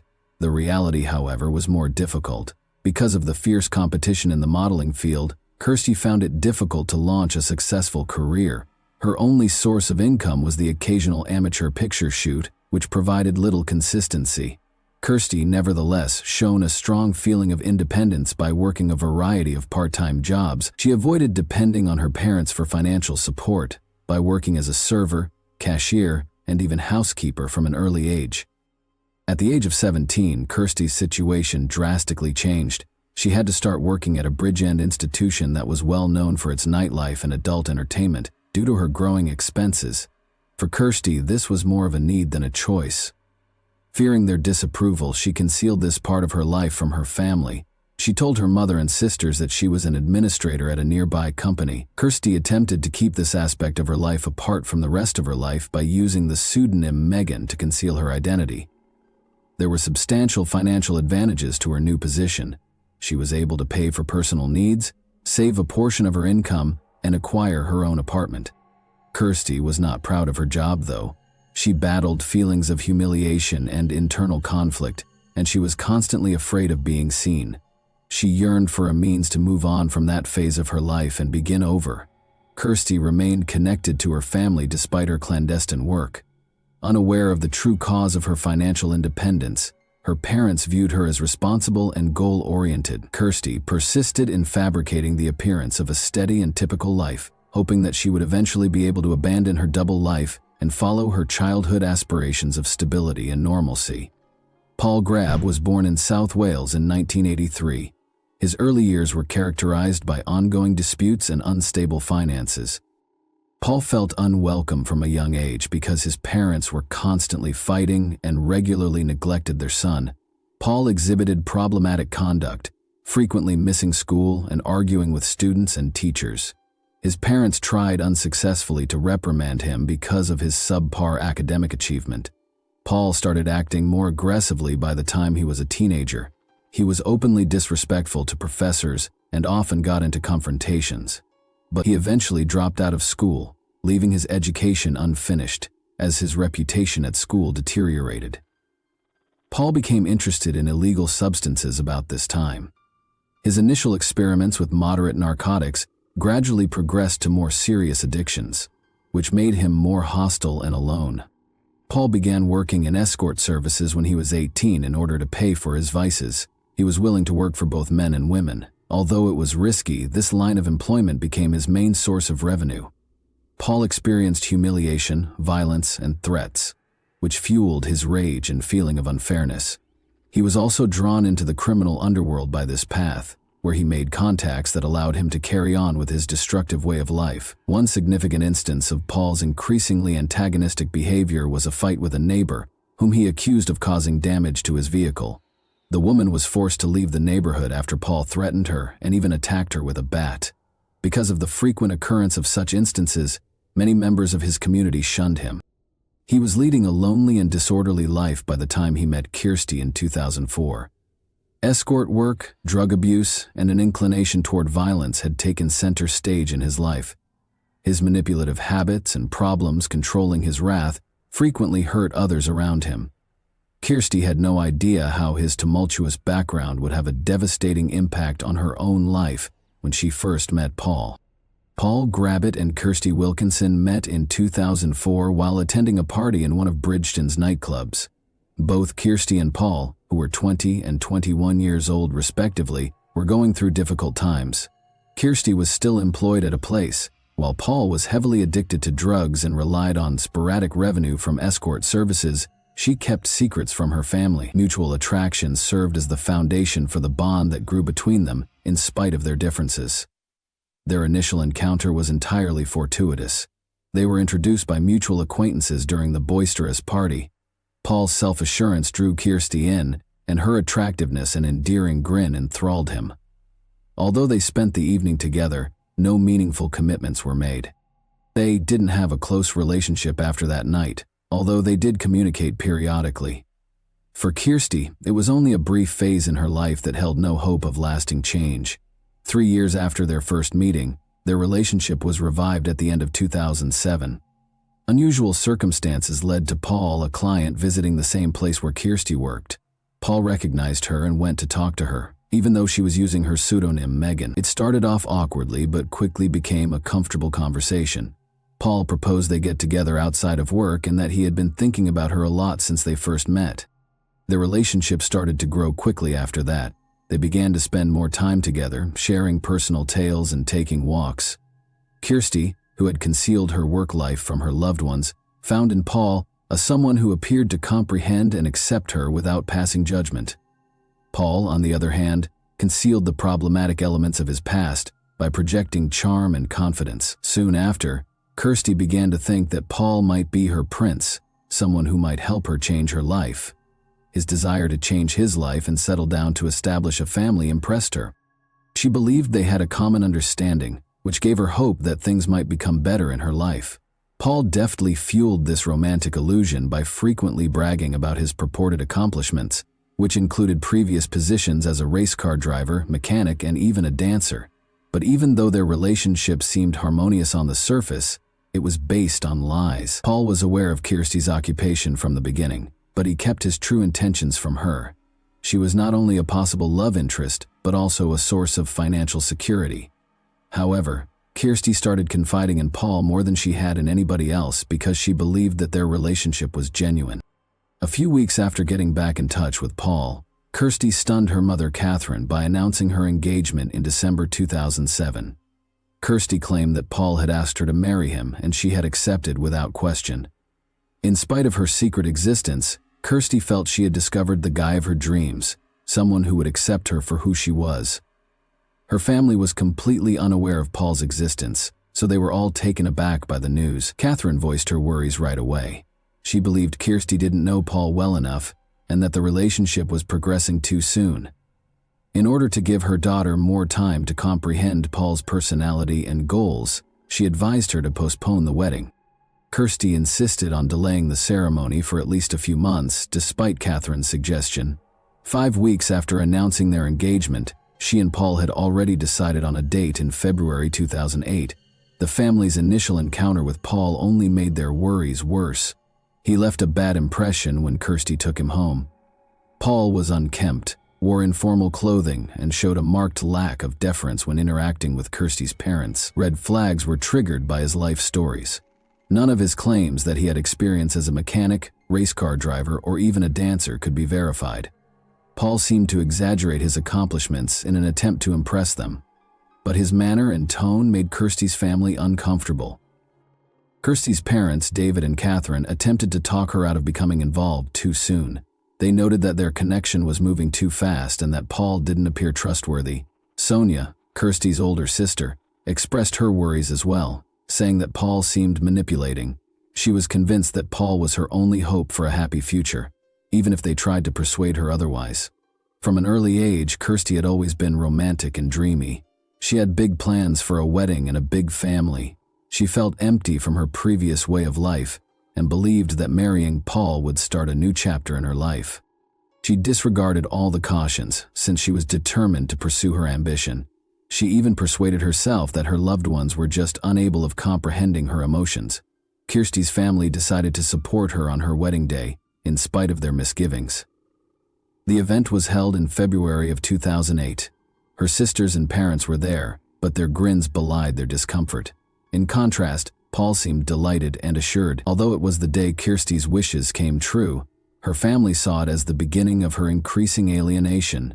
They believed she was ignoring the alarming indicators that would eventually have disastrous results. Kirsty and Paul started their life together at her Bridge-End apartment, following their February 2008 wedding. Paul established his own regulations right away, which swiftly developed into total authority. Without consulting Kirsty, he moved into her house and took over her finances right away. Paul demanded access to her bank account, saying it was essential to better manage their finances. Kirsty didn't protest, fully engrossed in her love vision. It quickly became clear that Paul had no desire to improve their mutual well-being. He didn't try to get a job and stayed at home most of the time, while Kirsty kept working to provide for them both. With addition, Paul started meddling with her work life. He advised her to take on additional clients in order to boost their revenue, rather than discouraging her work. Without considering Kirsty's feelings or welfare, he saw this as a means of paying their mounting bills. Paul had power over more than just words. Under the pretense of protecting her, he started going to work with Kirsty to keep an eye on her schedule and make sure she complied with his requests. He gradually began using the internet to find her new customers. Paul advertised Kirsty's services by creating numerous accounts on different platforms. Her workload thus increased in difficulty. She began meeting clients at home in addition to working shifts at the company. Kirsty soon found herself in a scenario that was emotionally damaging. She had always envisioned quitting her job, beginning a new life, and raising a family. But under Paul's influence, those aspirations appeared unreachable. Paul persuaded her that this was the best way to preserve their relationship and financial security, even if she was reluctant to continue. He used her love for him and her sense of duty as leverage. Paul had authority over more than just money. He also started meddling with her private affairs. He examined her phone, demanded answers for everything she did, and prohibited her from talking to certain of her friends. He maintained that their relationship was negatively impacted by a few of them. Over time, Kirsty found herself alone, with no one to confide in or support. Paul's efforts to erode Kirsty's trust were among the first indications of his manipulative tendencies. He made remarks about how she looked, highlighting what he saw as her shortcomings, and he gave her the impression that she couldn't be successful without him. She became more and more reliant on him as a result of these comments, which damaged her sense of self. Kirsty's sense of insecurity was exacerbated by Paul's severe mood swings, which ranged from kindness and concern to annoyance and aggressiveness. Paul's assertiveness increased over time. Under the guise of varying their relationship, he started bringing people into their private lives. Despite Kirsty's strong opposition to this notion, she reluctantly accepted in order to prevent strife. But these circumstances just made her inner agony worse. She started to feel as if she no longer owned her life or her body. Kirsty made an effort to keep up the illusion of a typical family life, but she was overcome with anxiety and uncertainty on the inside. Paul completely ignored her needs and feelings as he maintained his domination. She kept a journal in which she often wrote down her thoughts, but she was not strong enough to resist Paul's increasing dominance. She had to constantly fight to maintain what little independence she still had, while dealing with Paul's incessant pressure and manipulation. Paul's domineering actions gradually turned into outright hostility. A few months after the wedding, the first physical altercations had place. One night, Paul got into a fight with Kirsty because she hadn't made enough money, and he ended up pushing and hitting her in Kirsty's place. Although it was a startling event, Paul immediately expressed regret and vowed that it would never occur again, but his excuses were only short-lived. These episodes quickly got more frequent and more severe.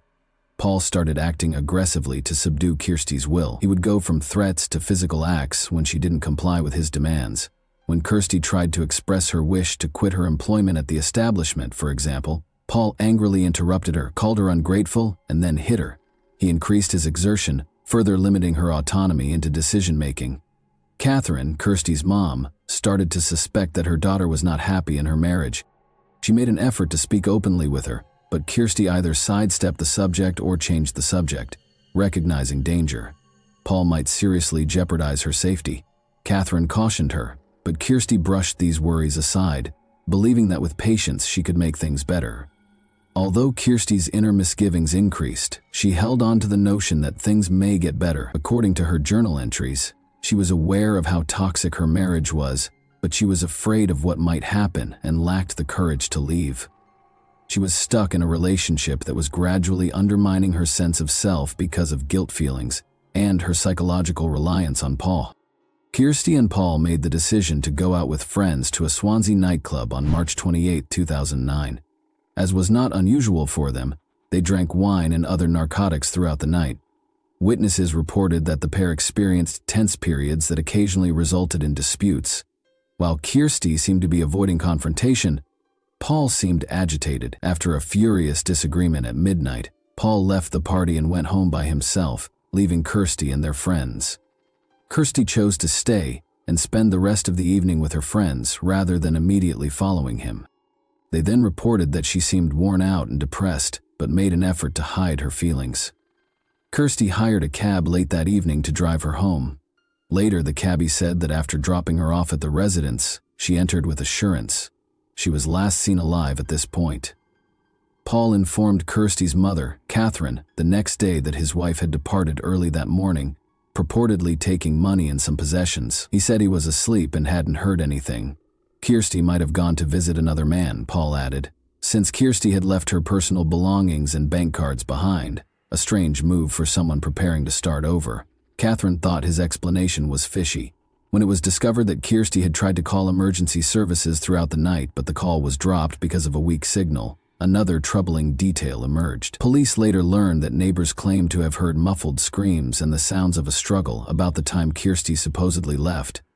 Her relatives and investigators suspected foul play because of these characteristics and the absence of evidence indicating she went voluntarily. The police started an inquiry as soon as Kirsty was reported missing. Her husband, Paul Grab, was the main suspect. Paul stated that he had been asleep during the night and discovered the following morning that Kirsty had grabbed a few items and gone, as his actions had caused alarm from the beginning. His account of what happened, however, was not consistent with the facts. Kirsty had left behind her bank cards and other significant personal belongings, which ran counter to the notion that she had departed on purpose. When police first searched their house, they discovered some unusual modifications.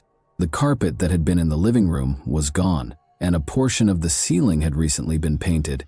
Kirsty had wanted to redecorate, according to Paul's explanation, but that didn't seem reasonable.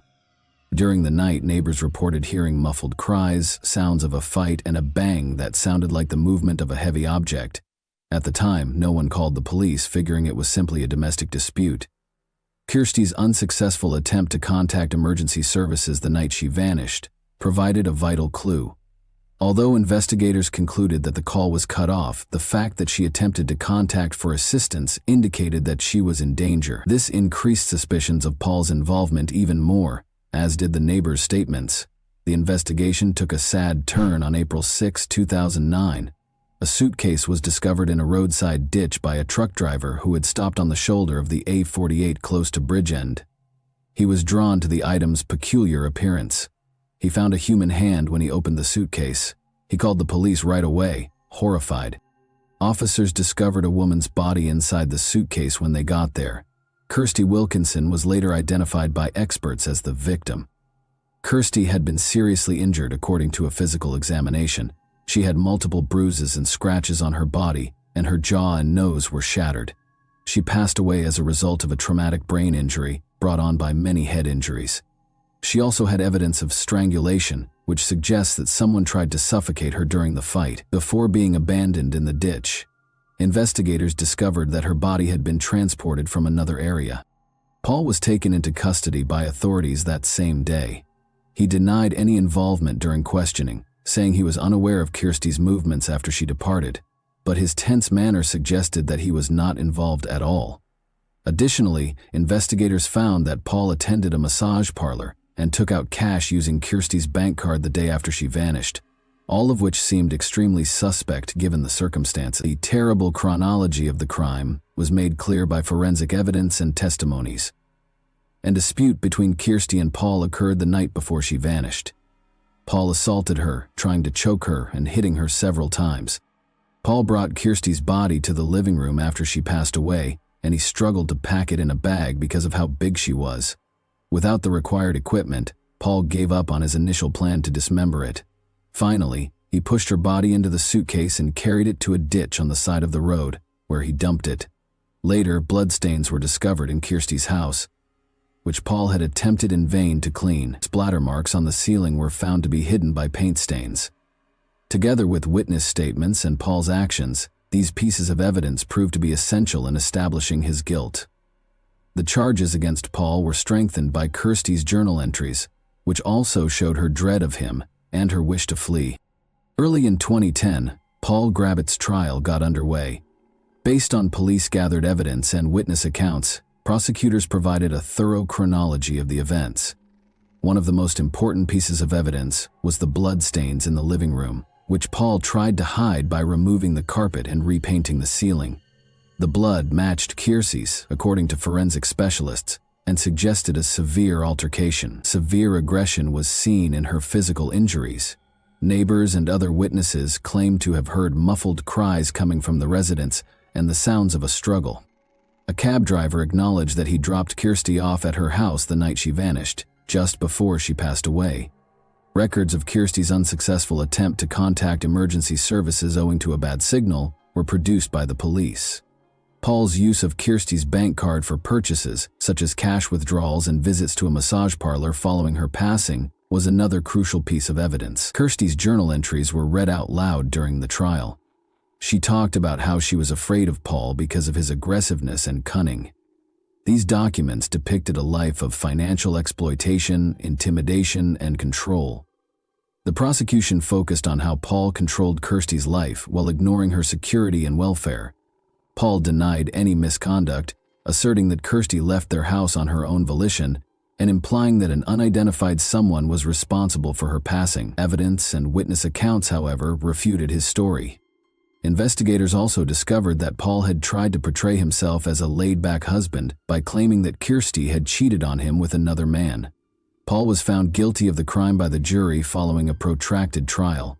The judge emphasized Paul's total lack of regret, the act's extraordinary cruelty, and its self-serving motivations. Paul Grabbitt was given a life sentence with a minimum of 19 years in prison on February 4, 2010. Kirsty's family was somewhat relieved by the sentence, but it was insufficient to make up for their terrible loss. Kirsty's family was unaware of certain aspects of her life until the trial. They felt that they could have saved themselves from the disaster, and they were overcome with anguish and shame. In addition to marking the end of the case, the hearing served as a sobering reminder of the destructive power of dysfunctional relationships and control. The Wilkinson family suffered severe emotional and psychological damage following Kirsty's passing. Catherine, her mother, battled a persistent sense of guilt. All of the cautions she had given Kirsty, the statements her daughter had disregarded, and her instinct that Paul posed a threat to her were all repeated in her thoughts. She was overcome by these ideas, which made the loss much more painful. David, Kirsty's father, became reclusive and avoided talking about the catastrophe. Their family's cohesiveness was destroyed when they lost their youngest daughter. Haley, Kirsty's older sister, was deeply impacted by her passing. Since the two had always been close, Haley found it difficult to fill the vacuum created by the loss. Haley tried to numb the pain by drinking because she was unable to handle the mounting weight of her depression and powerlessness. Haley died at the age of 31 from alcohol poisoning 5 years after Kirsty did. Kirsty's other sister, Sonia, lost yet another daughter as a result of this second tragedy, which dealt the Wilkinson family yet another painful blow. The tragedy served as a sobering reminder of how crucial it is to keep loved ones safe. Despite her own profound sadness, she made an effort to help her parents. No verdict or punishment could mend the wound that the Wilkinson family was left with. Their lives were ruined by the tragedy, which left a scar they would never be able to shake. And that wraps up today's chilling story. If you enjoyed this video, don't forget to like and subscribe so you never miss a new upload. Also, let me know in the comments what part of this story shocked you the most. Thank you for watching, and I'll see you in the next video.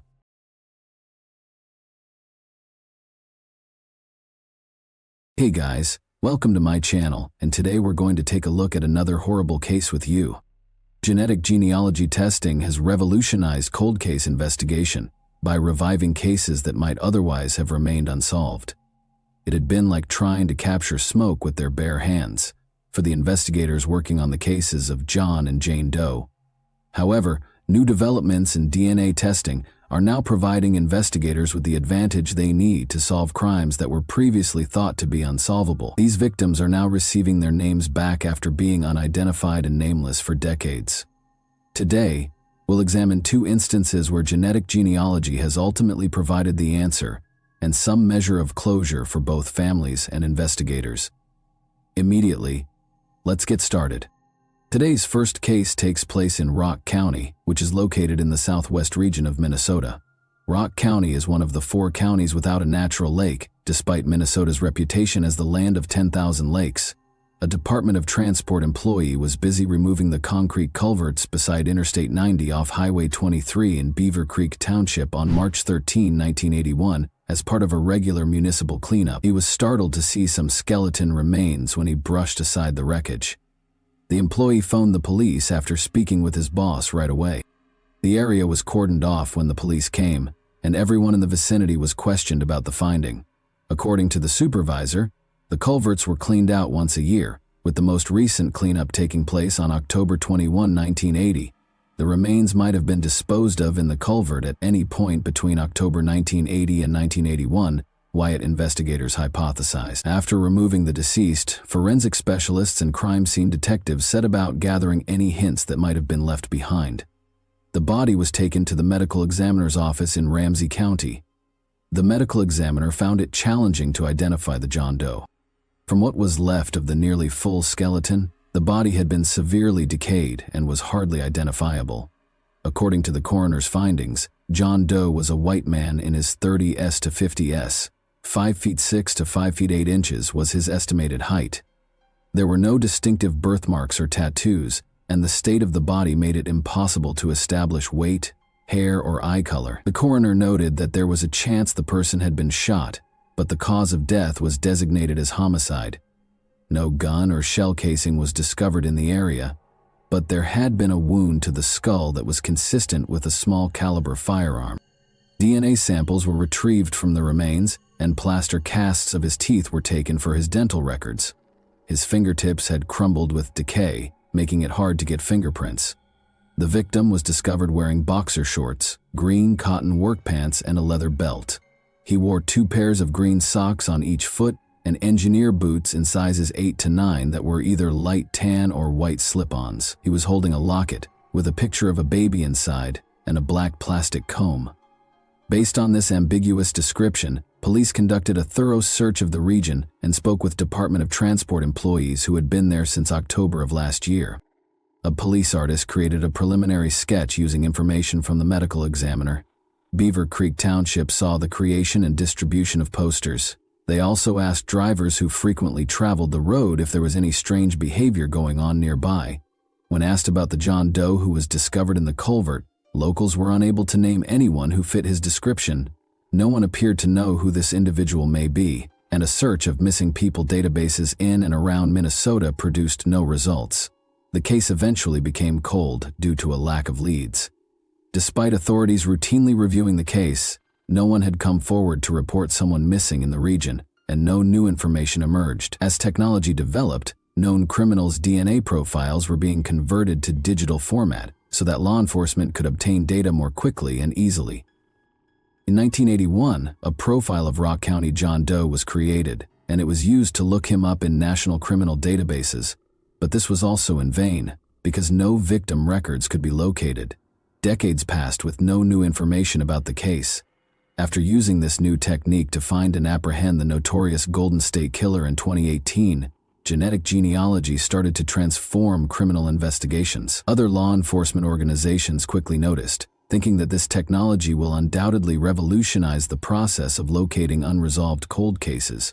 In August 2022, the Rock County Sheriff's Office reactivated the Rock County John Doe case in collaboration with the charitable organization, the Doe Network. Using the John Doe's autopsy photographs, they created a digital composite sketch that was posted to their website and all other databases of missing persons. The next step was to organize fundraisers and community projects to generate enough money to cover DNA testing. The sheriff's office met their goal and covered the cost of all the tests required to complete the assignment. Using DNA samples from the sheriff's office, Doe Network volunteers began tracking down family ties using the genealogy websites. In Omaha, Nebraska, they discovered a family match after searching through thousands of family trees for several months. After that, the team contacted the woman, who stated that she was open to meeting with any relatives she knew who had either gone missing or lived in Rock County. In early November 2022, officials traveled to Omaha after reaching out to Rock County Sheriff's Office investigators and agents from the Minnesota Bureau of Criminal Apprehension. The Gatano family members and the woman who most closely matched John Doe's profile were met by Omaha investigators. The family members offered to get their DNA tested. Investigators found that two of the profiles most closely matched their John Doe profile on December 20, 2022. Together with her aunt and uncle, they brought the results back to Omaha and met with the woman who had submitted her profile to the genealogy website. Detectives learned during family interviews that the woman's aunt did in fact have a brother called Louis Anthony Gatano who vanished in 1971. They knew they had located their John Doe when they presented detectives with a photo of Louis. Since many of their relatives had passed away, the family was unable to share much about Louis's life. Sometime in 1946 would have been Louis's birthday. Investigators did learn from them that Louis had a history of robbing banks in the 1960s.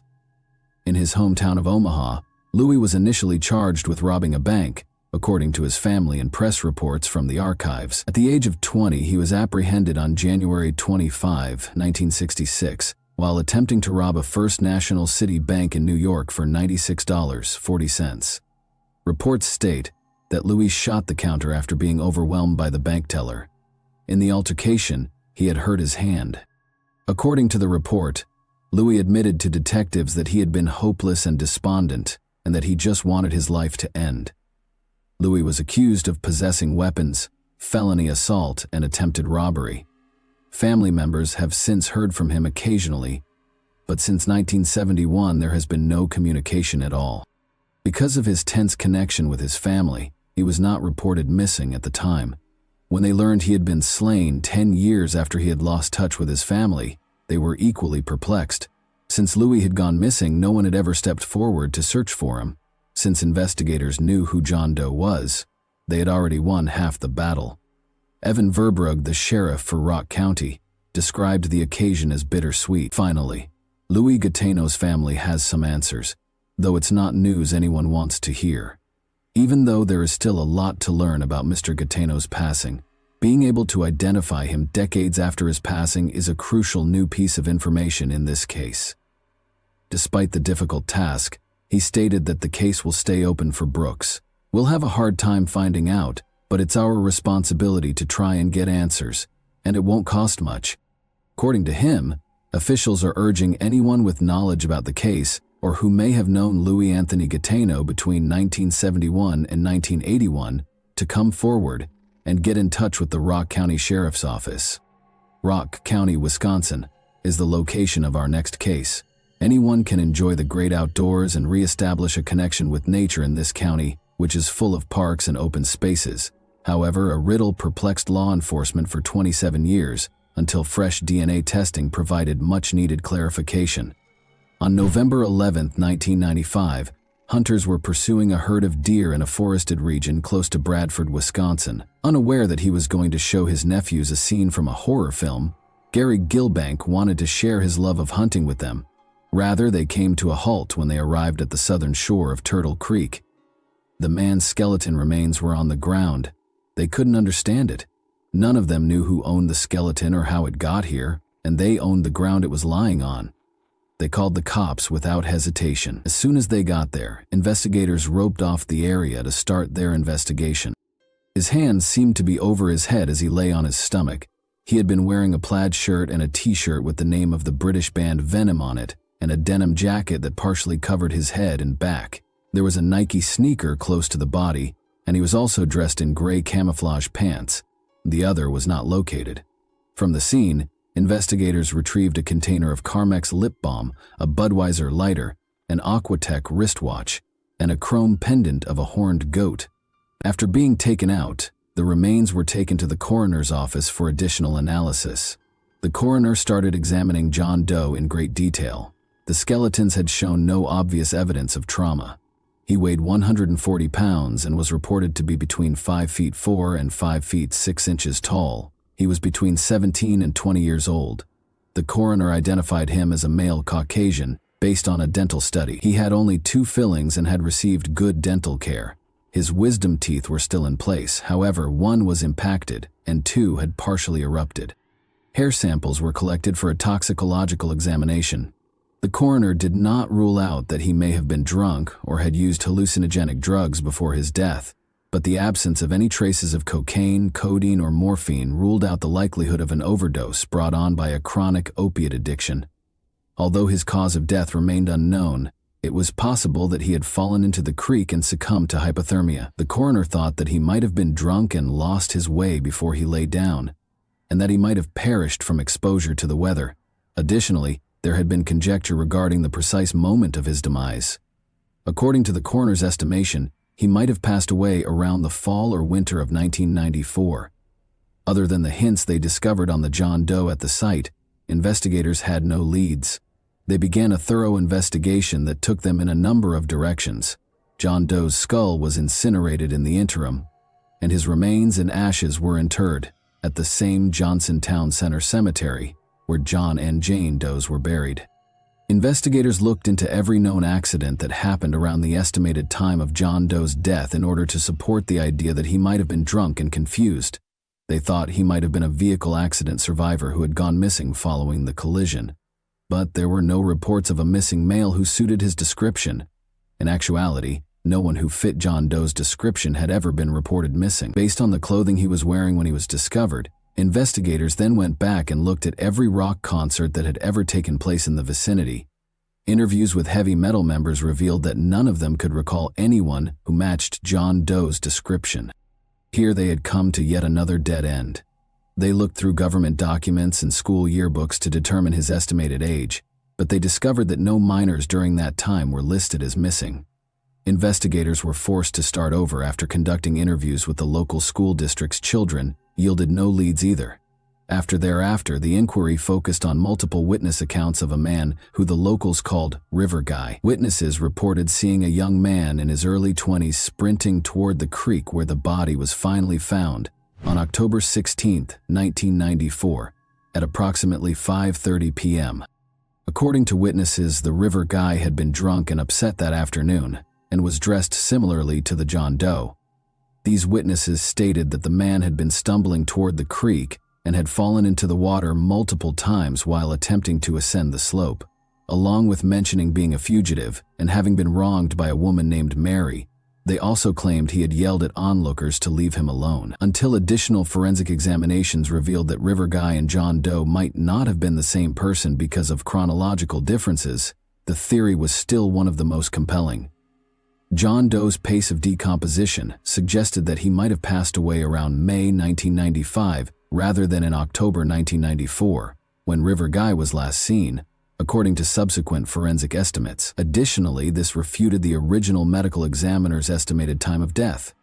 A pendant discovered at the scene provided the next lead. In 2010, the pendant was linked to a craftsman in the Janesville area by detectives from the Rock County Sheriff's Office. The man has created a number of rock and metal-inspired pieces for admirers while being involved in the local metal rock scene.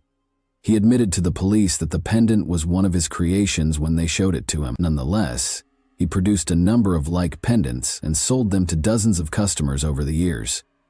The craftsman failed to identify John Clinton Doe as a potential client when he was shown a composite sketch of him.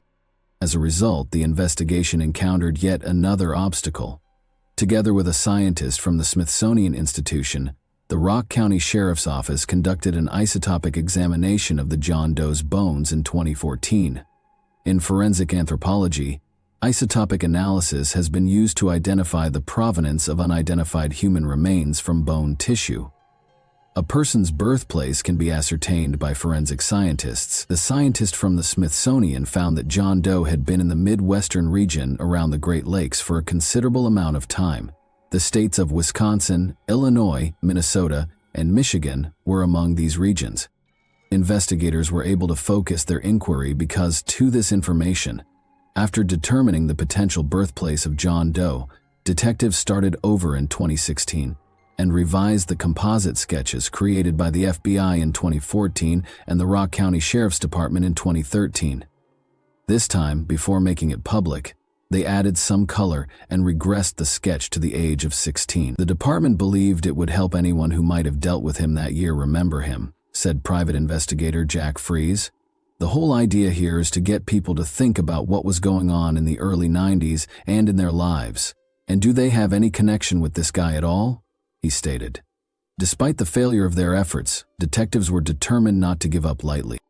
Jack Fries, a private investigator, spent the next 2 years trying to figure out who the young John Doe was.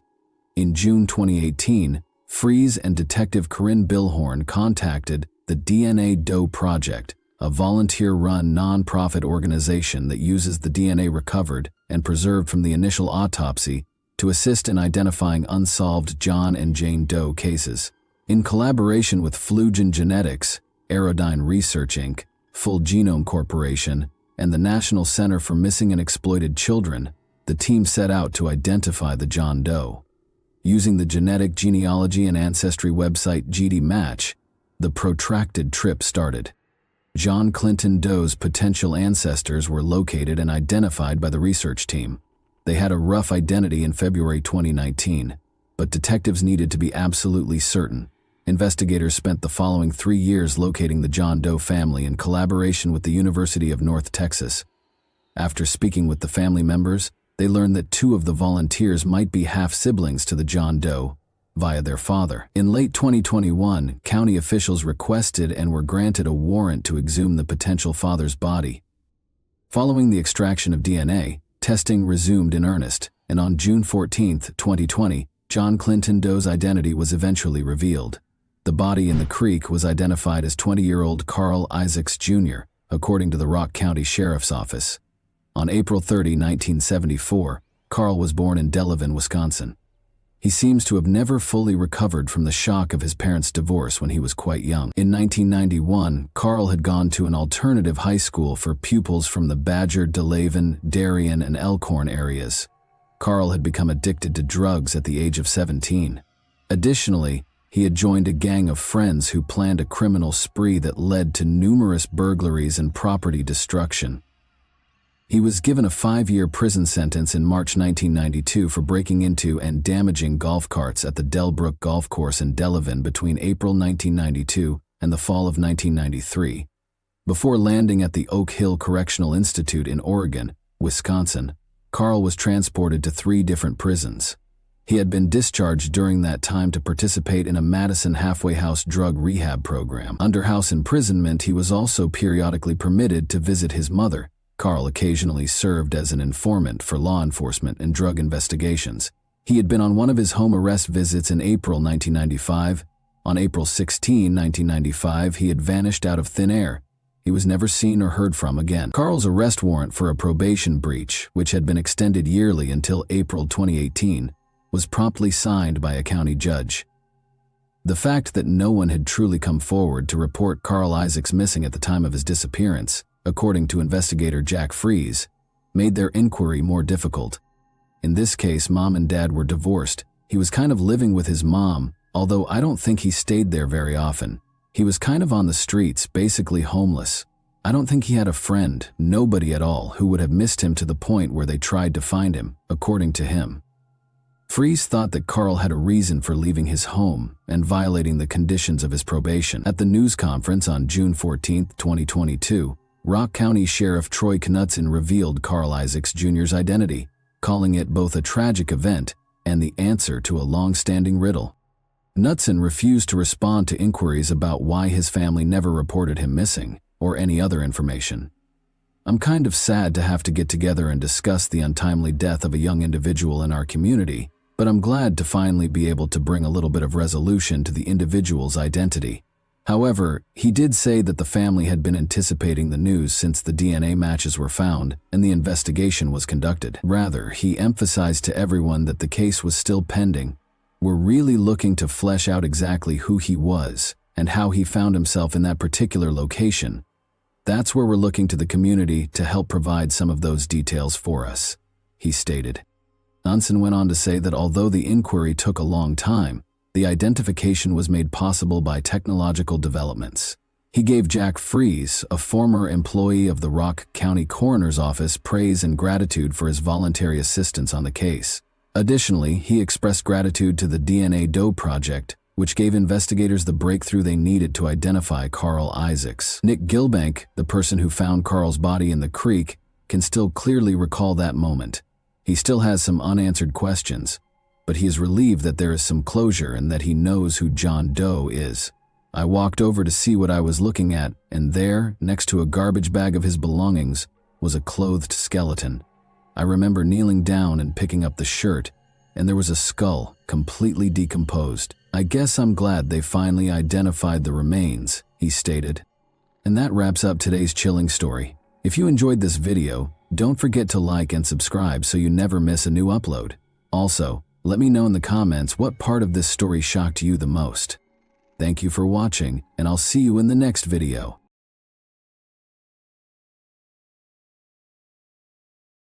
Hey guys, welcome to my channel, and today we're going to take a look at another horrible case with you.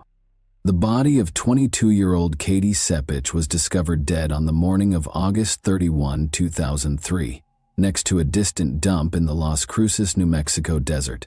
Last spotted by pals departing a nearby house party, following a night of going out to bars. Her mother characterized her killer as a 22-year-old lady who was loud, lively, and intelligent. It would take almost 4 years to identify her. Carlsbad, New Mexico is where she was raised. Out of her 3 siblings, she was the eldest. After graduating from New Mexico State University with a business degree, Katie planned to enroll in graduate school to earn an MBA in the fall. She was employed at a nearby Mexican restaurant as a waitress. Katie was an extremely gregarious individual.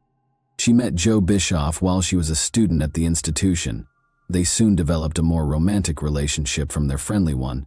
Katie expressed her happiness with Joe to her mother, Diane. When Joe offered Katie a diamond ring a few months later, Katie understood that her dream of building a future with him could actually come true. There were issues in their relationship after Katie and Joe graduated from college in the summer of 2003. Joe went back to live with his parents in Gallup, New Mexico, a little town roughly 350 miles from Las Cruces, while Katie chose to continue her education at the university. Joe's departure caused Katie a great deal of distress. Even though their long-distance relationship was intolerable, they occasionally managed to get together. When Joe visited Las Cruces over Labor Day weekend in 2003, Katie was ecstatic. But their weekend together ended tragically. The date was August 30, 2003, a Saturday.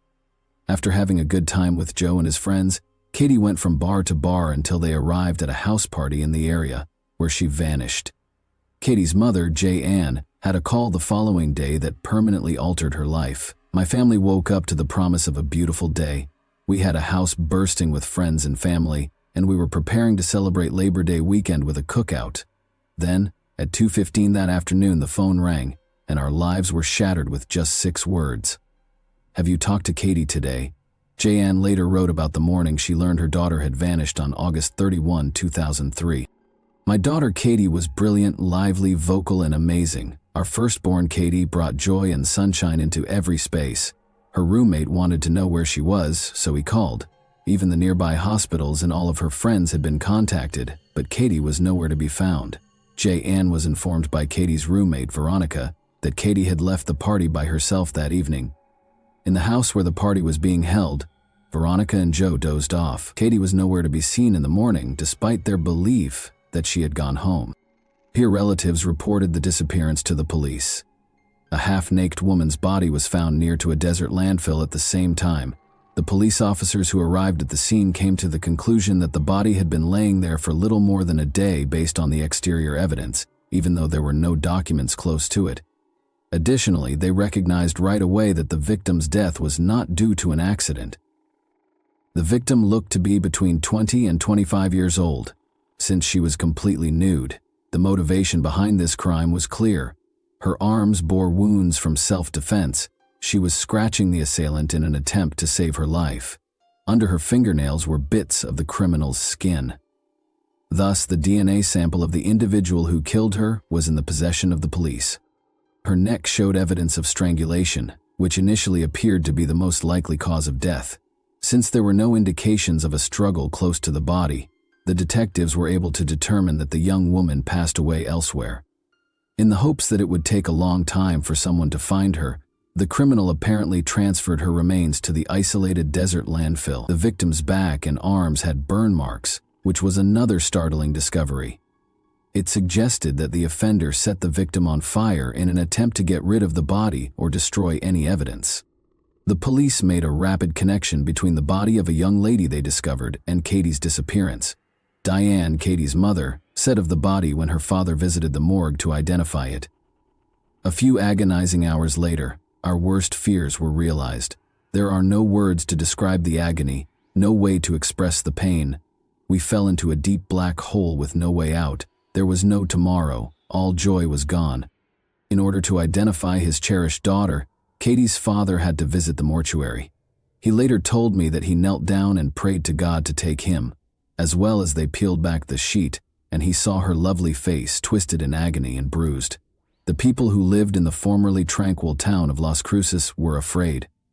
Katie's experience was horrifying. Since there was no assurance that the offender would not conduct another crime, the police made every effort to apprehend them as quickly as possible. When the police started looking into Katie's case, their initial goal was to learn as much as they could about her final hours, including where she was, who she was with, what she was doing, whether she had any enemies, and whether she had argued with anyone. The house where Katie lived was roughly a mile away from the location of the party. The investigators first spoke with her roommate Veronica and her boyfriend Joe in order to determine whether or not she had arrived at her house. The fact that these two remained at the party while Katie went home by herself in the middle of the night appeared odd. Joe didn't seem interested in helping the cops. He said that Katie had departed, leaving behind her keys, phone, and purse. The investigators began examining Katie's path. In an attempt to gather hints, they interrogated the locals as they went from door to door. Unfortunately, though, it was ineffective. Nobody heard or saw anything. Based on one discovery, it was assumed that Katie arrived at her residence but never entered. She departed without her keys, in case you forgot. After looking throughout the property, the investigator discovered Katie's shoes outside her bedroom window. Someone apparently attacked her as she attempted to enter the residence through the window. This was further supported by footprints found in the gravel around the home. Although Katie battled for her life, the assailant ultimately proved to be more formidable. The investigators hypothesized that the offender transported Katie to the desert landfill and attempted to burn her after killing her. They began to wonder, was it someone she knew and trusted, or was it a complete stranger? There were maybe 40 people at the gathering. Perhaps Katie was attacked by someone who followed her home. Is this someone who might be her boyfriend? These were the questions the investigators sought to answer. After interviewing all of the guests, they learned one important element that Joe had forgotten to include. Katie reportedly witnessed Joe kissing another girl, according to many witnesses. They later witnessed them fighting. That's why Katie went home by herself and left her handbag behind. She wanted to get out of there as quickly as possible since she was upset. On the other hand, Joe made no mention of it during his initial police interview. Additionally, he kept it a secret from Katie's parents, who were curious as to why Katie had left that party unaccompanied. Joe was questioned once more by the investigators. Joe acknowledged that it was true when they told him that they knew he and Katie had argued because Katie had witnessed him kissing another female. He claims that he drove after Katie when she went home. Joe allegedly pulled up to her house, but he didn't enter. He thought she was already asleep when he noticed the light in her bedroom was off, so he went back to the party. As a result, Joe was not there at the party when Katie was attacked. When Joe returned, none of the people the detective spoke to could say for sure. He most likely had enough time to carry out the crime, transport Katie's corpse to the desert, and then head back to the celebration. After speaking with witnesses, the detectives learned of yet another odd detail. Joe went back to the party and began phoning Katie's cell phone, housed in her purse. When he heard Katie's phone ring, he located it. Even though Joe knew it was Katie's phone, he kept phoning her till dawn. Where did that come from? Perhaps he was attempting to give himself an excuse. Maybe he wanted to seem worried about his sweetheart. Joe didn't want to speak to the police anymore, but the detectives wanted him to explain his odd conduct. Joe did not even attend Katie's burial, which increased suspicion despite Katie's deep love for him. However, Joe's DNA sample was all that was required for the authorities to rule him out of the pool of possible suspects. 3 distinct locations on Katie's body had DNA samples, according to experts. It was mostly beneath her fingernails. The skin was human. The samples that were discovered on Katie's body were all from the same individual. There were issues with the police's plan to compare Joe's DNA with the DNA discovered on Katie's body. His parents hired a lawyer while Joe was out of town, and the lawyer told the investigators that Joe had declined to give a DNA sample. Given Joe's actions, it was obvious to everyone that he had a secret and was involved in Katie's demise. To verify this, the authorities had to figure out a legal way to get his DNA, which took time. Meanwhile, different versions were being considered by the investigators. They were investigating related instances to see whether Katie was the only victim of the person who killed her. When DNA samples discovered on her body were compared to a national database, no matches were identified. The investigators made the decision to go back to the party, which was the beginning of it all. All of the guys who were present at that party were identified, and they were requested to submit a DNA sample. Since none of the men had anything to conceal, they all agreed. But the DNA that was discovered on Katie's body did not match, which led the investigators back to Joe. The only person who declined to give his DNA was him. However, the detectives managed to obtain it in a different way. They discovered that Joe and Katie had made sexual contact in her bedroom before attending the party. The police were correct when they went to the residence and removed the sheet from Katie's bed in the hopes of finding Joe's DNA there. Although a male DNA sample was discovered by the lab, it did not correspond to the one discovered on Katie's body. It indicated that she had not been attacked by Joe. If he had nothing to do with his girlfriend's fate, why did he refuse to assist the police? Joe's attorney received the test results from the police. Joe made the decision to speak with the police once more and give a sample of his DNA after finding out that he had been taken off the list of suspects. The first conclusion, that Joe was not involved in this crime, was validated by the new test. When asked why he wouldn't help the police, Joe explained that he was worried they might find his DNA on Katie's body because he and Katie had had sexual contact prior to the party. The police and Katie's family were still unsure of Joe's actions the night of Katie's death. The police had to search for alternative versions when Joe was removed from the suspect list. Investigators were informed by a number of partygoers that Katie was wearing rings on her fingers that evening, including the one Joe had given her, but Katie's fingers had no rings on them when her body was found. The police thought the person who killed her had taken them away. They searched every pawn shop in the neighborhood but were unable to locate Katie's jewelry. Tire traces close to where Katie's body was discovered could also be a clue. The tire's model and brand were determined by the experts. Police were told by the manufacturer that these tires were typically found on pickup trucks. Sadly, it did not advance the search for the perpetrator, and the investigation came to a standstill. A year or so later, someone in Wisconsin committed a crime that was strikingly identical to Katie's experience. In Green Bay, a girl was attacked and subjected to the same treatment as Katie. Luckily, the sufferer survived despite being set on fire as well. She said to the police that the only reason she survived was because she feigned to be dead. She extinguished the fire and went to a neighboring house for assistance after the perpetrators had fled. She claimed that 2 Hispanic men had attacked her, but all the evidence in Katie's case pointed to just one individual. To verify or disprove the link between the 2 crimes, DNA analysis was required. The Wisconsin victim gave the authorities a detailed account of how the males who attacked her looked. One of the farmers identified Gregorio Morales and Juan Nieto, his employees, in the sketches when the Green Bay police released them. One of them frequently traveled to Las Cruces to visit relatives.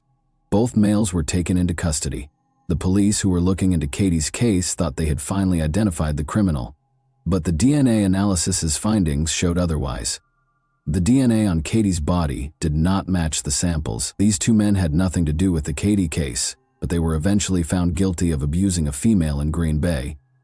Morales received a 50-year sentence, and Nieto received a 70-year sentence. The detectives thus came to yet another dead end. Tire tracks from the crime scene and the offender's DNA samples were the only pieces of evidence the police had. The authorities had issues identifying the individual who killed their daughter, despite Katie's family's anticipation that DNA would help them identify the culprit. Taking a DNA sample from someone who had been apprehended by the police was illegal. Diane, Katie's mom, will put it the following: "Later, we had lost our daughter to a monster and we needed justice. We needed to know who had done this and why. But most of all, we needed to know that he would be stopped from doing this again." There were no real clues. The detective in charge of Katie's case told me that the only evidence they had was DNA. You see, Katie had fought so hard for her life that the blood and skin of her killer had been found underneath her fingernails. A DNA profile had been extracted and uploaded into the National Forensic Database called CODIS.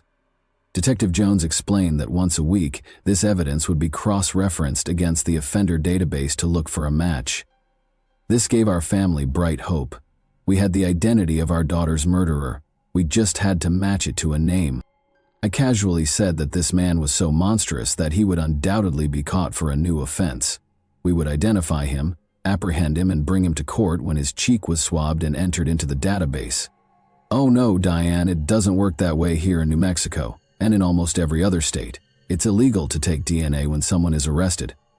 Detective Jones said that, and I must admit that I was taken aback. I was aware that fingerprints and a photo are taken of an individual upon arrest. However, was it unlawful to identify the horrible monsters who are pursuing and killing our children using the most precise and cutting-edge scientific instrument available? This case was interrupted on December 18, 2006, 3.5 years after Katie's passing. A DNA sample that matched the DNA on Katie's body was discovered by the lab. Gabriel Avila, age 26, was the man who assaulted Katie. He didn't know Katie and was a married father. In addition to his lengthy criminal history, he was freed from prison just before Katie died, on November 13, 2003, less than 3 months after killing her with brutality. After using a knife to break into the residence of 2 young women, Avila was taken into custody. The college roommates called 911 and locked themselves in the bathroom to prevent an attack. In March 2004, he was found guilty of aggravated burglary and with intent to conduct aggravated assault. However, the Albuquerque Journal claims that Avila fled when he was freed on bond. Due to a flaw in the system, Avila's involvement in Katie's death was finally discovered 3.5 years after the incident. even though he might have been arrested as soon as 3 months later. Before being caught, in November 2004 on a tip, the fugitive eluded law enforcement for almost a year. He received a 9-year prison sentence. Avila's DNA sample was collected while she was incarcerated, but it wasn't tested for another 2 years. Investigators moved swiftly to find the truck Avila used to dispose of Katie's body, after the results showed a partial match to DNA recovered from her crime scene. They discovered Katie's ring in the middle console. This instance demonstrated the necessity for systemic reform. If the police had obtained Avila's DNA sample at the time of his initial arrest, they may have nabbed him much sooner, saving them time and money during their 3-year search for the criminal. The fact that a sample of his DNA was examined in 2006, just 2 years later, is also unexpected. To speak with Avila, the investigators looking into Katie's case visited the prison. He admitted that he had committed this act after discovering Katie's ring in his pickup truck. He claimed that while his wife was away that evening, he was in the area purchasing illegal substances. He asked Katie if she needed a lift when he saw her. "No," she replied. Then, in front of her house, he saw her once more. Avila explained, "I stopped and asked her if she needed help. She goes, 'I just can't get into my house. I don't have my purse.'" Katie wanted to get into her bedroom through the window, but Avila attacked her and started undressing her, and you of course understand what happened after. After that, Avila didn't know what to do and decided to strangle Katie. He was afraid that she would identify him later. "She put up a little bit of a fight, and for some reason, I decided I was going to strangle her. Had my hands around her, I locked and I couldn't let go," Avila said. Katie's body was then placed on the ground in a desert waste after he loaded her into his pickup vehicle. He was mistaken to believe that burning her body would eliminate all the evidence. When DNA evidence was discovered on Katie's body, a retake of Avila's DNA sample revealed a match. Her parents hoped it would result in a speedy investigation in 2003, but taking DNA after an arrest was forbidden in New Mexico and almost every other state. Only those convicted and imprisoned had their DNA added to the system. Katie's parents launched a national effort to have a law passed in each of the 50 states bearing their daughter's name, forcing anyone detained for a violent crime to provide a DNA sample.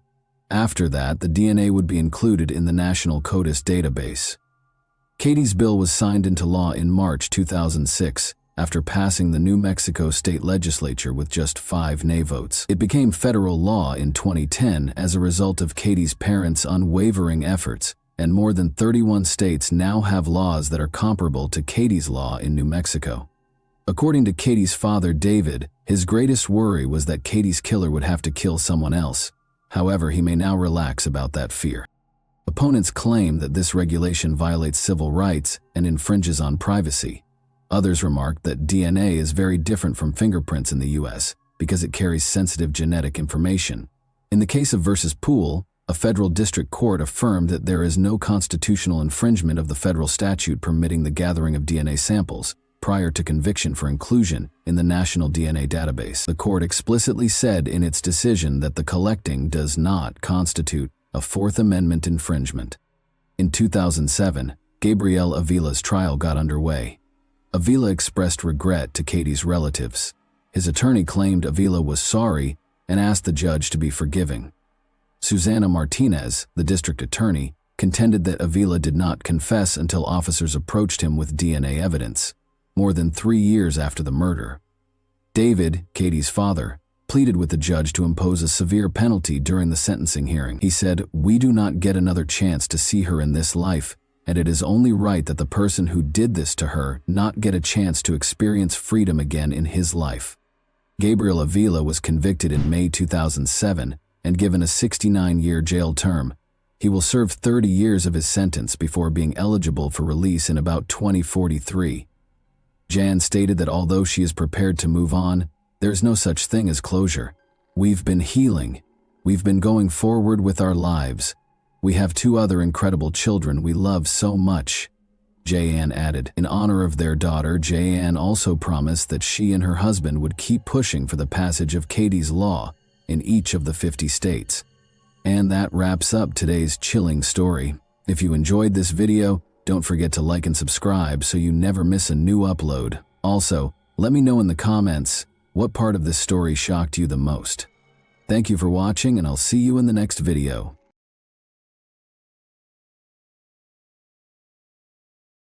Hey guys, welcome to my channel, and today we're going to take a look at another horrible case with you. Every 7th crime on the planet takes place in a family, and men are responsible for more than 38% of these crimes. Furthermore, domestic violence is most common in developed nations.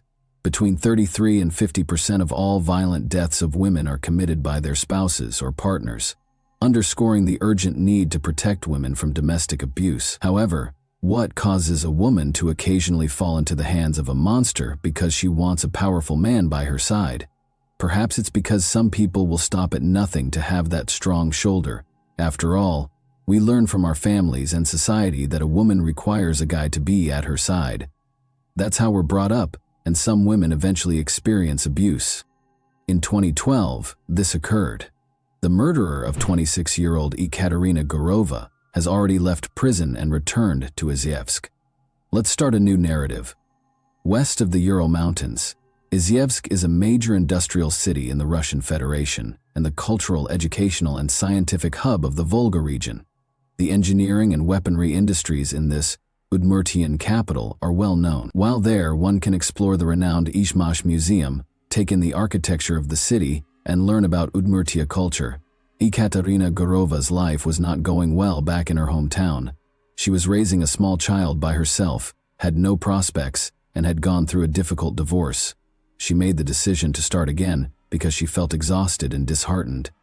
She relocated to Izhevsk, a new city, new experiences, and new people, with her daughter from Naberezhny Chelny. Color returned to her life as a result of the transformation. After landing a job she loved, Ekaterina made a name for herself in the beauty business and even planned to launch her own salon. Her personal life was falling apart, but other than that, everything was going great. Ekaterina wasn't in a rush to put her trust in anyone, even though she was attractive and attracted to men all the time. Before Alexei Tachurkin entered her life, she stayed away from relationships and focused entirely on her career. In 2007, they had their first encounter.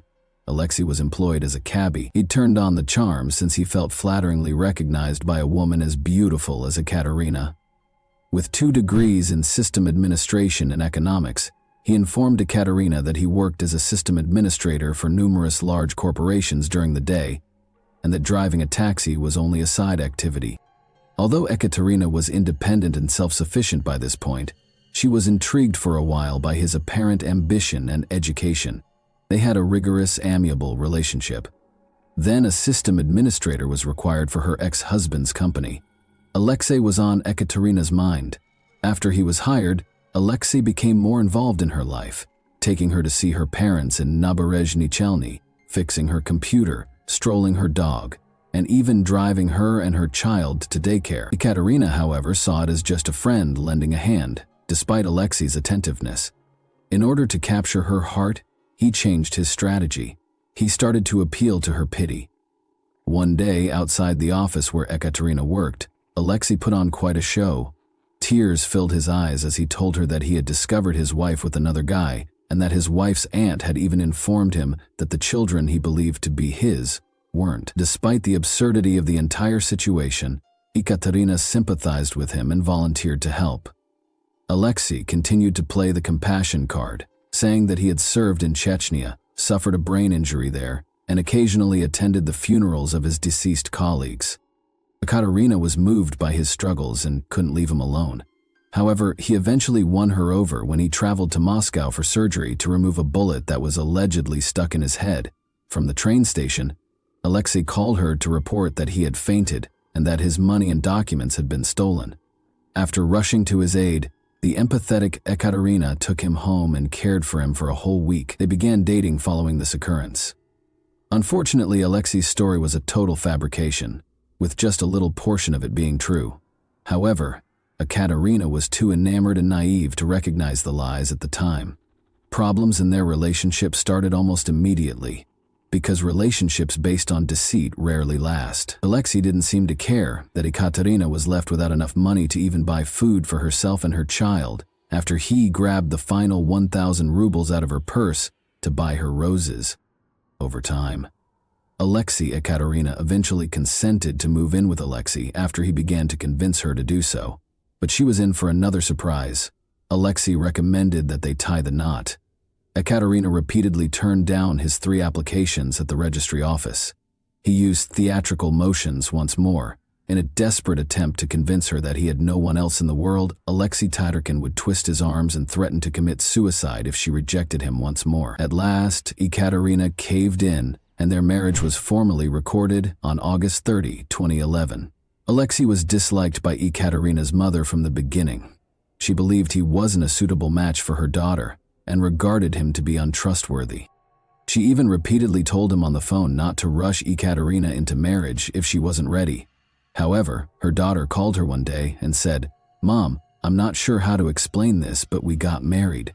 Perhaps the second divorce won't be as frightening as the first," she joked, trying to lighten the situation. Their life together didn't improve after the wedding. They continued to quarrel over money. Alexei Tatarkin became deeply involved in Ekaterina's business operations just 2 months after they were married. The KAMAZ trucks she received as part of her prior marriage's property partition were sold by him. They used the funds to travel to Moscow and purchase 3 foreign used cars that they intended to repair and then resale, but they ultimately only received payment for 2 of the vehicles, and the funds for the third appeared to disappear. Ekaterina no longer believed Alexei's claims that he had been duped. She insisted that he give her a car worth the same amount of money or return the money. Ekaterina took the promissory note he eventually wrote her for 400,000 rubles to her mother, asking her to store it in case something happened.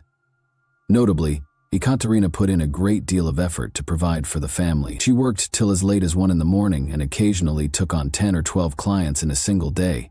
Her daily expenses included paying for her advanced training courses, gas and auto components, purchasing clothing for herself, her kid, and her new spouse, paying off the car loan, and covering daycare costs.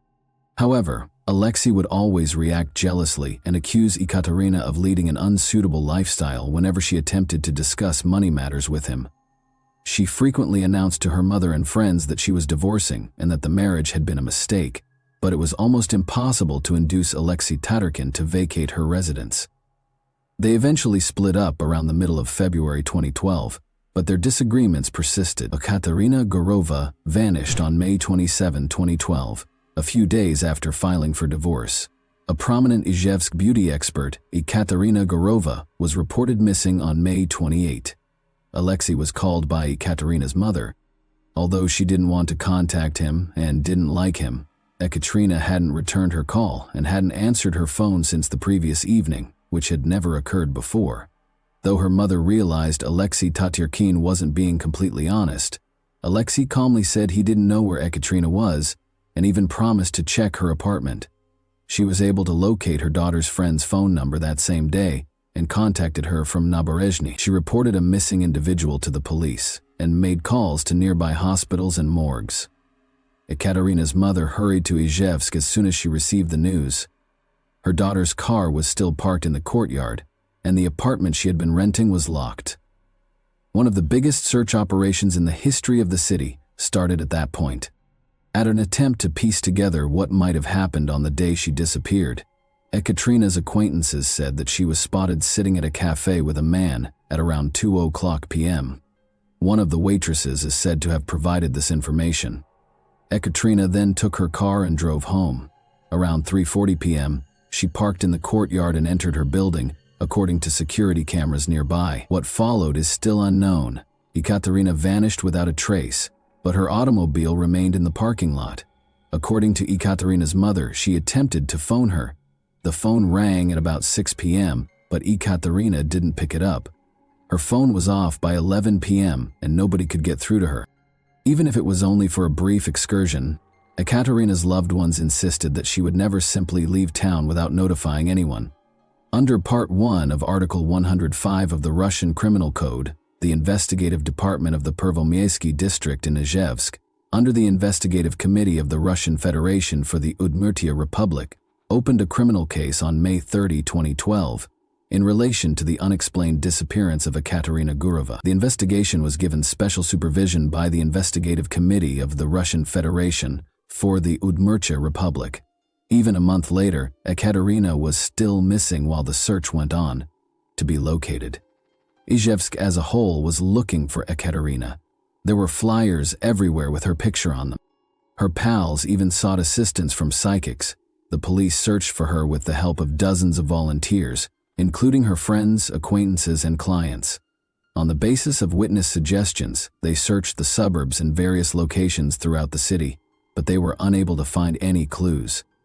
No progress was achieved in spite of the police and volunteers' ceaseless efforts. Olga Gurova, Ekaterina's mother, therefore lodged complaints with the prosecutor of the Republic, every agency in Udmurtia, and even Russian President Vladimir Putin.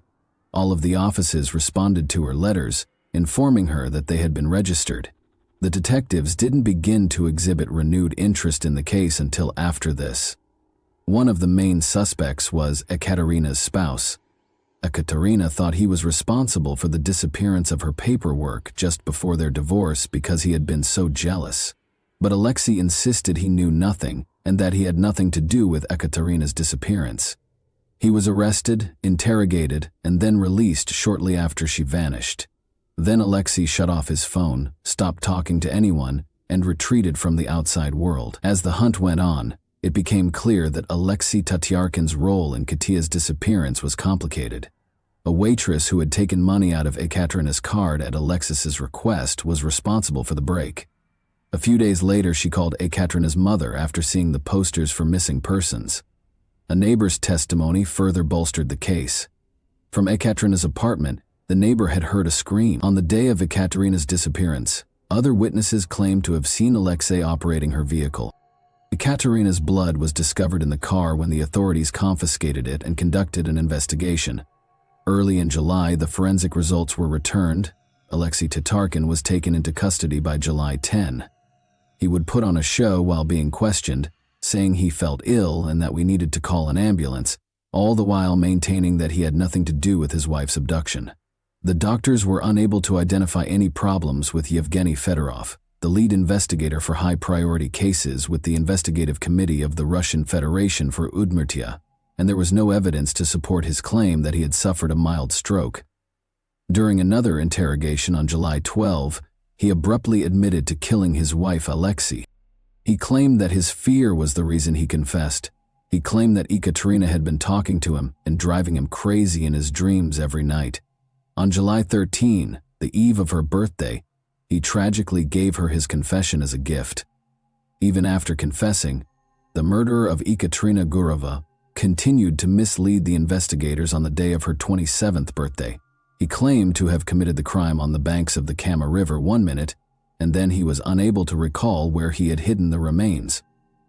The case of the young woman's disappearance had a lot of strange details, but investigators' diligent work helped piece together the events leading up to the crime against Ekaterina Gurova. Alina, one of Ekaterina's students, was the last person to see her alive. On May 27, they met at a cafe at 2 o'clock or 3:30 p.m. Her goal was to start a beauty parlor. I remembered that Alina wanted to recruit me. Our conversation had scarcely begun when Ekaterina's phone rang. According to what I understood, the caller informed her that her private chats had been uploaded to the internet. Ekaterina attempted to use her phone to check the internet, but was unable to access anything. She stated that she was leaving for home and would return in around half an hour. I should wait for her, she asked. According to the witness, Ekaterina called her husband while she was on her way home. She felt he was the one who had posted her texts, and they were already going through a divorce. She set up a meeting with him in the building on Udmurtskaya Street, 161, where she had been renting an apartment for the last 2 months because he was very tech-savvy. Alexei Tachkin claims that after they had split up, they reconnected in the building's foyer, and a dispute started practically right away. He was accused by Ekaterina of disclosing her private messages to another man. Alexei responded by making his own charges. My wife essentially said that I would be a fool if I hadn't figured it out by now when I asked her whether the reports I had heard about her seeing other guys were true. Without thinking, I reached for a knife and stabbed Ekaterina in the chest, Alexei told police. Ekaterina fell to the ground after the stab. I managed to capture her. Ekaterina was on my knees while I sat on the floor. She stopped exhibiting any signs of life after I remained that way for almost 10 minutes. I understood I had killed her when I regained consciousness. To hide my traces, I grabbed the knife and started chopping up the body. Ekaterina's neighbor claimed to have heard a woman cry for almost 5 minutes. Sometimes it sounded muffled, like someone had covered her lips afterwards. For several hours, the bathroom was filled with the sound of running water. Alexei Tarkin's subsequent actions were anything from indicative of someone in a blind fit of wrath. Everything he did appeared to have been planned out to provide the ideal alibi. He didn't try to save his wife or call for help. Rather, he ruthlessly cut her body into 9 parts and placed them in trash bags. He then texted Ekaterina from her phone to his own, stating that she had gone for a drive and that she would give him a call the following day. The probe was further derailed that same evening when he sent texts posing as her, using her laptop. He loaded the luggage into a car he had gotten from a client for repairs the previous day at around 9 o'clock in the evening. He left the remainder to a landfill close to the village of Vohoy in the Zavolovsky district, and he buried part of the remains close to the village of Chiltam. Then he went home quietly and kept watching while the whole city looked for the woman he had already buried. On July 17, 2012, Ekaterina Gurova's formal funeral was held. She was buried in a closed coffin. The hearse took her casket to Naberezhnye Chelny after a memorial service was performed for her in Izhevsk. The decision to bury Ekaterina adjacent to her father's grave was made by her family. Many of her father's old co-workers came to bid Ekaterina farewell and told her how much he had loved her. Valery Gurova has been employed at the prenatal facility for many years as an anesthesiologist, but in October 2008, he unexpectedly died of cancer at the age of 45. Nastya, Ekaterina's 6-year-old daughter, was left behind. Why then did her spouse choose to admit to the crime? Olga Gurova, Ekaterina's mother, thought that even his confession was part of a premeditated scheme a month and a half later. She thought he waited long enough to prevent the remnants from revealing the precise manner in which the crime had been perpetrated. How, where, and how quickly a human body decomposes are all covered in abundance on the internet. It's probable that Alexei Tatarkin planned everything and only made the body public when it was too late to ascertain the precise manner of his attack on Ekaterina or the number of wounds he caused. What about the motivation? Were there other factors at play, or was jealousy the only one? It's evident that their most heated arguments from the start of their relationship were always about money, and Alexei Tatarkin did have a complex relationship with money. Olga Gurova, for instance, claims that Ekaterina would provide him with the funds to settle her auto loan each month. However, those payments ceased in May 2011. Alexei continued to assure Ekaterina that he would soon repay the entire sum. He insisted that he had been paying regularly out of his own pocket and that he had provided Ekaterina all of the receipts, even during the investigation. However, a collection agency that had bought the debt from the bank called a number in their database in November 2011, and it was Alexis. He assured them that they would begin loan repayment shortly, but explained that his wife had been in a car accident, was in the hospital, and was unable to communicate. He succeeded in delaying this until May 2012. He informed them that he was now the one in the hospital following Ekaterina's passing. The most of the significant disagreements in their relationship stemmed from financial concerns. Alexei's lack of a reliable source of income and seemingly limitless expenses for what he said were business endeavors infuriated Ekaterina. Tatarkin and Gurova were diametrically opposed. He was crafty and avaricious, and to top it all off, he was incredibly envious, whereas she was straightforward and honest. Tatarkin Ken's envy had some merit, to be fair. Alexei's buddies testified throughout the trial that he had asked them to spy on his wife on multiple occasions. They discovered Ekaterina flirting with another man during one of these stakeouts. Alexei's experience as a computer specialist and system administrator also allowed him to surreptitiously monitor her social media posts, which only served to heighten his jealousy. It would be accurate to characterize Alexei Tatarkin as emotionally unstable, and any concern he had for Ekaterina was a facade. Additionally, the research found that Alexei had no college degree. He had never been in the military, much less in Chechnya, as he had claimed, and he hadn't even completed 1 semester of study. 7 large volumes that included explanations of the investigative procedures, the findings of numerous forensic reports, and the testimony of dozens of witnesses chronicled the full criminal case. For a month and a half, Ekaterina Gurova vanished on the evening of May 27 of last year, leaving behind not only her family and law enforcement, but also groups of volunteers. Years were spent looking for her, examining abandoned buildings, checking basements, and combing through neighboring woodlands. According to the court's ruling, as a result of Gurova's decision to revoke her marriage application and Tatarkin's habit of picking disputes and arguing with her prior to their marriage, Tatarkin made an attempt at suicide in February 2012. Gurova moved out of Tatarkin and began living on his own. Tatarkin staged an imaginary stroke in the beginning of May. The date of their divorce hearing was set for June 6. Based on Tatarkin's own evidence, Gurova trusted them to manage her loan payments in 2012. After putting the body parts in garbage bags, I carried them to my Vaz 2153 and drove to Kozakino village. I attempted to submerge the bags containing Gurova's body pieces in the river, but they refused to sink. Brick bags came away from the rope I used to secure them to the torso. I then drove back toward Izhevsk from Neshkino. Upon his return to the flat, Tatarkin wiped the blood off the flooring. He collected the blood-stained objects in a bag and put them back in the car with the other body pieces in other bags. Just then he saw that one of Gurova's friends, posing as Ekaterina, had left a note on her laptop.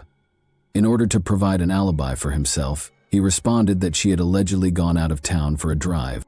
Additionally, the murderer texted his own phone twice from hers, stating that Ekaterina was urging him to not worry and that she would undoubtedly give him a call back the following day. I left the torso in a forested area on the left side of the road after the accused's testimony to Tatarkin. I did not bury the bags. Instead, I covered them with leaves. The distance between the bags was around 30 yards. I also left the sweater I was wearing when the incident was committed there. I buried the garments and the rest of the body. Olga, Ekaterina's mother, broke down in tears as the witness statements were read in court and had to leave the room, calling paramedics to help her. The judge read the verdict for about an hour and a half. Alexei Tatarkin received a sentence of 9 years and 6 months in a prison colony with highest security. A 10-year sentence was what the prosecutor had asked for.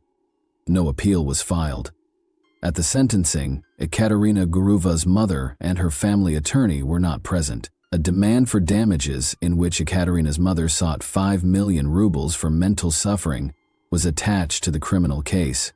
She also filed paperwork to be reimbursed for 30,000 rubles in burial costs. Funeral costs were reimbursed by the court. Nonetheless, the court recommended that Ekaterina's mother bring a different civil claim in relation to the 5 million rubles in emotional compensation. Alexei Tatarkin's face was expressionless as the decision was read. His only apparent relief was that Ekaterina was no longer a part of his dreams. The thought of this amazing woman who was never able to get away from the monster she married is devastating.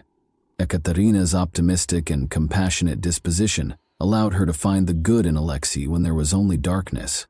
Perhaps the issue is that women are taught from an early age that they are incomplete without a male in their lives, and that they must have one by their sides. This kind of thinking creates a sense of self-worth that makes getting married to anyone happens to come along simple. How little did she regard herself to let a man who had to steal from her pocketbook and couldn't even afford to buy her flowers to remain in her life. Why are women so oblivious? Early on, Ekaterina saw that he was not a real man, but a fake. In order to see his girlfriend smile, a loving man would shield her and give her even the simplest presents. However, Ekaterina had already fallen into his trap by that point. She couldn't get away alive, to start. After being freed, Alexei Tatarkin went back to Izhevsk in 2022. We don't write the laws or make the judgments, so what good is justice?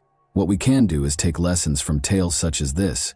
This example ought to serve as a caution to attractive, successful women, those who are so sure of themselves and the world's goodness that they wind up picking someone who appears to be a faithful servant, a trustworthy companion, or a straightforward guy who finds a way into your life. He will eventually stab you in the back because deep down he knows he can never achieve or experience the success you have, and that knowledge will slowly and cruelly eat away at his ego.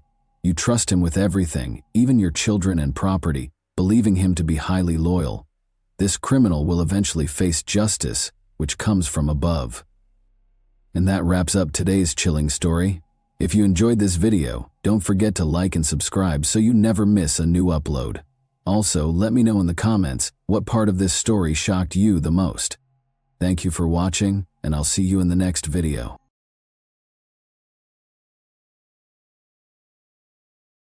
Hey guys, welcome to my channel, and today we're going to take a look at another horrible case with you. Overconfidence, gullibility, and naivete are harmful qualities that can sometimes result in death.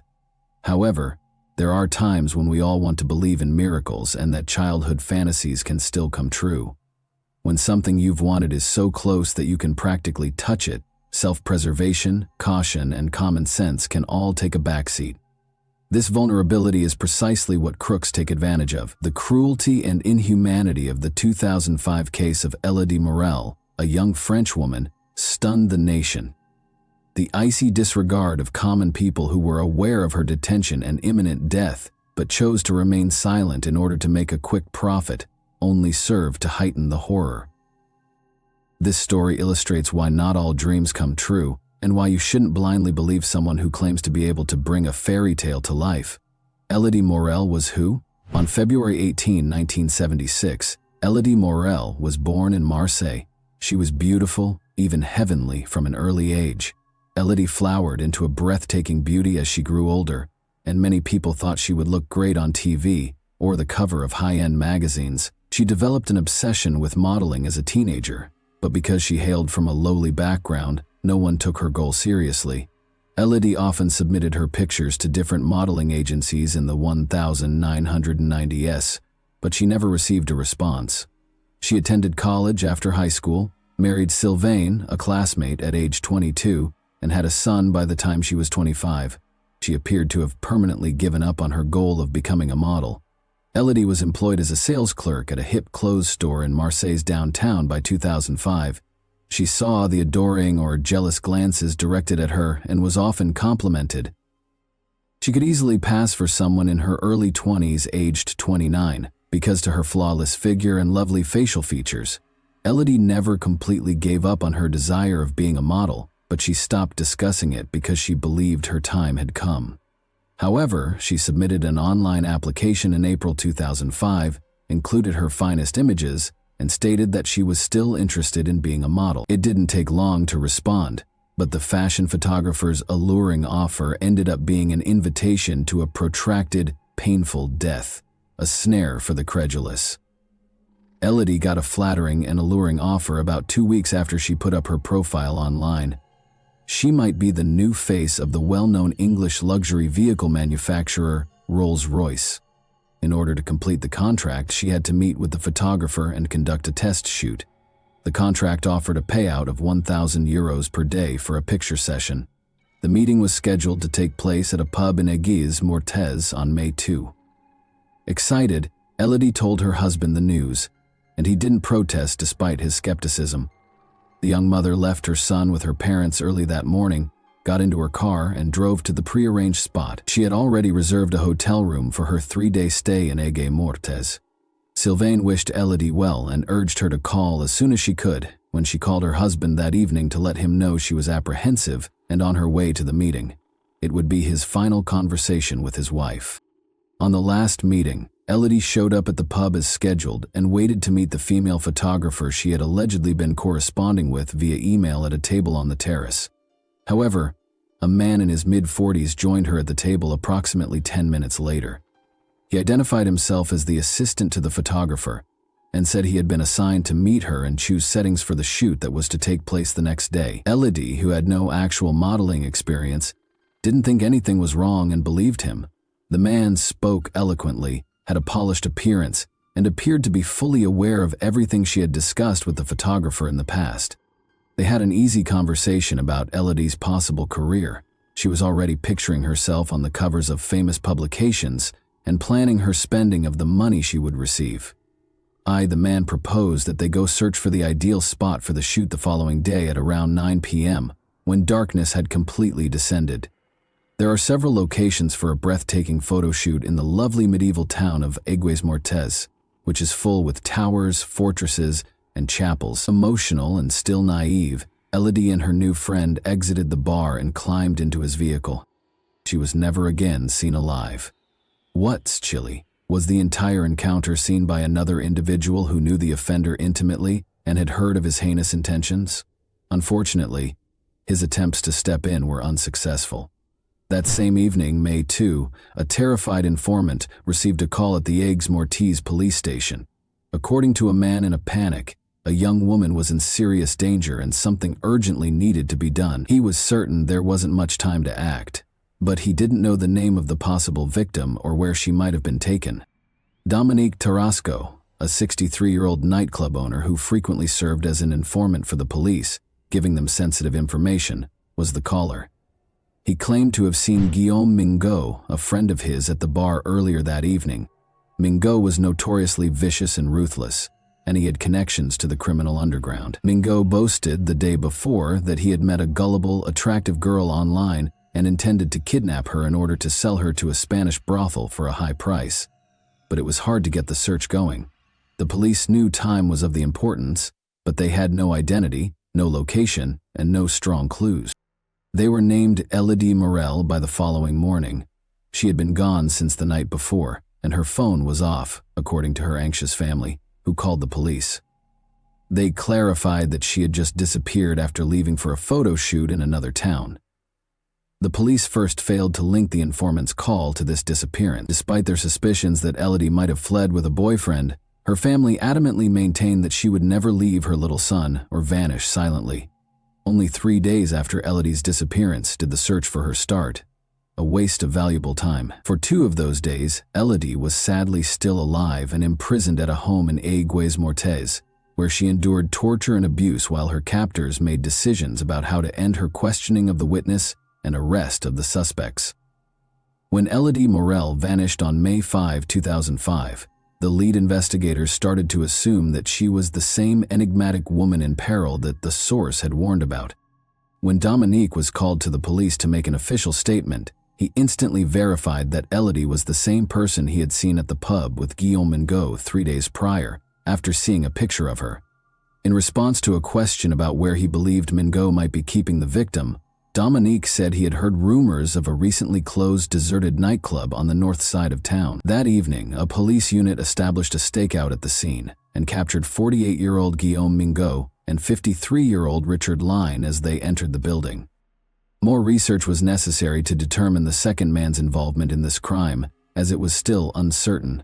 When authorities searched Mingot, they discovered Elodie Morel's credit card in one of his pockets, concluding that he was responsible for her disappearance.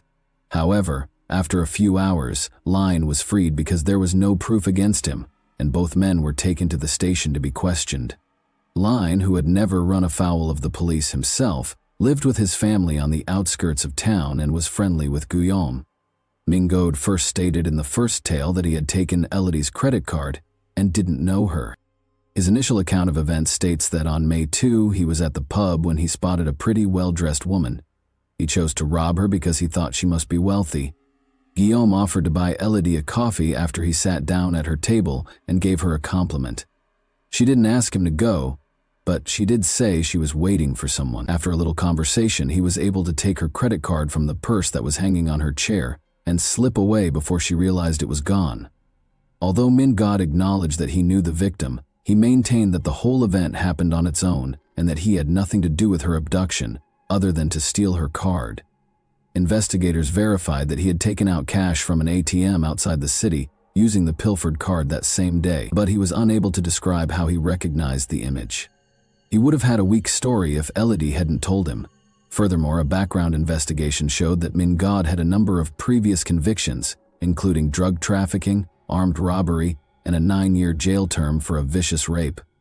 Though he had been more cautious in an effort to avoid going to jail again, Mingot had not altered his behavior despite his criminal past after being released. When authorities discovered Elodie's phone number on Mingot's phone, along with their email correspondence regarding the photo shoot, the second story took a different path.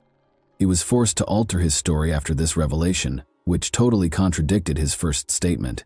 He admitted that he had messaged Elodie under the guise of a photographer after discovering her online modeling profile. The innocent beauty was a simple target and consented to meet without a lot of questioning. Mingot had been communicating with her under a female alias, so he was afraid she would grow suspicious when a man appeared in place of the photographer she had been anticipating. However, Elodie, who was eager and trusting, saw nothing odd and consented to accompany him to look for a spot for a late-night picture session. She even got into his car without question.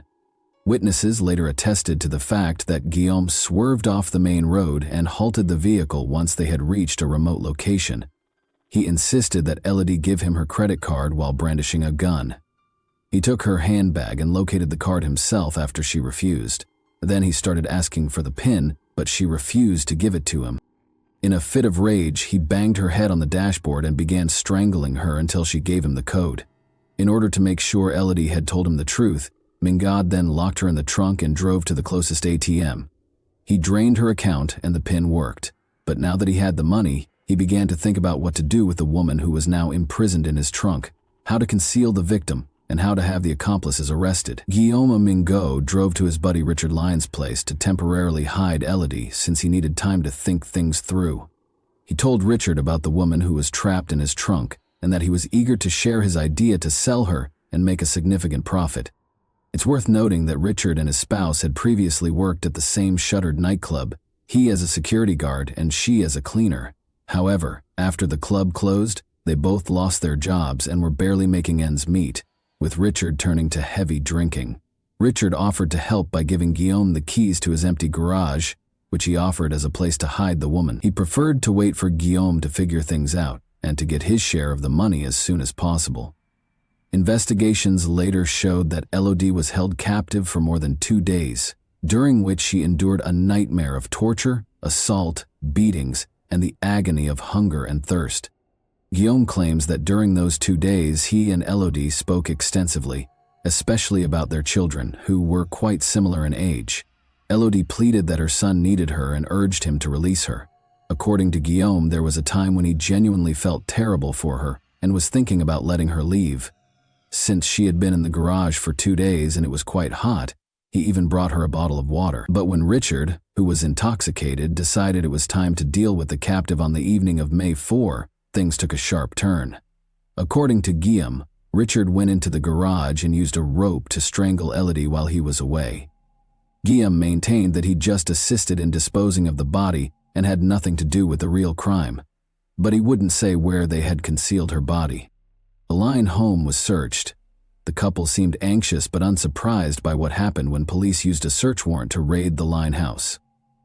They showed little interest in the ongoing search, allowing the officers to enter without any opposition and continuing to dine at the kitchen table.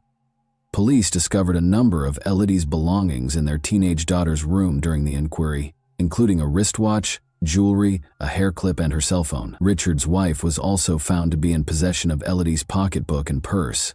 The trash can outside the house contained ripped bits of the victim's clothing, along with other possessions. When Richard's garage, which is close to their house, was searched, even more unsettling evidence was found. Investigators discovered brown traces inside the unoccupied room that seemed to be dried blood. They discovered crumpled tissue as well. While their 14-year-old daughter was temporarily placed with family, Richard and his wife were arrested along with shoes, cigarette butts, an empty plastic bottle, and a piece of laundry rope. The couple stated that Guillaume had brought everything in return for permission to use their garage when asked how Elodie's possessions got inside their house. Since Guillaume had promised to compensate them, they acknowledged that they knew he was detaining a woman there but decided not to intervene. They also admitted to providing him with a piece of rope and a bottle of water at his request without questioning why. Even more incriminating was the third-story forensics confirmation that Elodie's blood was responsible for the brown spots on the garage floor. Saliva on the cigarette butts was both the victim's and the kidnapper's, and semen on the crumpled tissues matched Guillaume's DNA. Since Elodie had asthma and cigarette smoke caused terrible coughing and choking episodes, her family swore that she had never smoked in her life. This made the horrific picture evident. For 2 days, Guillaume had held Elodie in the garage, hitting her repeatedly, torturing her, and making her smoke as part of his abuse, all while fabricating evidence and claims. Guillaume Mingot again altered his narrative once detectives showed him the forensic findings. This time, he asserted that it was completely voluntary for him and Elodie to have had sex in the garage. He claimed that after much conversation and smoking together, he had made the decision to let her leave, but he persisted in claiming that Richard Lyne had murdered her while he was away, allegedly out of concern that Richard would report Elodie to the police once Guillaume had freed her. The main contradiction in this account of events was that Richard had no justification for killing Elodie. She hadn't seen him or any of his family, and he hadn't even seen the captive. Second, she had been taken to the garage in a car's trunk, so she couldn't have led the police there because she didn't know where she was. Finally, Richard was just a regular drunk who couldn't hurt anyone. He was happy to accept payment in the form of Elodie's possessions and the assurance that his friend would give him money after everything was over. As previously noted, investigators discovered an empty plastic water bottle in the garage on the 4th story. Guillaume had said that he had brought Elodie some water out of sympathy. Tests, however, revealed that a significant amount of potent medications was present in the bottle's remaining liquid droplets. Elodie would probably have been comatose or barely awake after drinking such a concoction, enabling her kidnapper to do what he pleased. Guillaume once again lied when questioned about why he had drugged her. He now asserted that they had even decided she wouldn't approach the police and that he had been prepared to let her leave. As if it had been a bad dream, he said, Elodie simply wanted to return home to her family and forget about everything. He allegedly beat her during a struggle as she attempted to flee, which is why the garage floor was covered in bloodstains. He then locked her inside and departed. Guillaume claimed that in order to calm Elodie down and stop her from trying to flee again, he had given her the medications.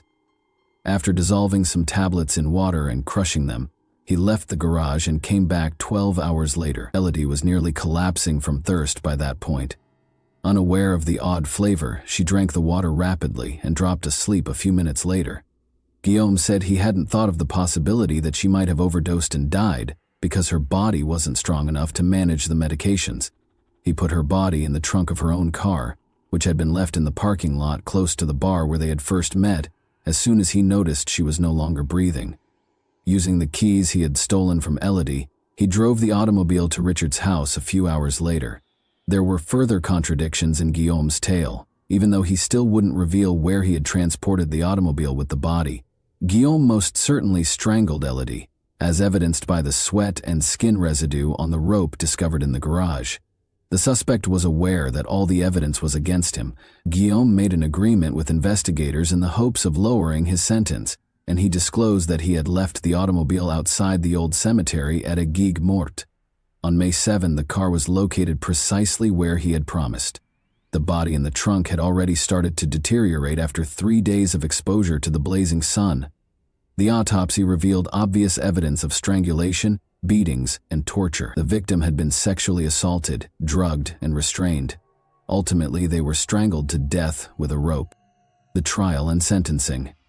Almost 3 years after the horrifying events, in February 2008, the trial of the 3 criminals started. Guillaume Mégot was given a life sentence with the chance of release after 22 years. Richard Lyne and his spouse made a valiant effort to persuade the jurors that they were unaware of the hostage in their garage. They said they hadn't asked any questions, just let an old buddy stay with them for a few days. However, this was disproved when Elodie's possessions were found in their house. In 2010, the pair was found guilty of aiding and abetting and received 6-year prison sentences apiece. In an attempt to place some of the blame for the crime on the line, Guillaume Mégot and his attorney filed an appeal of the ruling. This was their sole chance to cut the minimum amount of time he would have to spend and reduce his life sentence. The new trial started on May 4, 2010, precisely 5 years after the murder of Elodie Morel. It was established during the hearings that Richard and his spouse were aware of Elodie's imprisonment and the potentially fatal situation she was in. But they took no action. They gave Guillaume everything he requested, including water, rope, and other items, without questioning his motives or taking the repercussions into account. They also kept her possessions, even giving some to their daughter. Guillaume Mégot's life sentence was lowered by the court to 30 years, with the condition that he complete 2/3 of it before he may be released on parole. Each received a 9-year prison sentence without the prospect of early release for their complicity and inaction. And that wraps up today's chilling story. If you enjoyed this video, don't forget to like and subscribe so you never miss a new upload. Also, let me know in the comments what part of this story shocked you the most. Thank you for watching, and I'll see you in the next video.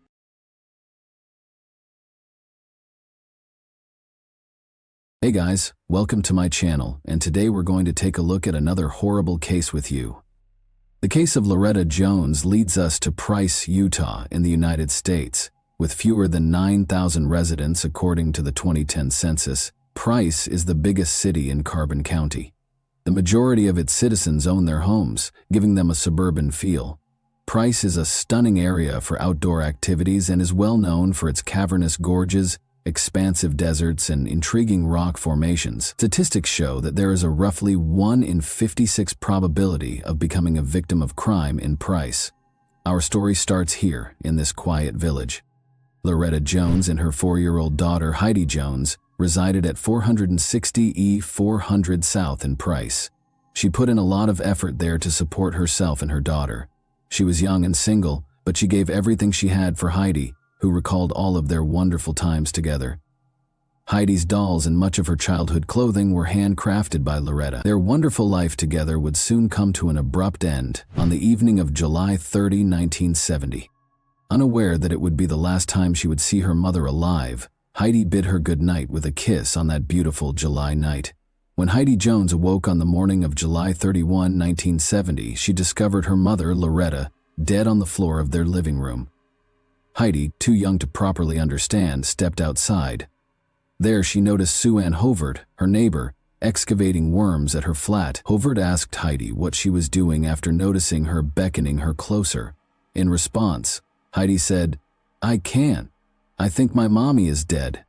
When Hovert heard these words, she instantly stopped what she was doing and went inside with Heidi to see how things were going in Loretta's house.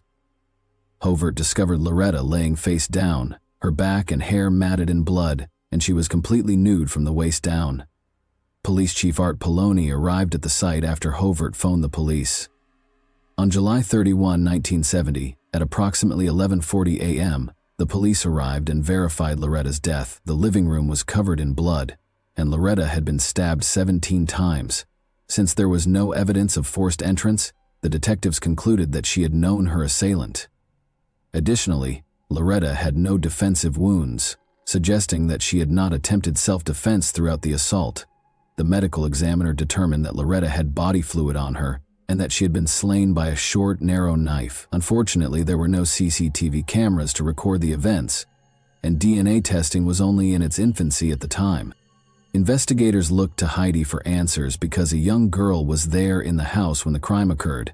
Heidi informed them that she was warned not to leave her room by her mother after she had put her to bed. She added that on the night of the murder, she didn't hear her mother struggle or scream. The detectives were alarmed by what she said, though. Heidi had told the investigators that Tom did it. "Tom killed my mom." As they searched the house during the investigation, the cops started looking for explanations. This notepad contained an entry from Heidi's grandma, who was recording whatever Heidi said at the time. When the body was recovered, Heidi told her grandma, "It was Tom that killed my mom." Later they located Loretta's diary, which had a name that sounded a lot like the one Heidi had mentioned. Thomas Egley. Before her death, Loretta dated Thomas for 2 months, according to the diary. They were only able to learn this about Thomas. The name that 4-year-old Heidi, who was asleep at the time of the murder, mentioned, was the only other clue the investigators had to piece together the case. But the police soon had another lead to pursue. 10-year-old Kula Fennell, who lived 3 blocks from Loretta's home, was outside with her brother at 9:30 p.m. riding their bikes.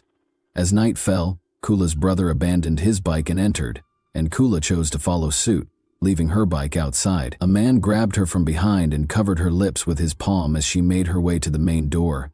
Fortunately, Kula was able to release her mouth from the assailant's hold and scream loudly. The man ran away in fear. Kula could see her assailant and the path he took. She informed the cops that he ran toward Loretta's residence. Since Thomas Egley was already a suspect in a murder investigation that same evening, his image was later included in a lineup at the police station. Thomas was taken in for interrogation after Kula identified him as the one who attempted to abduct her. The investigators thought Kula and Loretta's cases were connected.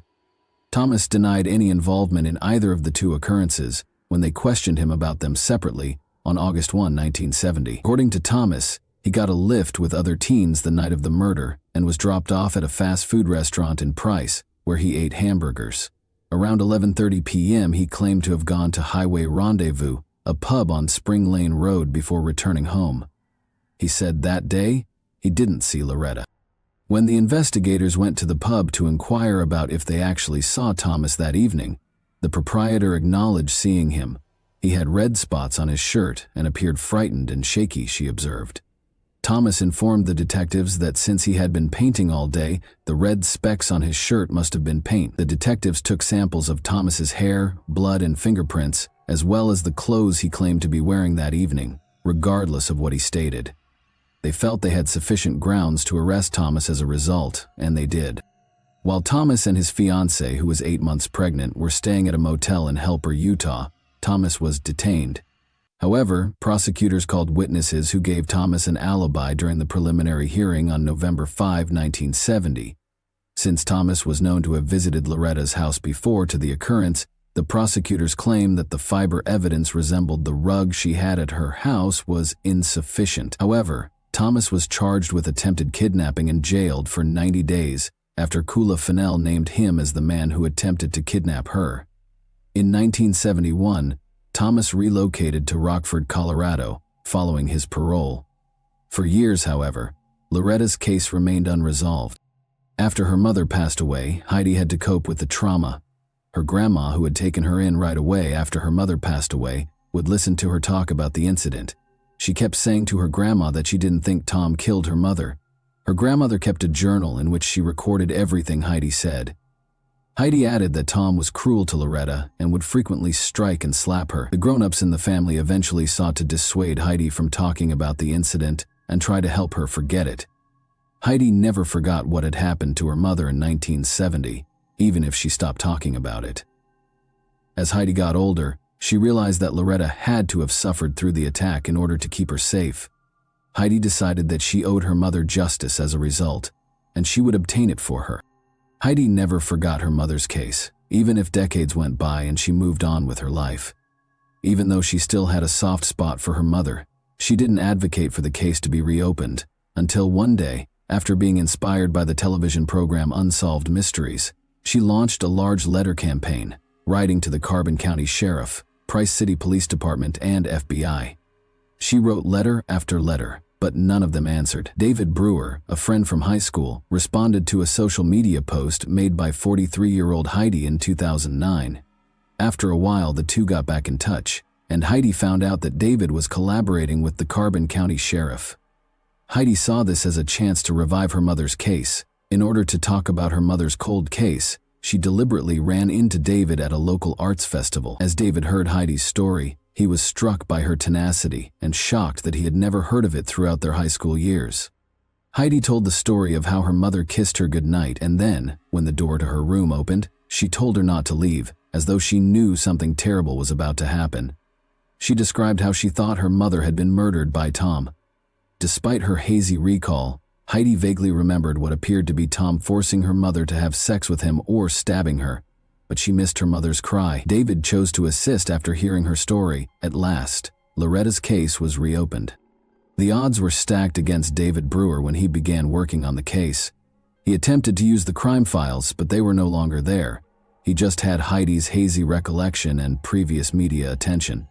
For additional interrogation, David located Thomas, who was residing in Rockford, Colorado.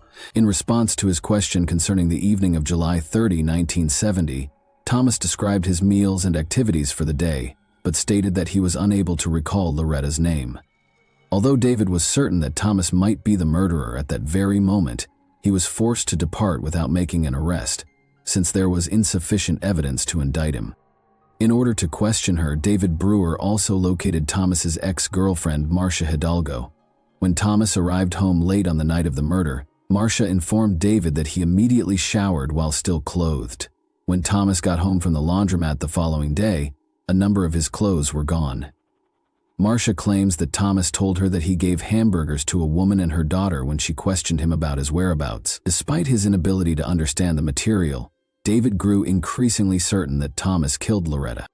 Exhumation was the final remaining choice after David had exhausted all other options.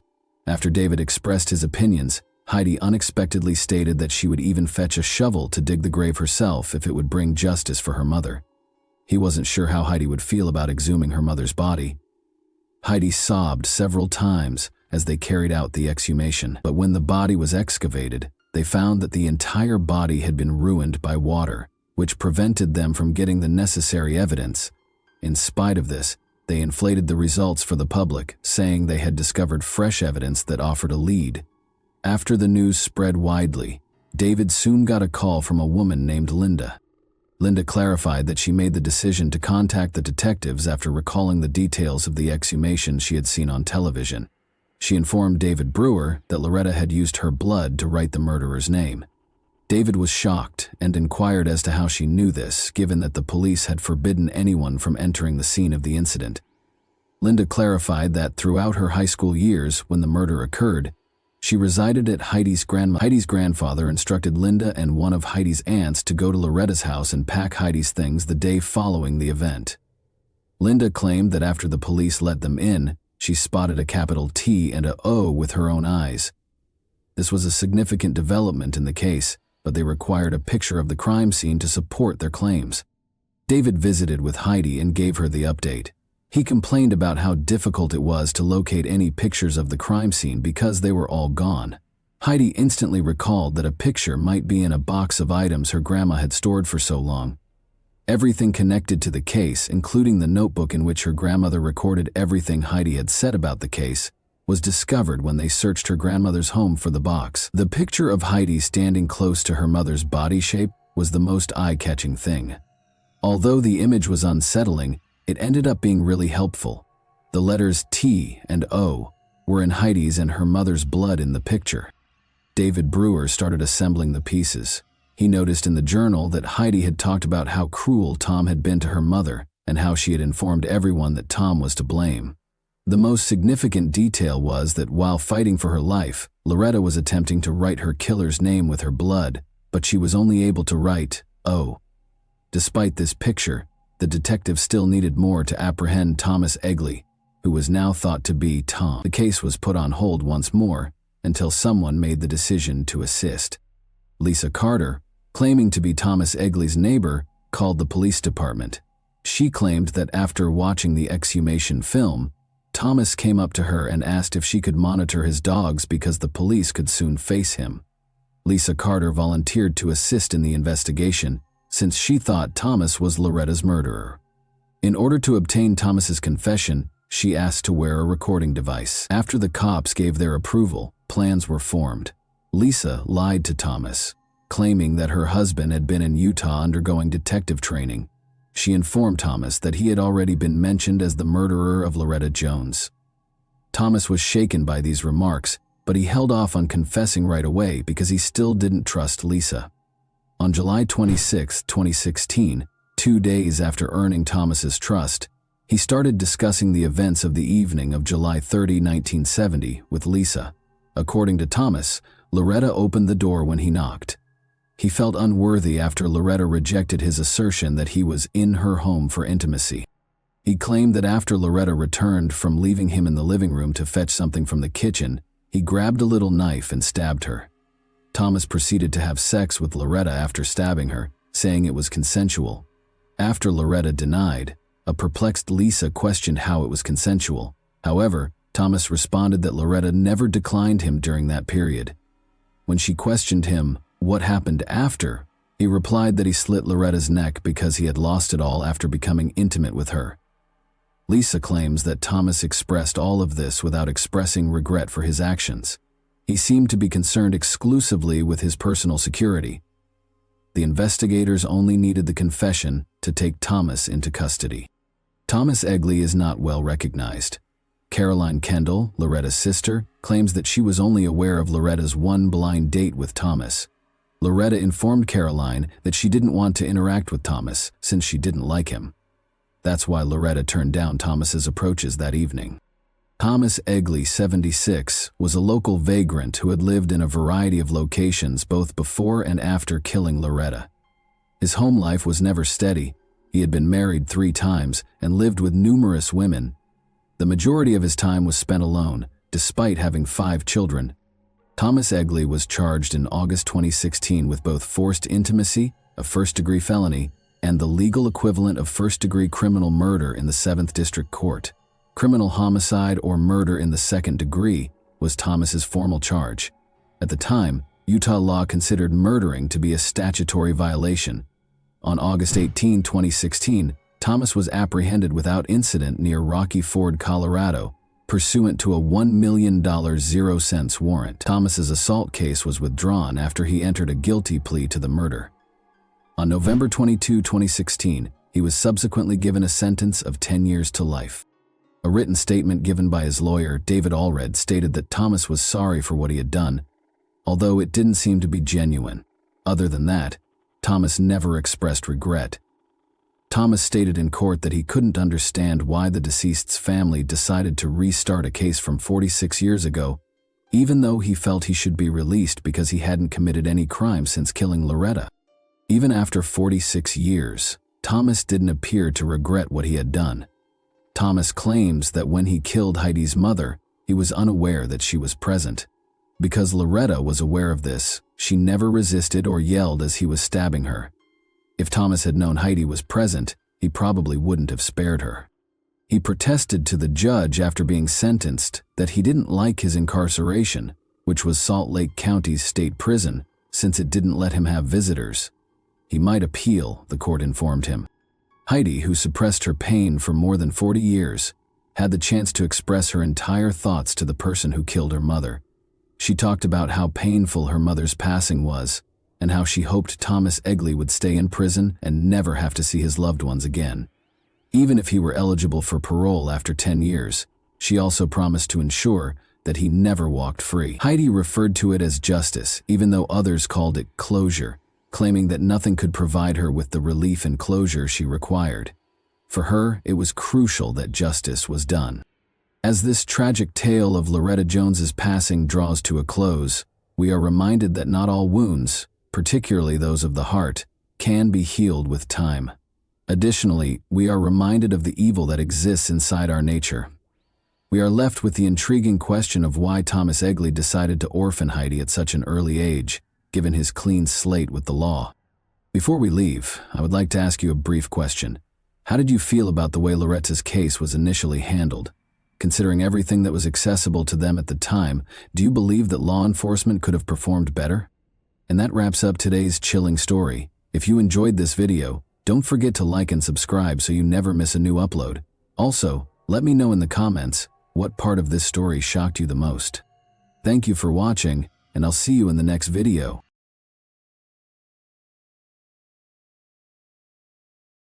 Hey guys, welcome to my channel, and today we're going to take a look at another horrible case with you. No case, no body. There is no body in our story, but there is a case on a November morning in 2011, which was mentioned in English law following the captain's miracle. 3 years after returning home to her leased apartment on Ubarovicha Street in Vladivostok, Galina Kolyadzinskaya vanished.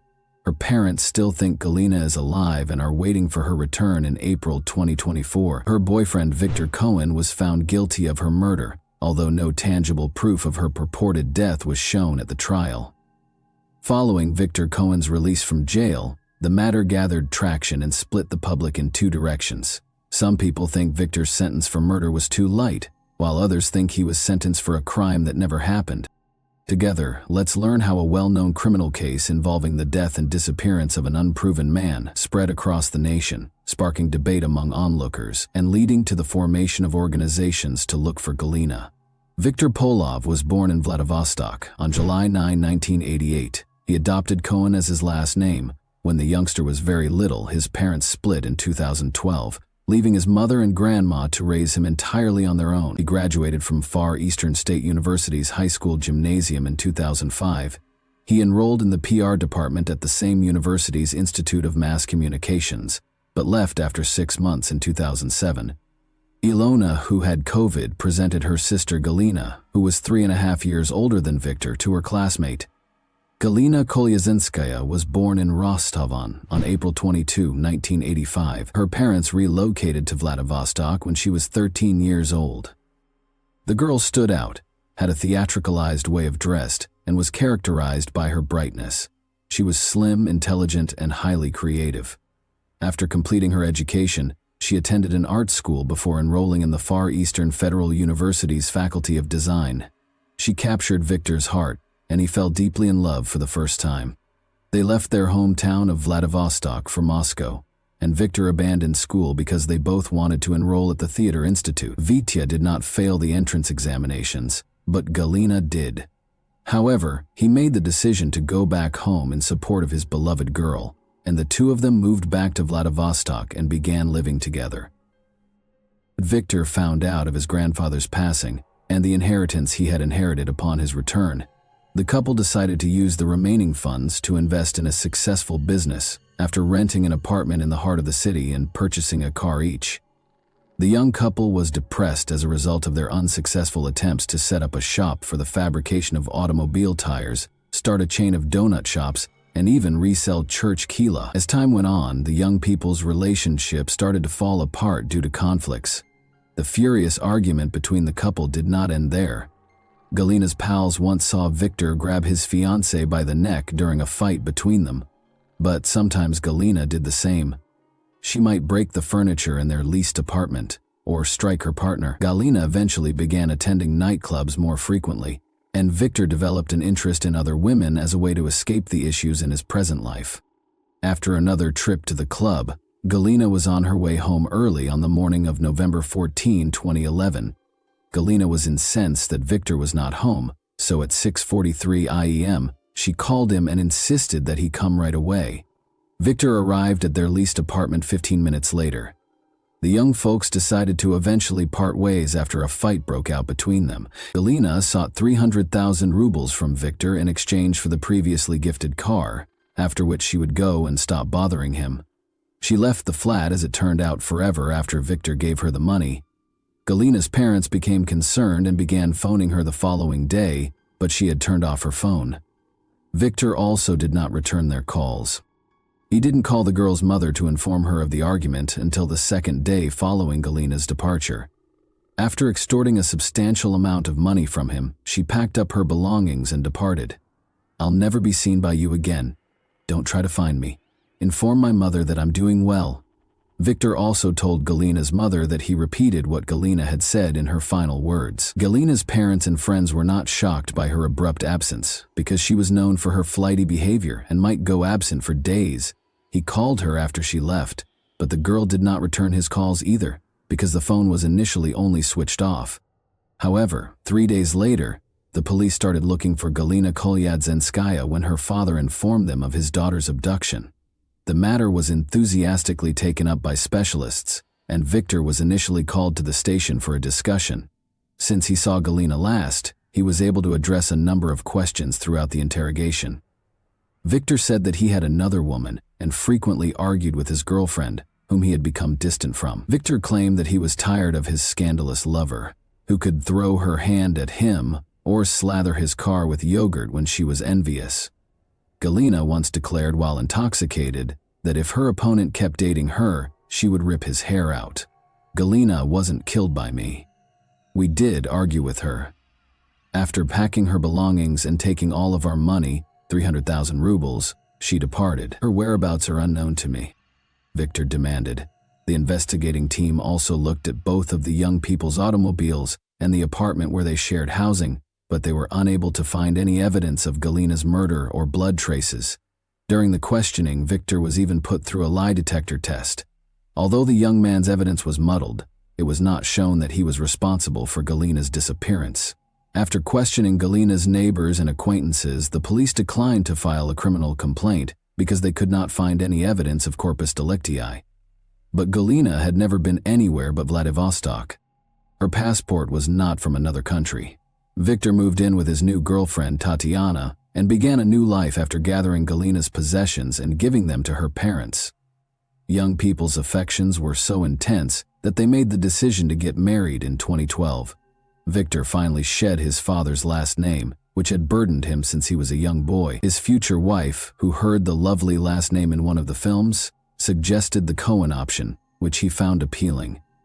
The vanished Galina Kolyadzinskaya was forgotten. For a number of years, a young married couple has been married for 3 years. Cohen flew with great joy. They had a calm and collected life, visited the mountains, and traveled frequently. However, once Galina vanished for 3 years and the case was reclassified as a murder investigation, everything changed. At first, Elena Kolyadzinskaya, Galina's mother, was not overly concerned. She was aware that her creative and erratic daughter could go far based solely on her mood. The fact that no one demanded in June 2014, based on the materials of the inspection of the fact of Galina Kolyadzinskaya's unknown disappearance, that a criminal case under the article of murder be started, may help to explain why the case did not become a criminal case for nearly 3 years. Employees of the Crime Investigation Department started to piece together different explanations for Galina's disappearance after she was placed on the wanted list as missing. These included murder and traveling overseas to work as a model. The police became aware of Kolyadzinskaya's ex-boyfriend as they were figuring out the latter version. As it happened, Cohen and Galina were frequently at odds. His relationship with another lady caused him to feel jealous of the girl. Additionally, it was said that when Galina was younger, she was organizing a trip to Korea. She had previously worked as a model in China and planned to stay in this line of employment. Since he was the last person to see Galina alive, ex-boyfriend Victor Cohen was named as the primary suspect. There was further reason to suspect Victor of being engaged in the crime because of the testimony he and the witnesses had previously provided at different points during the case regarding the circumstances surrounding Galina's disappearance. After being called in for interrogation on July 23, 2014, Victor was arrested and brought to the investigation unit. He admitted there that he had strangled Galina following another argument on the morning of November 14, 2011, then dismembered the body in the restroom, placed the remains in 3 plastic buckets, and transported them to a wooded area close to the Variag factory. There, he built a fire with tires, burned the body, and scattered the ashes in various locations. Throughout the interrogation, Victor Cohen acted with assurance. He cursed a lot and didn't use appropriate language when he spoke to the investigator about you. He related the story of his life, from infancy to the present, in an open and friendly manner. When he sat in front of the police officers with his feet on the ground and grinned, he remembered how he had burned and dismembered his ex-lover Galina. Experienced cops were astounded by his cynicism and calm. He felt untouchable. Victor complained to the investigator that his initial plan was to ground the body in a meat grinder, cook it in a steamer, and then flush it down the toilet. However, he soon gave up on this strategy out of concern that he may be identified and the sewer system would get blocked. He said during the same interrogation that Galina was interfering with his new relationship, so he strangled her. Victor remembered his ex-girlfriend as a unique individual who was an attention seeker. Her fierce temper might produce a huge scandal at home, and she frequently vanished in nightclubs. Galina frequently stated in chats that she would want a lovely life as an escort model, but she also refused to accept the claims that such job is impossible without the supply of intimate services. Up to a certain point, Victor tolerated all of his friend's strange behavior and kept thinking of her as a nice and fascinating individual. I was annoyed during Victor Cohen's grilling. I stood close to the coffee maker. As I stood there, I drank some coffee. I felt something change.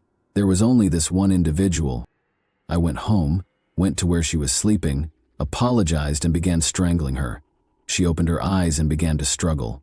After choking her for a while, I sobbed and left the house. Fear wasn't the reason, it was loss and frustration. Even though I was aware of what I had done, I remained composed since I am a reasonable person. In November 2011, following the interrogation, the agents brought Victor to his residence with Galina Kolyadzinskaya. That night, Victor showed how he strangled Galina on a folding sofa for an investigation experiment in the flat. He claims that because she was intoxicated and slept off when he was certain she was dead, she did not protest. He hurried out of the apartment and headed to his car, where he devised a heartless scheme to dispose of the body. In India, the bodies of the deceased are burned, and vehicle tires are frequently used in this process to achieve the proper burning temperature. Victor learned about this elaborate method of disposing of the body from a documentary on the country. Victor informed the agents that killing and disposing of the body was considerably simpler than he had anticipated. Victor was brought to the empty lot where he reportedly dumped Galina's body late at night. Cohen had to identify the precise spot on the girl's body where he had set fire to it, in complete darkness. Human rights advocates claim that he was brought to an area devoid of CCTV cameras and traffic, making it impossible to establish his innocence. Important information were also missing from the case. As Victor himself frequently noted, it was unclear how and what he used to carve up the body, because a regular kitchen knife could not be utilized any further. It was unclear how he was able to place Galina's remains in 3 buckets, how he transported them out of the door where everyone could see them, and why no one noticed. The Bygalovs, who rented the apartment to Galina and Victor, were then questioned by the inquiry. When they found out that the cops were in the apartment, they acknowledged that they couldn't get in touch with Victor. They discovered the apartment was empty when they got there to inspect their accommodations. The ceiling was free of occupants and their possessions. They discovered black streaks on the wallpaper, which were probably caused by storing automobile tires, and brown splatters that the couple believed were from coffee or tea. However, Victor Cohen, the captive, was unaware that a video camera was recording his interrogations. He later withdrew his testimony after realizing he had said too much on camera. He claimed that during his interrogation at the Karbasheva Street Operative Investigation Unit, they used illegal interrogation techniques to coerce confessions from him, and that Victor was threatened with harm if his wife Tatiana visited the same station. He went on to say that the operative cops had made up the tale he told during the hour-long interrogation, and that his phone billing from that evening was used to pinpoint the location where the bodies were burned. However, does the CCTV footage from the investigation unit actually show torture? At 6 o'clock in the evening, Tatiana Cohen drove up to the building. She was not permitted inside, so she remained outside. Around 6:30 p.m., Tatiana also entered the facility, and 20 minutes later, Victor was taken in for interrogation. At 6:38 p.m., the questioning began to be recorded. After 8 minutes of torture, he quickly produced a confession and conjured up a vivid, gory tale in great detail. Following the initial court hearing on August 11, 2015, Victor Cohen was found guilty of Galina Kolyatsinskaya's murder. According to the court's August 11, 2015 verdict, he was given a sentence of 9 years and 10 months in prison, which he was to serve in a strict regime penal colony. Tatiana, Victor Cohen's wife, became his most devoted defense attorney after he was accused of murder because she believed he was innocent. Every inhabitant of Vladivostok kept up with the news and even attended Victor Cohen rallies. People separated into accusers and defense. Even after hearing the heartbreaking news that her husband would have to serve nearly 10 years in prison, Victor's wife remained steadfast in her defense and refused to back down. During the court session, the revealing footage that was retained in the criminal case was revealed. Victor claimed that interrogators used torture and threats to get confessions out of him during court procedures, which led to the case becoming well known. Victor was discharged from the hospital with a diagnosis of ear barotrauma and concussion. His lover had been burned, dismembered, and strangled in cold blood by a young, attractive man with large brown eyes. Nobody was able to accept it. A man with charisma could pursue a career in acting. In fact, he was admitted to the Theater Institute of Moscow. Victor refused to study, as we already know, and he was characterized favorably by friends, classmates, and even casual acquaintances. Attorneys based their case on the fact that no human DNA was detected at the location where he burnt the body, or in the flat where the crime was allegedly committed, according to the inquiry. Witnesses even claimed to have seen Galina in the city after she vanished. The public was stoked by Elena Kolyatsinskaya, Galina's mother, who genuinely thought her daughter was still alive. She stated in every interview that Victor was innocent and that Galina would return shortly to explain her disappearance and where she had gone for so long. Victor Cohen argued that the circumstances surrounding the murder that were submitted to the investigators were wholly made up after the guilty verdict. Ultimately, no biological evidence was discovered at the purported location where the victim's remains were burned. Additionally, the forensic analysis of Cohen's residence and vehicle produced unconvincing findings. Additionally, the defendant supported Galina's parents, who believed their daughter was still alive. Ivan Mikolev, the defendant's attorney at the time, claimed that there was no objective evidence in the investigation. Nothing was found when the earth at the clearing where his client is said to have burned the body was examined. There were no biological traces found during the examination. Some of the case materials were later discovered to be missing as well. The lie detector data, camera footage, and inspection reports of the apartment and automobile that were acquired back in 2011 led Cohen's defense team and family to assume that the case had been reclassified to absolve him of guilt for the unsolved homicide. It was never discovered that Galina disagreed with the court's decision. Victor filed an appeal and started arguing that he was not a party to the incriminating crime and that the police had coerced him into making the confession. Tatiana Cohen started a massive campaign to defend her husband. She actively maintained social networks, participated in protests, and made appearances on a variety of talk shows and programs. In exchange for posting false information, she actively raised money for a lawyer. The case was sent to the Court of First Instance for a second trial in a separate court after the Court of Appeals rejected the verdict on December 7, 2015, citing violations of the Code of Criminal Procedure. Victor Cohen was also found guilty of Helena Kolyadzinskaya's murder following the Court of First Instance's retrial.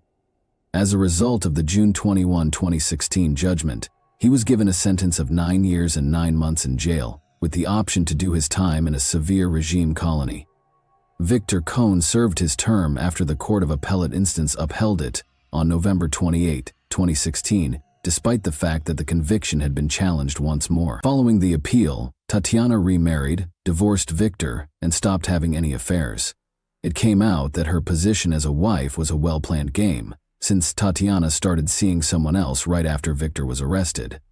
This was not what everyone had anticipated. Tatiana declined to respond. The court decided even though Helena Kolyadzinskaya's body was not located.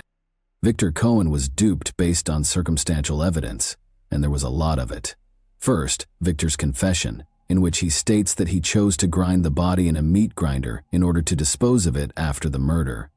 In 2015, he went to the Maxim shopping complex and actually purchased a meat grinder and a pressure cooker at the Technica Dome store. Records from the store's database pertaining to meat grinder purchases made on November 14, 2011, were seized as part of the investigation, and among them was the last name Polivavi.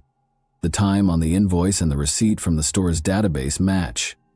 Additionally, the store administrator attested in court that the database was not altered with the intent to fabricate information. Furthermore, the verdict was significantly influenced by Victor Cohen's cell phone bills.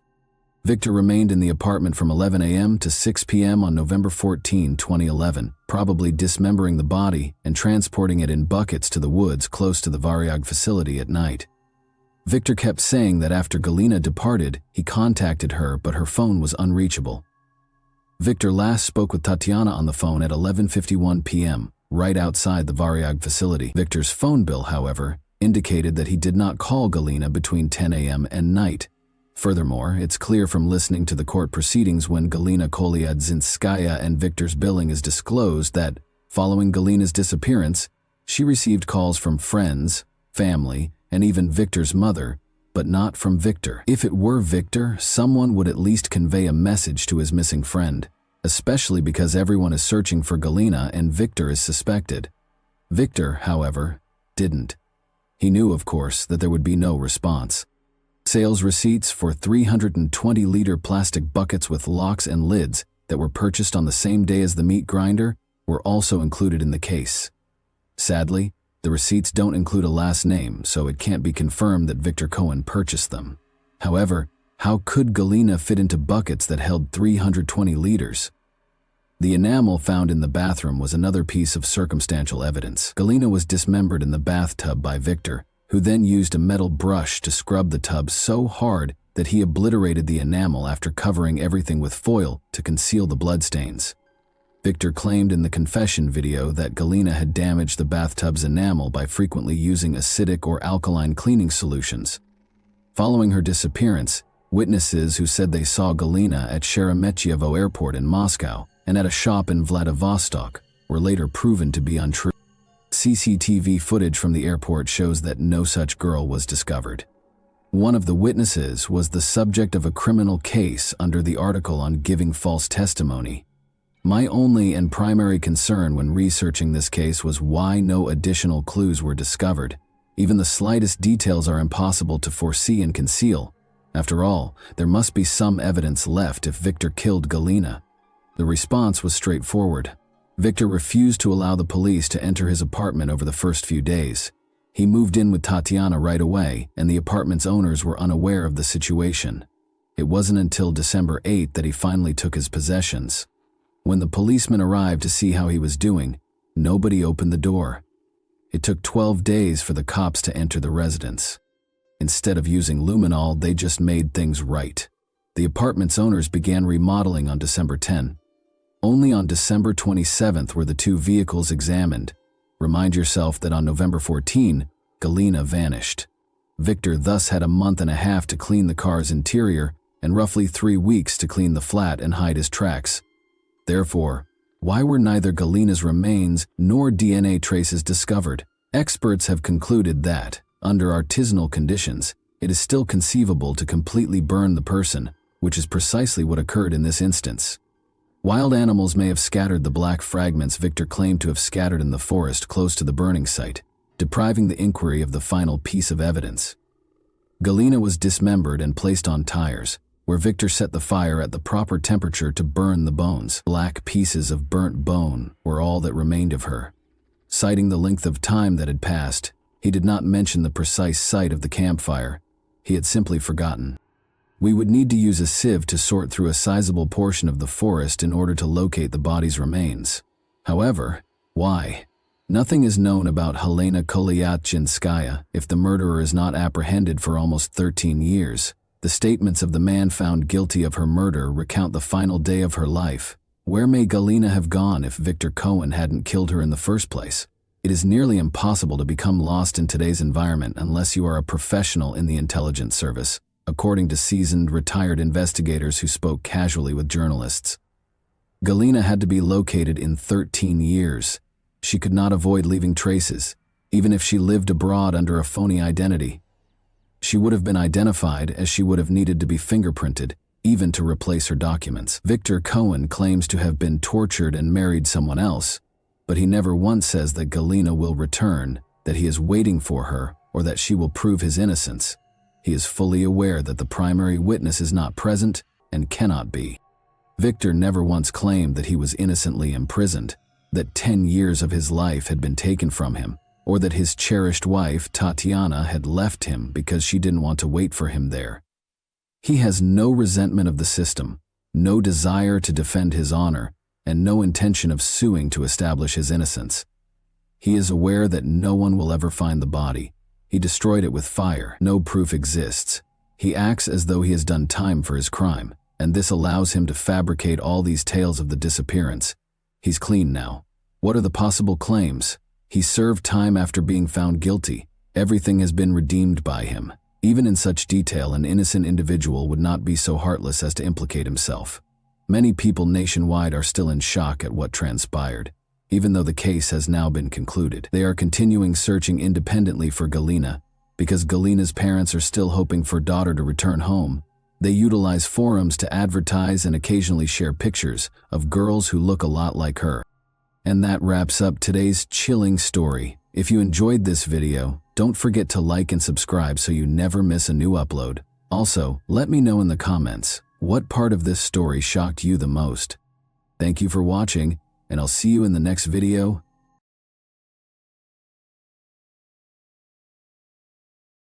Hey guys, welcome to my channel, and today we're going to take a look at another horrible case with you. We're delving into yet another horrifying situation today. The most pernicious manipulators are frequently highly persuasive and articulate.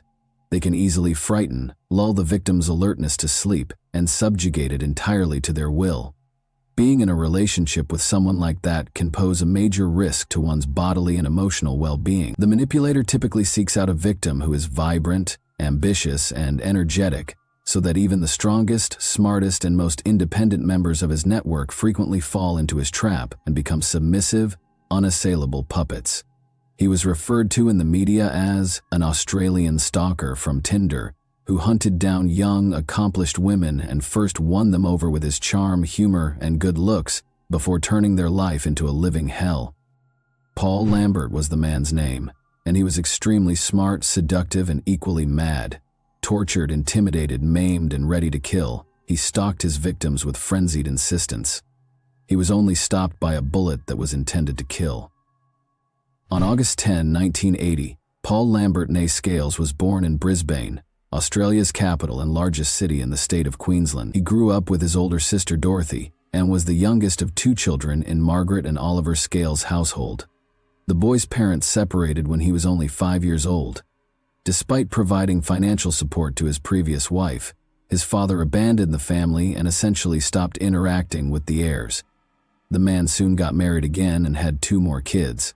He then started going to see Paul and Dorothy, only to wish them a happy birthday or Christmas, and occasionally he would even contact them. The youngster was bitter against his father for leaving since he missed him so much, and when he was already in junior high school, Paul started to struggle with behavior and discipline as he considered losing his love for him and his sister. Neither his mother nor his professors were able to restrain him, as he became nearly unmanageable. The youngster acted violently toward other kids, didn't acknowledge any authority. His mood fluctuated a lot, and he was impulsive and angry. The boy was diagnosed with attention deficit hyperactivity disorder, or ADHD, by a child psychologist after Margaret, worried, made the decision to take him to a specialist. The doctor at the time, however, did not consider it to be anything serious and came to the conclusion that the issue had arisen against the backdrop of the parents' divorce and would eventually go away on its own. Hall allegedly went through too much pain when his father left, which led to behavioral issues and focus issues. In the belief that the youngster will eventually outgrow his neurological behavioral condition, the psychologist at the time did not prescribe any medication, but the problem simply became worse over time. By the age of 10, the youngster had lost all self-control and was acting irrationally and aggressively. His mother made the decision to seek assistance once more, and this time she saw a psychiatrist who diagnosed him with ADHD, as well as a number of other mental health conditions, such as bipolar illness and obvious symptoms of dissociative identity disorder, DID, usually referred to as multiple personality disorder. Because of this disorder, the patient's identity is disjointed, giving the appearance that they are a single person with several unique personalities. Receptor drugs were prescribed to the youngster, who had to take them under his mother's close care. However, it was almost impossible to get him to comply. Convinced that he was healthy and problem-free, he deliberately avoided taking his prescription. However, it was easier to manage Paul when he was a child. The issue was overlooked for a number of years when Margaret insisted on treatment that appeared to be beneficial. Paul's mental health issues have no bearing on his IQ or academic prowess. He became the top student in school because of his excellence. His teachers thought he would be a successful scientist because he had a talent for the sciences and could do complicated calculations in his head with ease. He easily enrolled at a prominent Australian institution after graduating and obtained a master's degree in finance and economics. After graduating, he got a job at a major's headquarters. From an early age, Paul's outstanding appearance only grew more alluring, and he soon rose to the top of the financial department in Sydney in terms of relationships. He created a fantastic first impression with his muscular build, masculine features, and huge expressive eyes. At school, a lot of people wanted to be noticed by him. Paul was outgoing, made friends easily, and was frequently the star of the party. An intriguing byproduct of his mental health problems was his strong charisma. He was regarded by his co-workers as a good man who was trustworthy. He personally started a fundraising campaign after learning that one of his co-workers' children had cancer, greatly assisting the family. As previously stated, Paul was adept at forming friendships and had no trouble establishing connections with girls, albeit they were always brief. He would soon expose his actual self, frightening his partners away. He would make their life into a nightmare by stalking, threatening, lying, controlling their emotions, and causing terror after his relationships, which usually lasted only a few months. And this was only the beginning. Notably, he consistently selected extremely attractive girls whose appearance matched his own model. Paul has a number of preferred techniques for controlling his victims in order to maintain their intimacy. Being very convincing and well-spoken, he frequently exploited their empathy by making up fatal illnesses for himself and his loved ones, which made the females feel bad about leaving their ailing boyfriend. The only people who actually knew Paul's true nature were his mother and sister. He was challenging yet controllable when he was younger. He vehemently opposed treatment and psychiatric visits as an adult, despite his mother's insistence on therapy. He used threats and blackmail to accomplish his objectives, with the threat of death being the most successful strategy from 2002 to 2016. Paul was subject to restraining orders that prohibited him from getting in touch with or approaching 6 different women. He continued to stalk each victim for a long time after that, damaging their lives and pushing them to the verge of insanity. One of them even fled to another continent, but after she denounced him to the authorities, he was deported and prohibited from entering the nation. But let's take a step-by-step look at this. First, love. Paul fell in love with Samantha while he was a college student. They started dating, but their relationship didn't last long. Through manipulation, pressure, stalking, and total deprivation of her autonomy, he attempted to dominate every aspect of her life. After graduation, everything ended when Paul relocated to Sydney due to his professional goals, while Samantha remained in Queensland. After their breakup, they remained in contact despite the problems in their relationship. They were both young when their romance began, and it was their first love for each of them. Maybe that's why Samantha was hesitant to cut off all contact. On occasion, the ex-couple spoke on the phone, sent texts, and engaged on social media. Paul frequently contacted Samantha to tell her that he missed her, couldn't forget her, and hadn't met someone better, but Samantha was unaware of his other connections. Although this was obviously a ploy, Samantha felt that he had improved during the years they had been apart, and that he genuinely loved her endeavor to establish a family. The pair resumed their relationship in January 2014, over 10 years after their split. Paul proposed to Samantha a month later, and she gladly accepted. On March 2nd of that year, they were married. But only a few weeks after their marriage, the new husband's actions started to cause problems. Paul started to lose control of his emotions and became easily agitated by the slightest things. He tried to control Samantha's will by continuously applying emotional pressure. He turned to physical aggression when that failed. Samantha's oppressive husband promised to consult a specialist and get therapy when she tried to leave him. She thought he was telling the truth, but it was simply another ploy. When tensions reached a breaking point 6 months after their wedding, Samantha once more raised the possibility of a divorce. Paul vowed to get aid again, but she didn't trust him this time. He then recommended that they go on a trip together to work out their emotions and give it some thought. Samantha was surprised to find that this was a viable answer, and she consented to begin organizing the trip. The pair went to the United States, which is on the opposite side of the world, in late September 2014. Days a long-time dream of Paul's, he insisted on going to Florida. Samantha gave in to pressure from her cunning husband, who always got his way, even if she liked Hawaii. On the Atlantic Ocean's shores, they reaffirmed their vows to one another. The vacation and the event, however, were unable to preserve their marriage in spite of the romantic atmosphere. After coming back to Australia, Paul demanded that they relocate to Florida, where he had had a great time hunting. Samantha resolutely opposed it. She was not planning on moving abroad or carrying on their relationship. Paul had no intention of approving Samantha's request for a divorce. He grew so fixated on the thought of relocating to the United States at this period that he just gave up on all other plans. Samantha packed up his belongings, left his lucrative job, and took a plane to Florida. The girl persisted in pursuing a formal divorce, but her husband disregarded her attempts.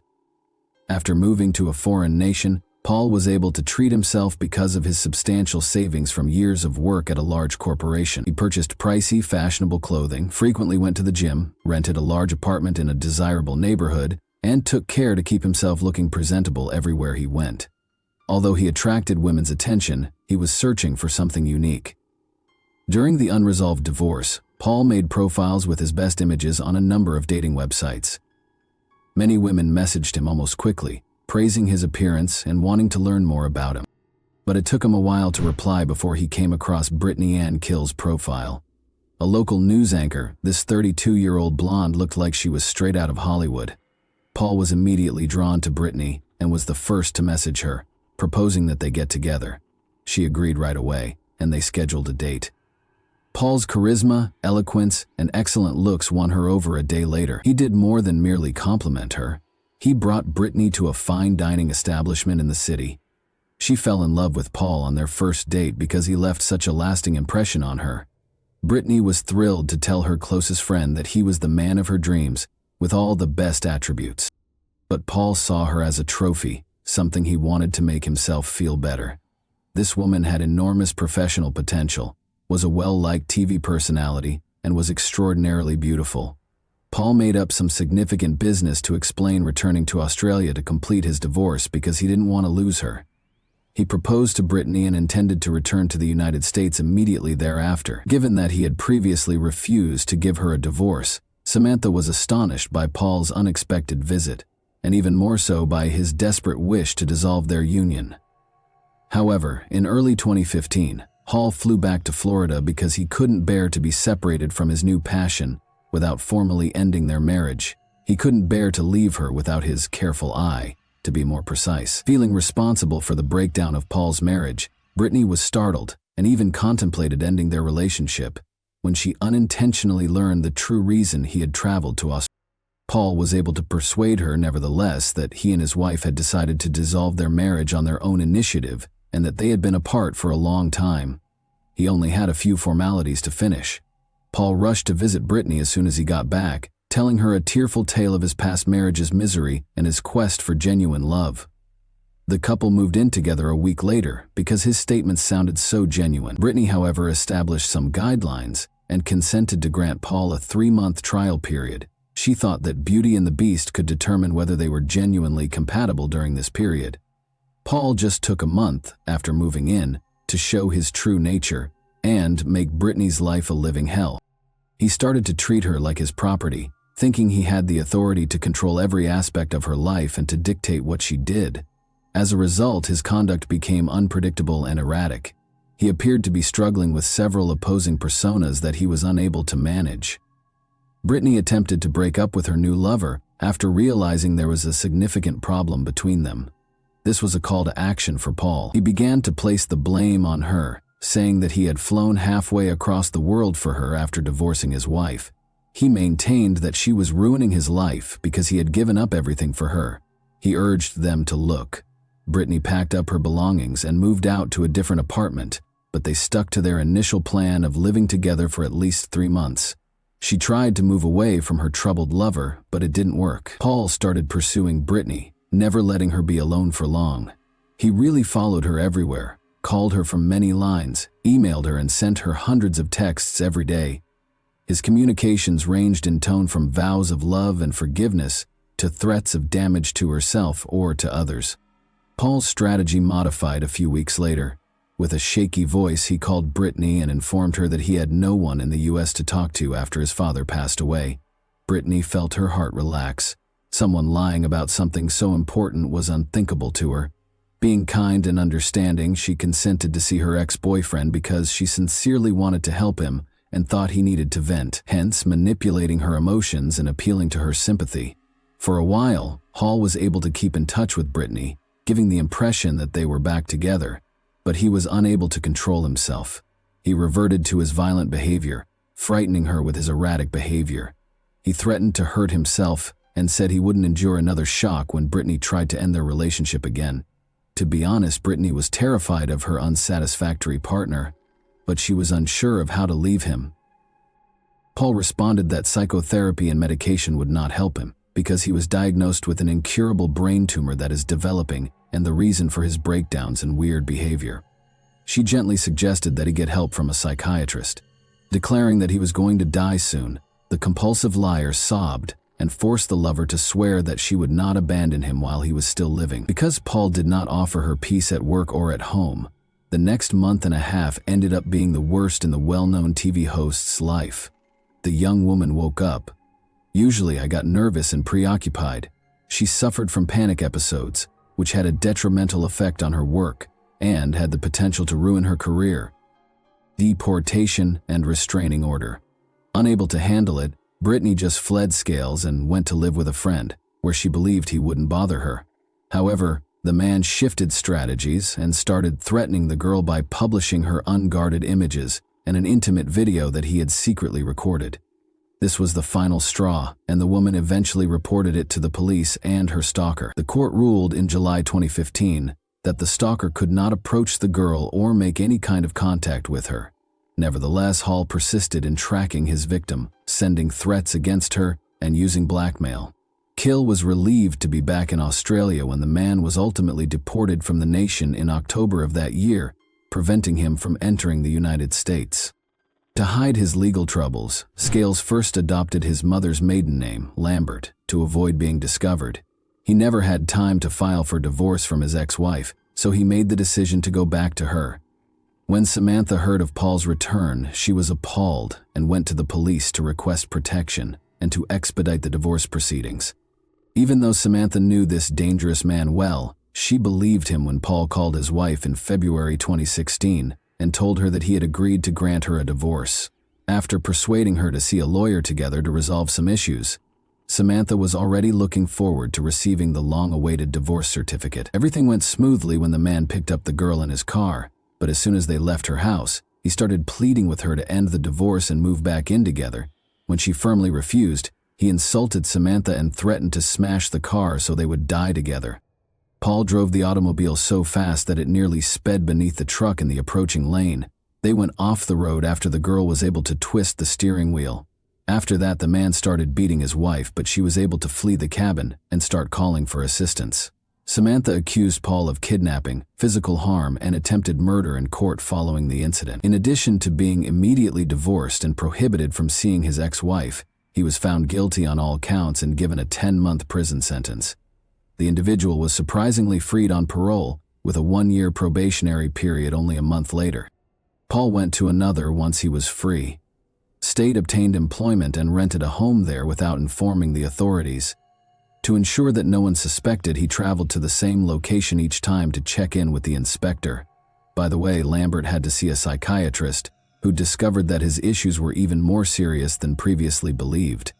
Naturally, he did not take the required medication. The man declined the assistance of the specialist and a new victim, after attending the amount of sessions required by the court. Paul created a fresh profile on a dating site almost immediately after being released, and he quickly came across 28-year-old Angela J., who captivated him with her alluring, almost angelic appearance. He was drawn to the elegant, blue-eyed blonde with a flawless form and a brilliant grin. The girl, who was a doctor, recently went through a challenging divorce. She therefore discovered a man who nearly killed her while she was searching for understanding and support. But it all started out sweetly and brilliantly. Paul used all of his charm once more to get the new victim to fall into his trap. He took Angela out on dates, showered her with praise, and appeared to be empathetic, understanding, and focused. A month or so later, Lambert's conduct started to drastically alter. He literally followed the girl as his obsession grew. While Jay was at work, he would visit her home using a duplicate key he had created in secret. She made the decision to end the relationship after speculating about his visits. The worst started, as you might imagine. Initially, Paul pleaded with her to pardon him and give him another chance. After realizing that his threats to end his life were ineffective, he began threatening Angela. She was unable to resist him when he eventually sought for her assistance as a doctor. The man appeared to be pretty happy with the girl's commitment to assist him in finding a qualified physician and to keep an eye on the treatment plan. Lambert's actions became increasingly frightening and insufficient. He insisted that Jay accompany him, stealing her documents and refusing to return them. However, the girl did not make a mistake, because she understood how risky it was. Her sister called the police after she was able to call her. After Paul returned the documents, he received a warning, was sliced up, and attempted to be burned alive before being simply released.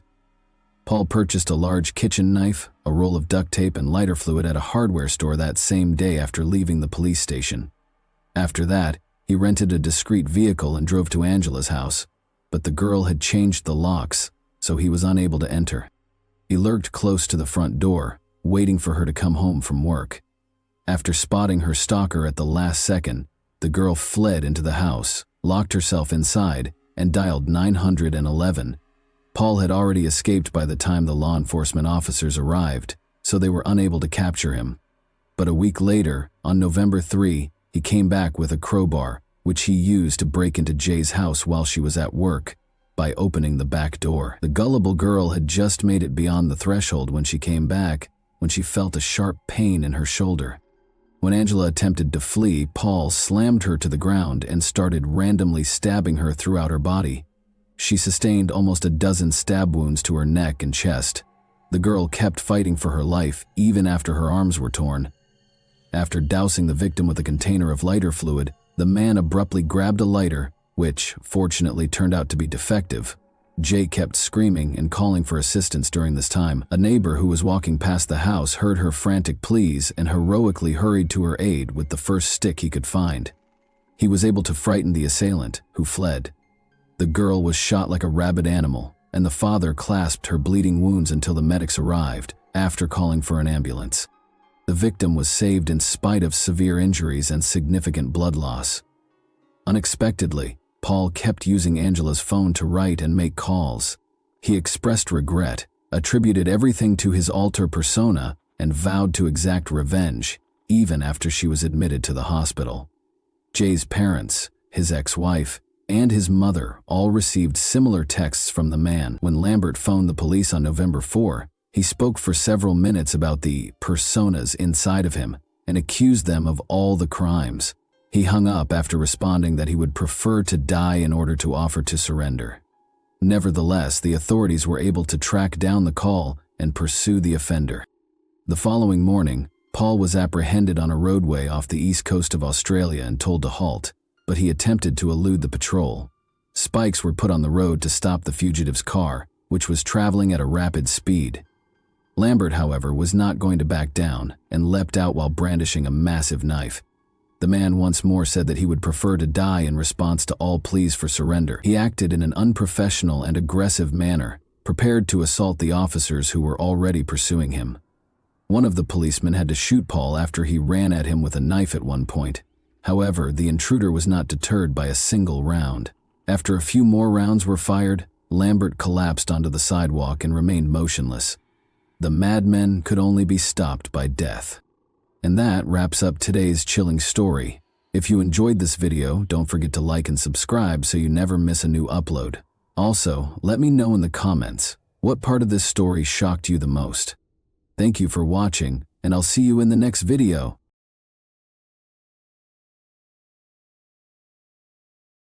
Hey guys, welcome to my channel, and today we're going to take a look at another horrible case with you. The police were looking for an elderly man who had been reported missing by his friend on the evening of April 28 in the woodland region of Hibbs Park, located at 59th Street and Kensington Avenue in Kansas City, Missouri. However, rather than locating the man, they made the terrible discovery of a female toddler's severed head in the woods, about 200 yards from where her severed body was recovered on May 1, 2001.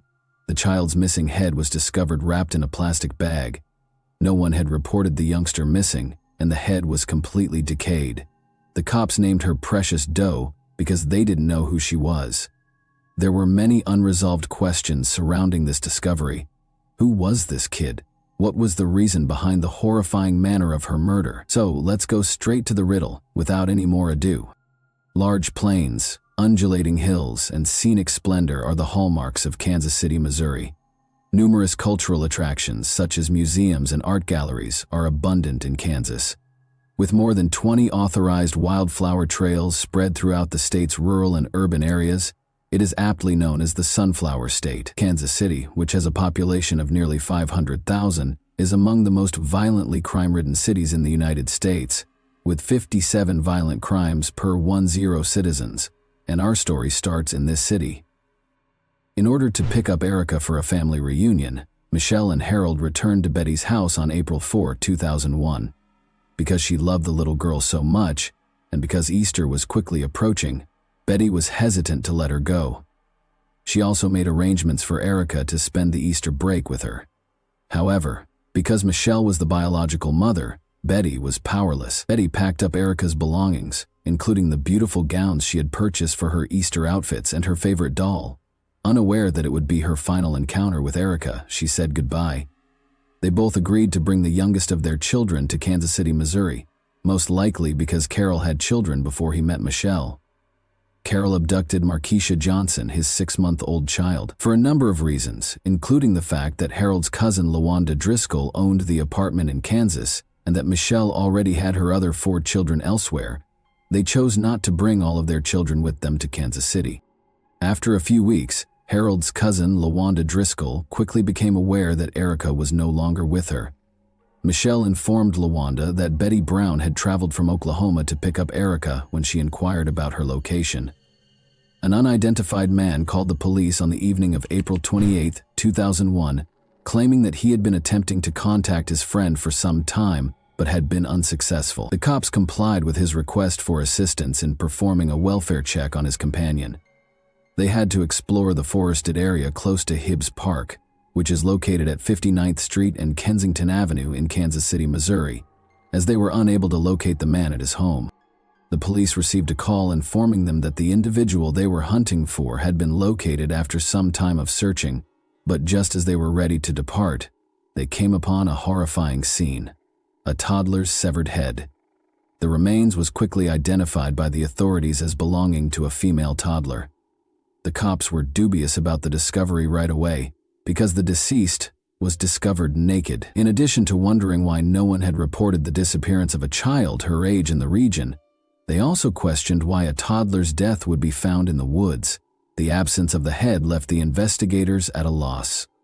The probe would never move forward. They were only able to ascertain the child's age and sex. They discovered that the deceased body belonged to a black woman who was between the ages of 3 and 6. They also discovered that the woman had suffered maltreatment prior to her murder. About 200 yards from the location of the child's body, on May 1, 2001, 3 days after it was discovered, a volunteer searcher recovered the child's head wrapped in a plastic bag. An ashtray that the police thought was the murder weapon was found next to the body. Despite finding the head, the authorities were unable to identify the body's owner because it had completely decayed. Because of the victim's age and the gruesomeness of the murder, it quickly attracted national attention. The investigators kept looking in the hopes that the child's parent or guardian would come forward to collect her remains, but nobody did. The victim was given the nickname Precious Doe when it was impossible to identify them. Before long, a large number of people offered their time to help publicize Precious Doe by distributing flyers, radio, television, and newspapers. They even went door to door to ask questions that would lead to the victim's identity. The case was frequently highlighted on cold case files and America's Most Wanted in an effort to find the young child. However, despite everything, no one claimed the infant and no witnesses came forward.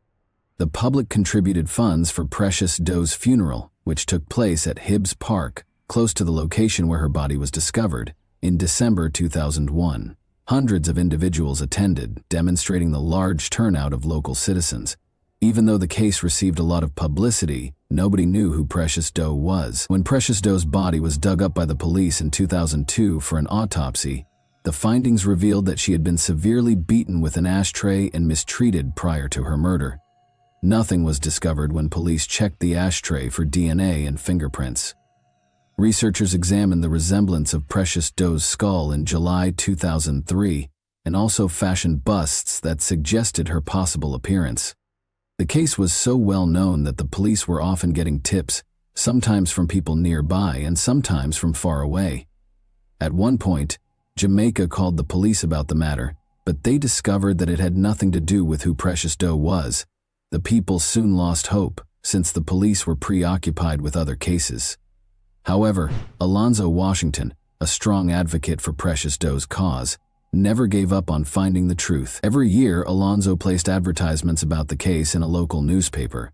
Because the victim was a Black American, Alonzo considered placing the advertisement in an African American newspaper for Precious Doe's 4th-year commemoration in April 2005. Additionally, he produced T-shirts using the bust image of Precious Doe, which proved to be the crucial breakthrough in the case. Thurman McIntosh, later identified as Harold Johnson's father, called Alonzo on April 30, 2005, and claimed to be well-versed in the Precious Doe case. Alonzo heard Thurman, who was 81, say that Precious Doe was actually Erica Green. Additionally, he asserted that Erica Green was murdered by Harold Johnson, his son. Thurman was asked by Alonzo why he had kept the information secret since 2001 and was only disclosing it in 2005. Every time Thurman called the police to tip them about the crime, he said, "They fired him." Alonzo then insisted that Thurman provide him a photo of Erica and a lock of Michelle's hair. As soon as Thurman sent Alonzo a hair sample, he forwarded it to Detective David Bernard, the lead detective in the Precious Doe investigation. When Thurman was taken in for interrogation on May 4, 2005, he explained to the detectives why he was certain his son was responsible. After Thurman stopped seeing Erica, he asked Harold and Michelle where she was. In his capacity as an activist, he learned of other citizens who believed that the police were not paying attention to their issues. They both replied that she was in Oklahoma with Betty. Thurman claimed that he had a sudden suspicion that Precious Doe was Erica Green, as the couple and Markeisha were moving back to Oklahoma. Harold said it was an error when Thurman confronted him and admitted that he knew he killed Erica. After learning the truth, Thurman declared his desire to share Precious Doe's fate with the world before his passing. The hair was exactly like Precious Doe's, even though the photo Thurman sent was for one of Erica's relatives. Precious Doe was finally pronounced as Erica Green by the authorities. Erica Michelle Marie Green is the name of the young child we have known for 4 years as Precious Doe. On May 15, 1997, Erica Green was born in McLeod, Oklahoma, in the United States. She was the youngest of 5 children born to her father Larry Green and mother Michelle Johnson. Michelle was sentenced to 2 years in the custody of the Oklahoma Department of Corrections after being found guilty of larceny of products from a merchant when she was 8 months pregnant with Erica. However, due to her pregnancy, she was placed in the Mabel Bassett Correctional Center. Michelle went into labor after just 1 month of her sentence. She gave birth to Erica Green at the OU Medical Center in Oklahoma City after being transported there. She was asked to get in touch with a guardian who could help her hold her child until she was released because she was unable to care for Erica. In order to find a guardian for their child, Michelle reached out to Larry Green, Erica's father. Then Larry would give a call to Betty Brown, a friend of Larry's mother who was in her late 60s. When Betty arrived at the prison, she was requested to complete a series of tasks in order to be granted custody of Erica. To determine if Betty was qualified to receive care of the kid, the Correctional Facility Authority did not perform a background investigation. She just produced a Sam's Club card and her driver's license. A form was given to her to sign. Following this, on May 16, 1997, custody of Erica Green was awarded to Betty. Betty referred to Erica as one of the most self-reliant kids she had ever encountered, and she loved and cared for her as if she were her own child. She added that Erica was a sweet girl who never stopped smiling and that everyone adored her whenever she brought her to church. On October 23, 1997, Michelle was then freed on probation. Since Michelle only seldom came to see Betty Brown to see how her child was doing, Betty claims that Michelle was not very engaged in caring for Erica. When Erica was 3 years old in 2000, Michelle had already found a new partner, Harold Johnson, whom she married that same year. Harold Johnson soon had Michelle living with him in Oklahoma. After verifying that the body was that of Erica, the police searched for her mother, Michelle, and her companion, Harold. Harold and Michelle were both in the Muskegon County Jail in Oklahoma after being detained on certain warrants. The police were on the spot. They went straight to the facility to interrogate Harold Johnson and Michelle. When the authorities showed Michelle Erica's photo during the interrogation, Michelle recognized her daughter and put a note on the reverse. She agreed to inform the police how the murder occurred after writing, "Mama is sorry. You are always in my heart and soul. Love you always, little E." Michelle claims that Harold quickly became intoxicated and high on PCP when the family got home at around 8 p.m. on the evening of April 2001. In the same room as Harold, Michelle told Erica to go to bed while she went to the restroom. Harold had started complaining that Erica was horrible because she wouldn't go to bed before she even got out of the shower. Harold got upset after telling Erica to go to bed 5 or 6 times. Erica had left her bed once more by the time Michelle emerged from the restroom. Then she told Erica to return to her bed, but she didn't move. Harold kicked Erica till she passed out at that moment. According to Michelle, she hurried to get Erica and put her in a cold bathtub, but she refused to wake up. Michelle realized then that something significant had occurred. About 15 minutes later, Michelle carried Erica to the restroom and then to the floor, but she was still unconscious and not responding. Since they still had outstanding warrants, Michelle and Harold opted not to seek medical attention for Erica, even though they knew she needed it at that point. Despite knowing that Erica could die, Michelle decided not to call an ambulance because she didn't want to end up in jail. Erica remained unconscious for 10 to 14 hours, and by the next morning, she had passed away. Harold and Michelle concealed Erica's body in a baby stroller after she passed away. Michelle claims that they decided to dispose of the body because they were both afraid and unsure of what to do. After waiting until nightfall to ensure that no one would notice, they both carried Erica's body outside through the house's window and headed directly for the woods. Harold considered using edge clippers to remove the head and disfiguring it to make identification more difficult, since he worried that leaving the body in its current state may eventually lead the police to their house. Michelle felt that was a bad idea, but they wrapped the head in plastic bags and threw it in a dumpster at a local church. Because the smell may alert the church owners, she instructed Harold to remove the head. Harold followed his wife's advice and tossed the head into Hibbs Park's forested area. Harold then left Erica's body in the woods, after removing her clothing and giving it to Michelle. They went back home and went into their room the same way they had left. LaWanda Driscoll would soon realize that Erica was not there, but no one saw what they did. Michelle pretended that she was lying in the room because she was ill when she was questioned where she was. Michelle told the police what had happened and then requested that they take her to meet Harold. She encouraged Harold to confess to their misdeeds, telling him that she had already done so. Harold initially became agitated and pleaded with Michelle to retract her testimony, but Michelle had already decided to testify against Harold in court. Later, Harold consented to provide an oral statement in which he explained how he killed Erica and took off her head. "I'm so sorry that this happened, and I hope that you forgive me for what I have done, and I will always love you with my heart and my soul. I will always miss you. Harold Johnson," is written on the note he wrote behind Erica's photo, which he took while being questioned. Many people who worked tirelessly to bring Erica justice found closure in the charging of the offenders in this case.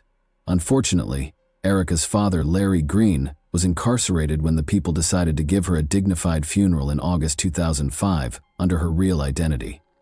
According to Kansas City Councilman Alvin Brooks, he and other individuals attempted but were unable to obtain authorization from Larry Green to attend his daughter's funeral. Erica would be happy wherever she is because of the vast number of people that helped secure justice for her, even though her family was not there at her funeral. LaWanda Driscoll also described her knowledge of the case. She claimed that Carol had been abusing Erica in the days leading up to her passing. LaWanda claimed that Erica's scream from the bedroom was the last time she heard from her. LaWanda claims that because Erica was not accustomed to living with her mother and stepfather, she sobbed a lot, and Harold punished her more severely for her emotions. She added that Harold would beat Erica for anything, no matter how insignificant. A week or two later, LaWanda heard Harold say to Michelle, "You better go take care of your daughter or I'm going to do something bad." She now thinks the big bang she heard coming from the bedroom was the kick that knocked Erica out. According to LaWanda, Michelle assisted in distributing flyers to individuals and even shed tears during the girls' vigil, while everyone searched for Precious Doe's identification. LaWanda claims that if someone had a question about Erica, Michelle had an answer ready. Michelle and Harold were charged on May 5, 2005 with Erica Green's murder, abandoning a corpse, tampering with physical evidence, and endangering the welfare of a child. Before being put on trial, Michelle entered a guilty plea to second-degree murder and other associated offenses in 2007 and was given a 25-year jail sentence. Harold began saying things that would implicate Michelle as soon as he realized she would testify against him. According to him, Michelle had no interest in Erica at all. According to him, Michelle would occasionally leave Erica alone so she could go do narcotics. However, the investigators already knew everything he stated. It was not until 2008 that Harold was put on trial. The neurologist testified that Erica might have survived if she had received medical assistance in the hours prior to her death, even though her autopsy described her cause of death as a closed head injury, which happens when the head strikes an object. However, this would not have been equivalent to first-degree murder. Following many days of deliberation, the jury convicted Harold of first-degree murder, child abuse, and endangering the welfare of a child. Harold received a life sentence without the possibility of release. In November 2008, Harold filed an appeal, continuing to maintain that he is not the kind of person the state claimed he was. The state attorney and the defense lawyer exchanged arguments, with Harold's team arguing that the murder was not planned, but according to the state, Erica's murder was planned. Michelle revealed in her confession that she instructed Harold to give his orders to Markeisha solely and not to order Erica around the night of Erica's murder. According to the state, Harold was irritated by Michelle's statement and considered killing Erica at that same moment. Additionally, the autopsy reveals that Erica was kicked several times, demonstrating Harold's deliberate continuation of the child's kicking, even though he was aware that she may die. Harold's appeal of the verdict, according to John Torrance, demonstrated no remorse because the murder was not premeditated. Harold's appeal was denied by the judge, who described him as a textbook sociopath who refuses to accept responsibility for his acts. Many individuals found relief at this sentencing, even if the disclosure of Erica's identity provided closure to those who were rooting for her. Everyone in attendance at Erica's sentencing was happy with Harold's verdict, but others wanted Michelle to receive the same punishment. Erica's real father, Larry Green, also sued the Oklahoma D.C., raising concerns about the procedure used to decide custody of children born to incarcerated moms. However, in order to guarantee that infants delivered to prisoners will be transferred to the Department of Human Services for appropriate care, the Department of Corrections and the Department of Human Services agreed to implement new protocols. The tragedy of Erica Green serves as a reminder that evil exists inside human nature. Even though parents are known to love and protect their children, it is horrifying and heartbreaking to learn that some parents would put their own needs before of their children. Many individuals with knowledge of Erica's situation have opinions regarding the sentence. Do you also believe that, as the biological mother, Michelle ought to have received a harsher penalty? And that wraps up today's chilling story. If you enjoyed this video, don't forget to like and subscribe so you never miss a new upload. Also, let me know in the comments, what part of this story shocked you the most? Thank you for watching, and I'll see you in the next video.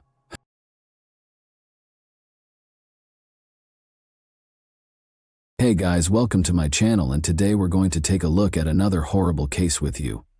On July 20, 2019, 25-year-old Jessica Camilleri, who resided on St. Clair Avenue in Western Sydney, Australia, made this disturbing 000 call.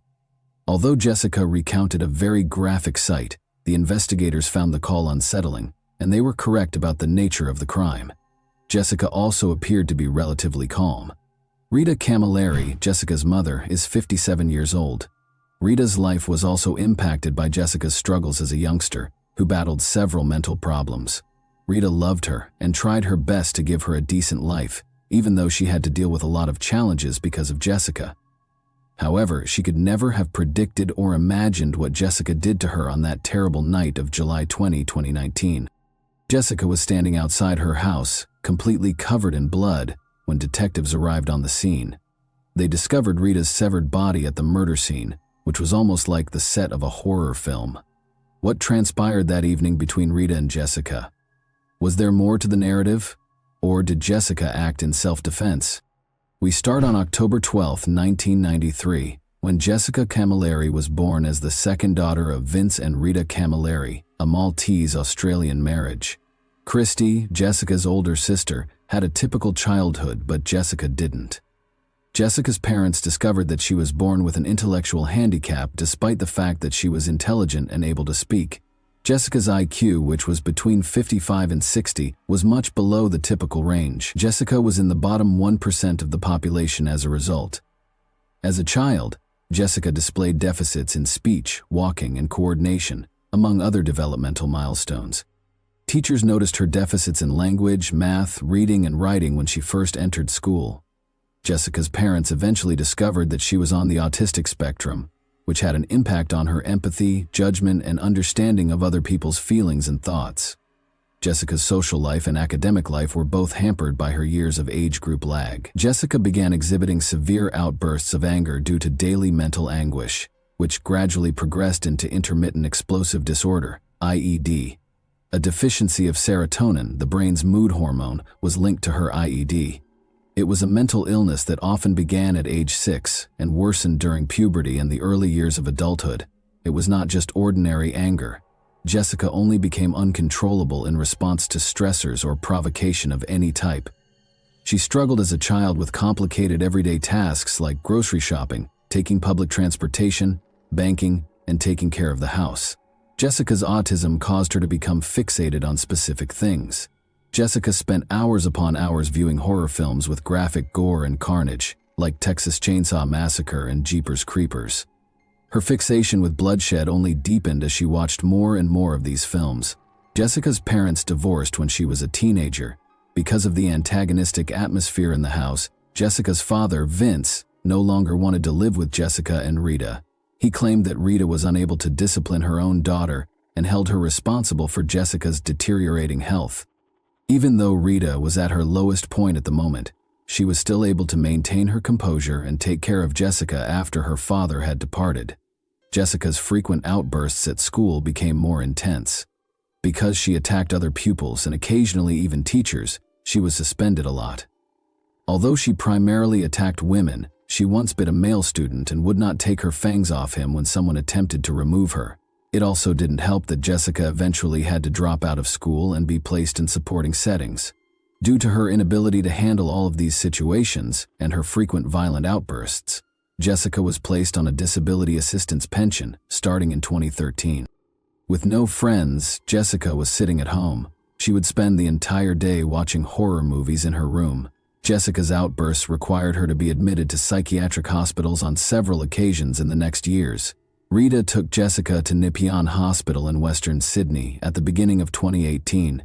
She experienced a severe episode of her mental condition and spent approximately 9 days there. They administered some antipsychotic medicine and lithium for what they believed to be bipolar illness. Unfortunately, Jessica would frequently lose control of her behavior when in psychiatric wards, resulting in her snapping at nurses and physicians. After she acted aggressively and paranoidly toward another female patient in the waiting area, this attitude resulted in her being barred from a doctor's clinic. Jessica stopped taking the medication that suppressed her IED by the end of 2018. Being off her medicine did not imply that she had regained control of her condition, even though there were no significant outbursts into 2019. Jessica had seen several doctors and attended a respectable number of treatment sessions by July 2019, but she had made very little improvement. Jessica's mental state began to deteriorate as her condition did not improve, and on Saturday night, July 20, 2019, chaos broke out. That Saturday started out badly for Jessica because her mother had been busy caring for a 4-year-old relative whose identity had never been made public. Jessica wanted her mother's full attention at all times since she was bothered by that child. Earlier that day, Jessica had gone to see Christy with her mother. Rita, Jessica's mother, made fun of Jessica in front of a man who was merely walking by on the way to Christy's house. This episode had already created a lot of tension, and when Rita and the 4-year-old child later arrived, Jessica's anger was greatly heightened. There had been increasing pressure. Jessica had the potential to erupt like a volcano. When everyone had returned home in the evening, Jessica had urged her mother to contact a doctor. However, the doctor arrived but was unable to handle Jessica's suffering and promptly departed in fear for her life. The doctor managed to escape the scene in her car, even though Jessica chased her down the driveway. After eating dinner with Rita, Jessica decided to order something else. Rita threatened to send Jessica back to a mental health facility after she was unable to stop her from calling the food shop repeatedly. Rita made her way over to the telephone. The attack started when she wanted to call an ambulance to send her back to a mental health facility because she had had enough of Jessica's outbursts for the day. Jessica became irrational in a matter of seconds. Taking her mother by the hair, she pulled her into the kitchen. Rita was wailing for assistance as she struggled to hold on to the wall to escape Jessica's hold. However, Rita was a small woman in comparison to Jessica, and all of her efforts were unsuccessful. When Jessica arrived in the kitchen, she threw her mother to the ground and began stabbing her with steak knives. The 4-year-old girl saw the horrific event from a corner. Amazingly, the child mustered the bravery to attempt to step in. Tragically, he suffered a knife wound to his cheek after he courageously leaped on Jessica in an attempt to stop her. He was later found in a vomit-covered room, obviously rattled by the terrifying experience. Jessica didn't stop until her mother's head fell off after she began making holes in her body. With Rita's head in one hand and 2 cell phones in the other, Jessica left the house at around 11:30 p.m. that same evening and went to her neighbor's. She asked the neighbor to contact the police after throwing the head outside and knocking on the door. She claimed to have brought the head as evidence. After that, Jessica found another neighbor who assisted her in using her mother's phone to call the police. Jessica handed the phone to her neighbor in the middle of the conversation. Jessica was whispering in the background while he talked to the operator on the phone for a few seconds. Jessica persisted in her assertion that she killed her mother in self-defense throughout the discussion. The first person to reach the crime site was Senior Constable Anthony D'Agostino. He noticed Jessica wearing a blue dress with flowers on it, standing outside her home. Her entire body was covered in blood, and she was carrying a bottle of water and a cell phone that were coated in blood. The detective recorded his talk with Jessica by pressing the record button on his body cam. She indicated to the investigator the location of her mother's head. She then began inquiring as to whether Rita may still be revived and whether the surgeons could stitch her head back on. Jessica didn't apologize. She questioned the detective if she would receive the death punishment because she was only thinking about herself. The investigator asked Jessica to tell him what had transpired in an attempt to calm her down. Jessica repeatedly asserted that she killed her mother just to protect herself. She claimed that in self-defense, her mother stormed into her bedroom and pulled her out by the hair. To support her claim of self-defense, Jessica grabbed a knife and stabbed her mother. She attempted to play the victim by telling the cops about her mental health issues. Rita's head was discovered on the sidewalk outside the neighbor's house as additional police officers arrived to look into the incident. The remainder of her mutilated remains was discovered in the kitchen of their St. Clair Avenue house a short time later. They characterized the incident as being of extreme severity and savagery when observing the gory kitchen. In the front yard of her neighbor's house, Jessica was taken into custody. According to the police, they knew the Camilleri family, but they could not have predicted or imagined what would happen that night. Detectives discovered that Rita's body had been disfigured following an autopsy. She was still alive until at least the first 90 blows, the majority of which were to the head and neck, and even when she passed away, her body had more than 100 stab wounds. However, that wasn't even the most graphic aspect of this horrible murder. Rita had had a piece of her tongue and nose severed.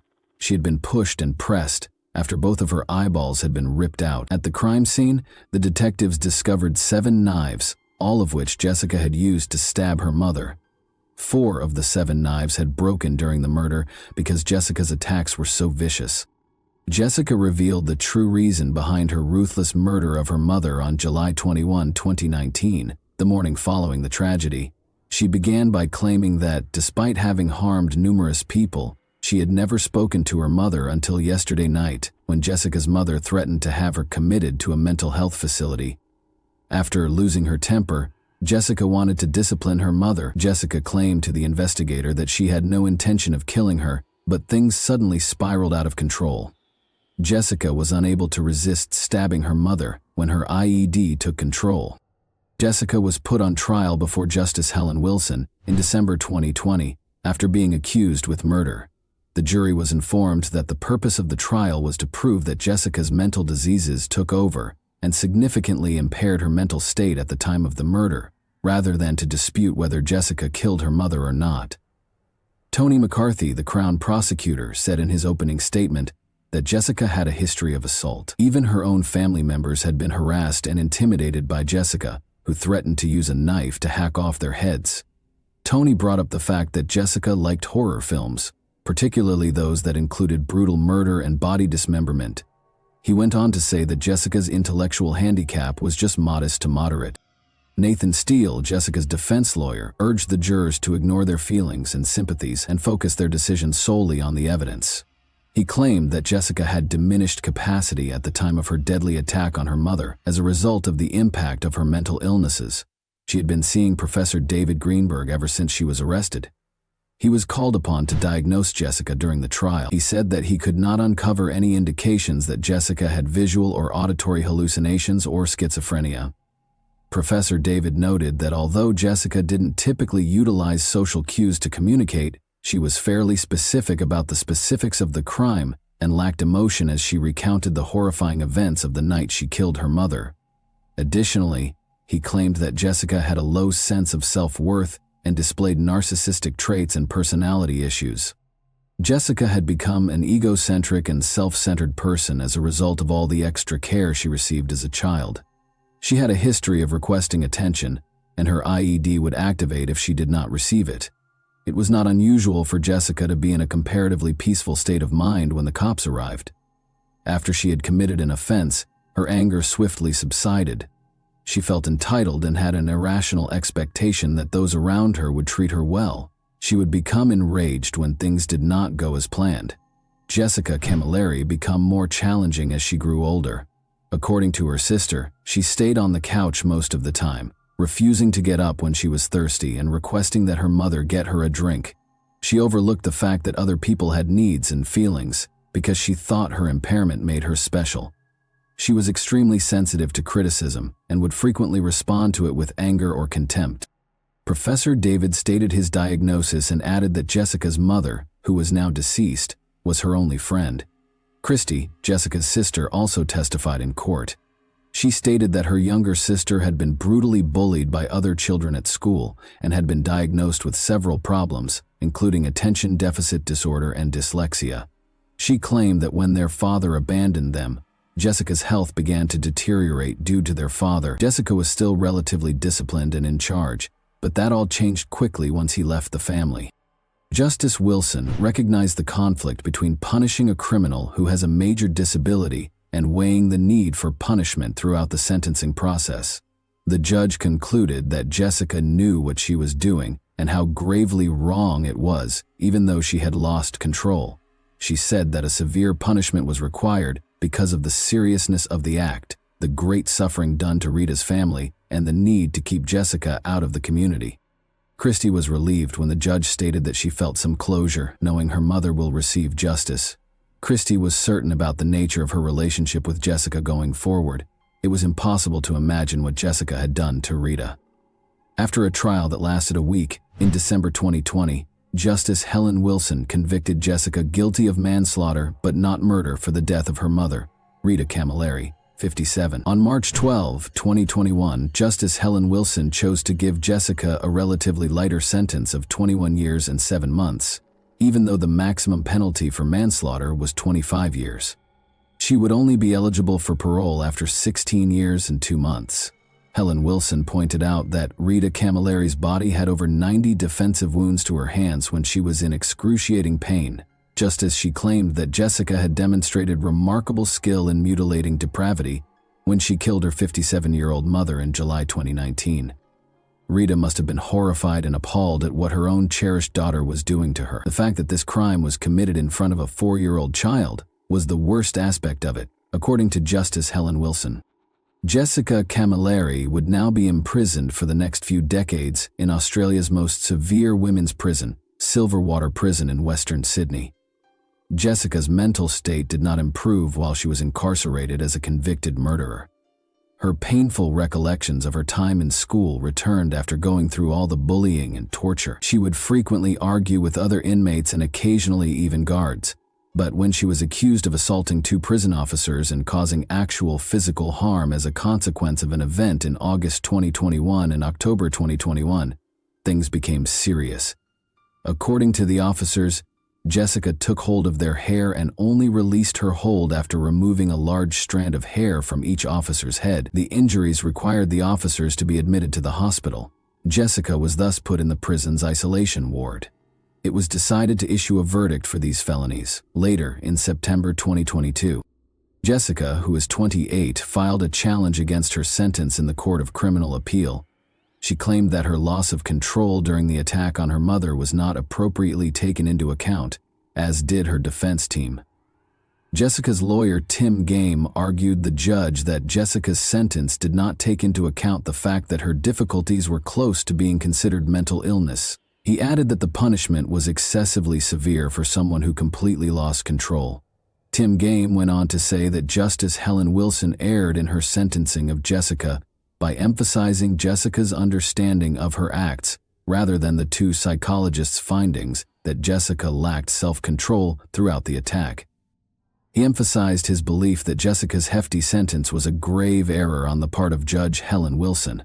According to Jessica and her legal team, Judge Helen Wilson had done everything in her power to conclude the trial and take the easy route by rendering an unfair result because Jessica had already volunteered to enter a guilty plea to manslaughter before, to the trial. Tim Game expressed optimism that Jessica would receive a significantly reduced term through her appeal because of the significant improvement in her behavior since her initial sentencing in 2021. Justice Wilson was correct to impose a severe sentence for Jessica's serious crime, according to the Crown's argument against the appeal. They went on to say that the only reason Justice Wilson did not give Jessica the maximum penalty was because of her mental illness. Jessica and her team argued in the Sydney Supreme Court that Justice Wilson had misjudged the seriousness of the crime and that the term she received last year was disproportionate, but Justice Peter Hamill rejected their arguments. However, with the backing of Justices Christine Edmondson and Richard Kavanaugh, Justice Hamill decided that Jessica should receive a new sentence. When Jessica killed her 57-year-old mother in 2019, Justice Hamill concluded that she only had a basic knowledge of moral wrongfulness because of her intellectual handicap and autism spectrum disorder, based on the testimony of several psychiatrists and a psychologist. He mandated that she be resentenced to 16 years in jail with a 12-year non-parole period. Although Jessica's sentence had been reduced, on September 4, 2023, the verdict on her 2021 assault of 2 prison guards was delivered. Jessica Camilleri's sentence for assaulting 2 prison guards and tearing out their hair has been extended by 22 months, according to a statement. Rita's life was challenging, but no one ever anticipated that she would be taken away so tragically, and by her own daughter, whom Rita had cared for and looked after for 25 years, according to Jessica's family, friends, and psychiatrists. Christy, Rita's oldest daughter, was profoundly impacted by her passing. Christy shared her views about Jessica as she recalled her mother's unselfish and caring attitude. Rita, who was 57 at the time of her death, had made the decision to live her life for herself instead of providing for Jessica and her needs. Jessica regrettably didn't live up to this ideal, but now that the only person who genuinely cared for her was dead, there was no one left to take care of her. Jessica had lost the only person who genuinely cared about her. Constraint, a dull prison schedule, and spending most of her time in a 3x4-meter cell every single day were all part of Jessica's impending future.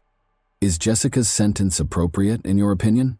Given the absence of her mother, how do you envision Jessica's life will be when she is eventually freed from prison? And that wraps up today's chilling story. If you enjoyed this video, don't forget to like and subscribe so you never miss a new upload. Also, let me know in the comments, what part of this story shocked you the most? Thank you for watching, and I'll see you in the next video.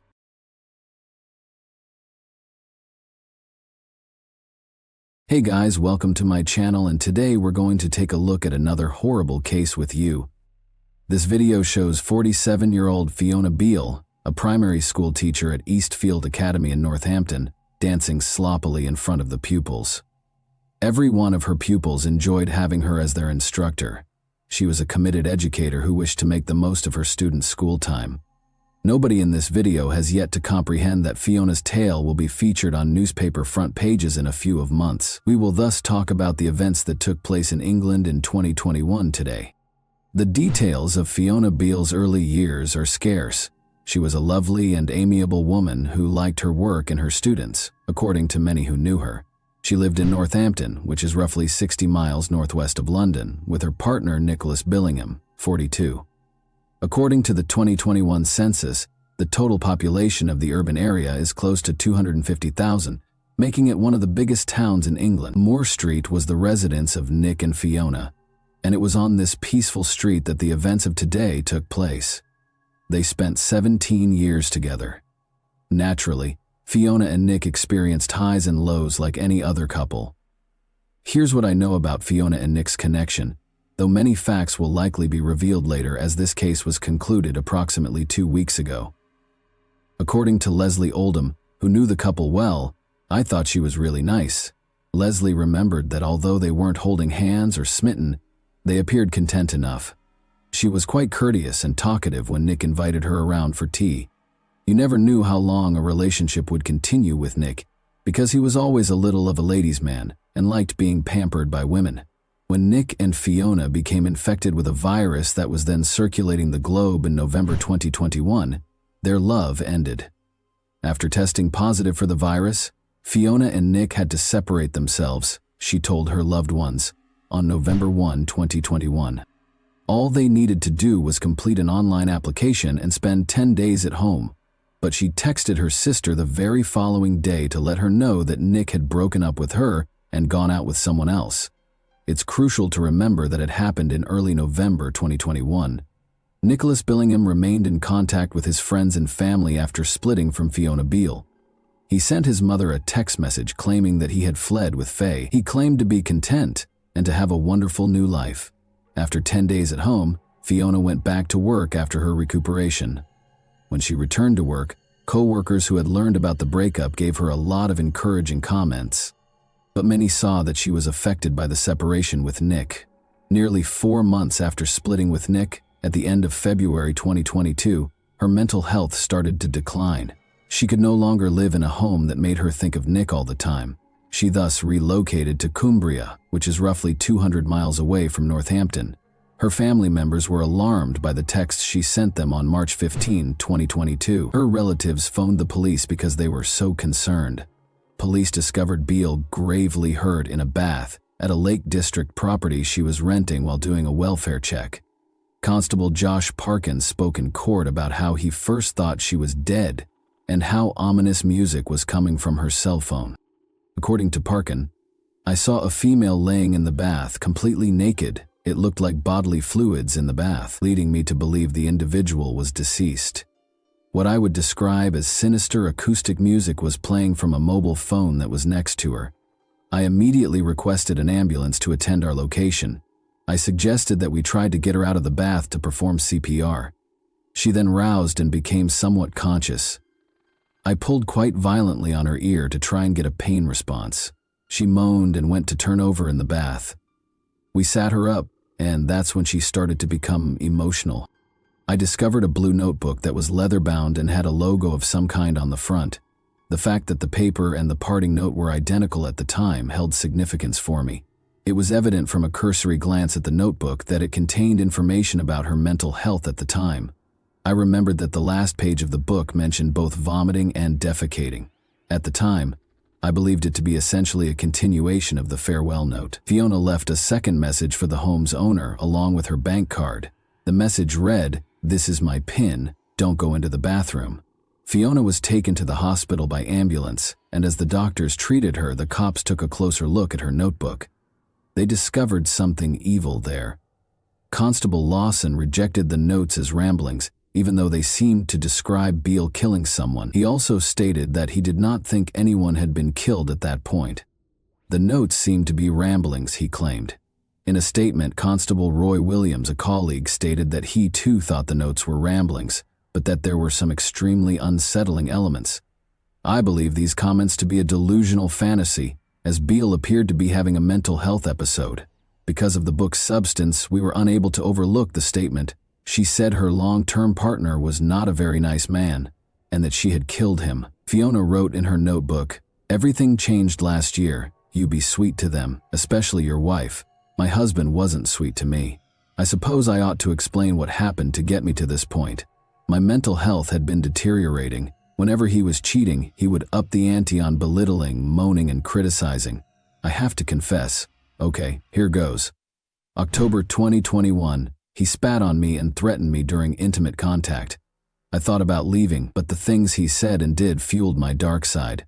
I call her Tulip 22. She's reckless, fearless, and efficient. Ruthless. I started plotting as Tulip 22 after he'd gone to bed. I could no longer sleep in the bed due to my breathing being too loud, or I moved too much, or I was snoring. Another notebook entry mentioned that Nick had been nasty and mean for 17 years, and that she decided she couldn't let him get away with it because of his disgusting behavior on Halloween. Another entry stated, "That night I planned pandemic rules, meant I had a guaranteed 10-day isolation period from positive symptoms. I called the school administration on Monday and said we'd tested positive and had symptoms. He went to work. Tulip 22 smoked and planned. I'd planned it mentally so many times before. I had a bath. I left the water in. I encouraged the bath with the incentive of intimate contact. Afterwards, while he was in the bath, I kept the knife in my dressing gown pocket and then hid it in the drawer next to the bed. I brought a chisel, bin bag, and cable ties up too. She made him put on an eye mask before stabbing him, according to the note. The notes that followed read, "Still, my actions haunt me. I sometimes have to catch myself and remember what I did and then remember my cover story." Neither seemed convincing. I got him to wear an eye mask. It was harder than I thought it would be. Hiding a body was bad. Moving a body is much more difficult than it looks on TV.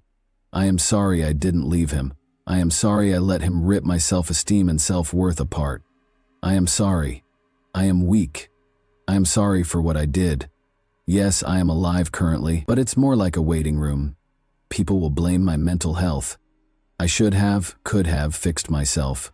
Do I regret what I did? Of course I do. I'm not a monster. It had been building up for so long.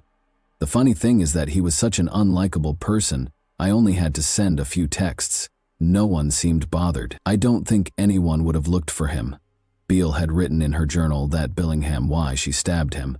Recall that Nicholas Billingham vanished on November 1, 2021, and he only used text messages to communicate with his loved ones after that. The police visited Fiona Beale's residence on Moore Street, where she and Nick resided, the day after they finished reading her notebook. In their hasty inspection, they found nothing out of the ordinary, but when they came back the following day, they discovered a few things, such as a mattress in the cellar that was noticeably covered in blood when it was moved. More evidence was discovered when the police returned to Moore Street on March 19. A body was discovered buried in the backyard by forensic investigators and specialized search teams, which included a cadaver dog. Buried beneath bark, chippings, soil, wooden sheeting, concrete building blocks, bricks and planks, plastic bags, rubble, mortar, polystyrene, laminate flooring, and pieces of fabric and vinyl recovered from a constructed structure concealing the body, Billingham's remains were discovered wrapped in carpet.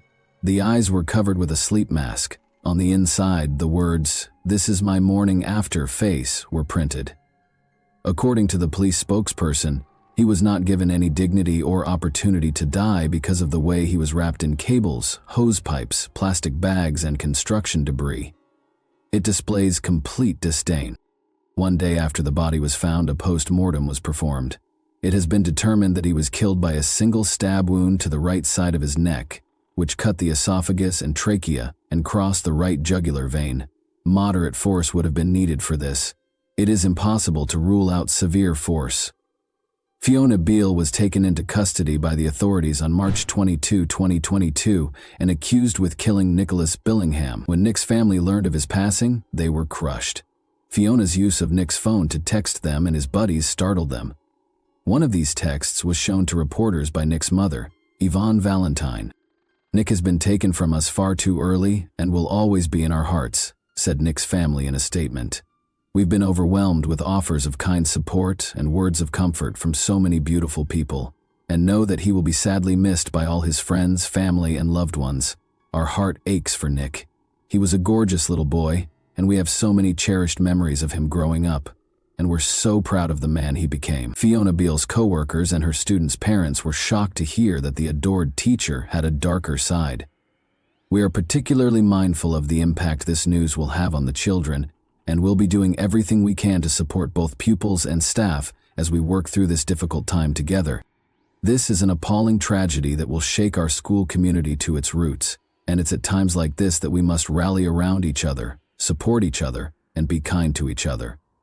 The administration of the school where Fiona worked issued a statement saying, "We were shocked and saddened to hear that one of our teaching staff has been charged with a very serious offense and is now remanded in custody."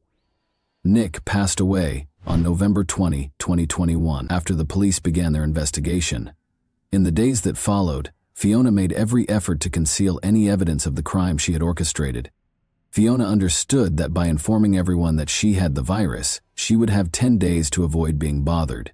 She allegedly falsified the test results in order to complete an online application form. Fiona never took the test, according to the evidence. She claimed to be suffering from the crippling effects of the virus following the murder, yet her conduct during those 10 days were incongruous with those symptoms.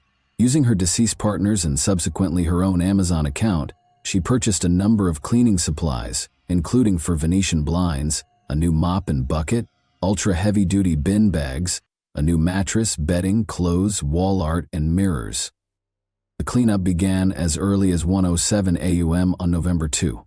She added 3 rolls of duct tape to a Tesco order that included many cleaning supplies. Later that same day, she bought a stainless steel digging shovel, heavy-duty long gardening gloves, a galvanized incineration bin, garden leaves, and a wood burner at 2:19 p.m. She eventually purchased other items to dispose of the body, as well as numerous items for her personal comfort and delight, including apparel, scented candles, shampoos, chocolates, and soft furnishings. Fiona went shopping nearly 2 weeks after killing Nick. On November 13, she was seen purchasing a variety of goods from supermarket cameras, including building supplies that she would later use to construct a cemetery. The cops revealed the CCTV footage. As I mentioned before, Fiona spent several months texting Nick's friends and family in an attempt to pass for him. She also extended an invitation for Nick's mother to come see her. On December 23, 2021, as her son was buried in the backyard, Ms. Valentine recounted how Beale invited her to her house for a Christmas drink. "You moved the furniture to obscure views to the garden. Why?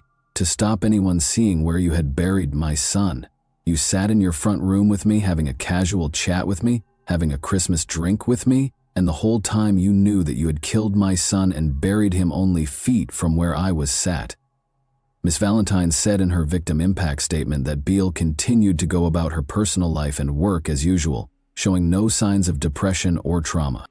There was evidence to the contrary. She was enjoying what she referred to as a new life in one of her erased files, after killing a partner she no longer liked and likely suspected of having an affair. Fiona Beale first protested her culpability during the trial, but she eventually acknowledged that she killed Nick, saying it was an involuntary crime. The prosecutor, however, thought otherwise. He said during the trial that during their 17-year romance, Nicholas Billingham had cheated on Beale with other women. Despite leaving the defendant a few times, Nicholas Billingham always came back to her, and she welcomed him. He stated, "One of the women he slept with became pregnant and gave birth to his child. Instead of leaving him, she worked out a plan on how and when to kill him, where to conceal his body, how to cover up and explain his disappearance to others, and to explain her own absence from work when she killed him." However, defense lawyer Andrew Wheeler informed the jury in a brief statement read following the prosecution's opening argument that Beale had suffered from mental health issues for years prior to the murder, as a result of Mr. Billingham's coercive actions. Beale's attorney, Wheeler, continued, "We submit that in fact this case is not as straightforward as the prosecution suggests. Miss Beale is 49 years of age. She is a lady of good character, a partner to Nicholas Billingham for some 17 years, a hard-working and thoroughly liked schoolteacher. In essence, a lady about whom you will hear many good things as you listen to the evidence." Wheeler next asked the jury, "How does that person go on to kill? There is no dispute in this case that she unlawfully killed Nicholas Billingham. What this case is really about is her state of mind. You will hear that she has, over the years, struggled with her mental health. As you will hear, the defense lawyer described Nicholas Billingham as psychologically controlling and wearing her down over time. She was worn down till she was practically broken over the years. We surrender to you." Many of the specifics of the actual act itself are difficult for Fiona Beale to remember. The teacher continued to work as usual, even traveling to London with the class, according to the court. However, Beale started messaging the head teacher frequently to claim she was sick a few weeks after her capital visit. When the worried head teacher called Beale's mother after receiving the texts in March, she disclosed that Beale had informed her that she was leaving on a school residential trip. After that, the head teacher reported her missing to the police. She was located by Cumbrian police at a rental address close to Kendal. But Beale informed the officer that she didn't want her family to know her precise whereabouts and that all she needed was some peaceful time. Fiona Beale eventually modified her initial statement and completely accepted her guilt, but not before Beale sent a message to her family saying, "I'm so sorry, I love you all very much." The officer then sent the message to Beale's mother, and 3 days later, they went to the lodge. She then described her personal and professional life to the jury at Northampton Crown Court, claiming that Billingham had made cleaning a major point of contention between them and had thrown a dinner plate against a wall twice. Beale said that she was administered antidepressants while attending college. She claimed that when they first started dating, Billingham, who was working as a builder with his stepfather, was incredibly kind and considerate. Little by little, Billingham had changed. "I remember when we were in a flat," Beale said in the opening statement to the court. "I had left a cloth with cleaner on it, and it stained a worktop. It didn't seem really serious, but then cleaning became a huge issue throughout the years, and rather than laughing things off, I would get told off." Beale also mentioned that everything had to be exactly how her partner wanted it during mealtimes. Beale said, "I couldn't tell you when it started. It just got worse, and it lasted till the end. Items placed in cupboards had to be placed facing outwards. While there were a couple of occasions when he threw a plate of dinner at the wall, I lost a lot of confidence. It started with joking that I wasn't doing something, and then it just crept into being nasty about it." She also revealed that prior to killing Nick, she had threatened to kill him so that he couldn't do to another woman what he did to her. Nick's mother, Yvonne, spoke after the guilty plea, saying it was painful to know that her son's killer offered her a drink as he was buried a few feet away. "How you could hate someone that much to do what she did. I can't believe it," and apparently, his last word was "why" when she stabbed him in the neck. And that wraps up today's chilling story. If you enjoyed this video, don't forget to like and subscribe so you never miss a new upload. Also, let me know in the comments, what part of this story shocked you the most? Thank you for watching, and I'll see you in the next video.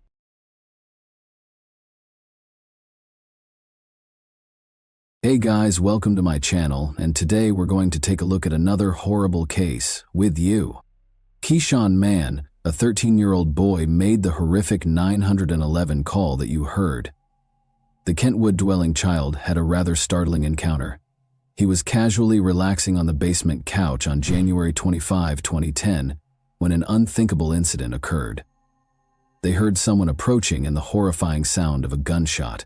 His father had been shot while using his laptop, and his lifeless body lay on the floor. No youngster should ever have to see such a terrible and painful event. What secrets and ulterior intentions drove the man to be brutally murdered in his own house?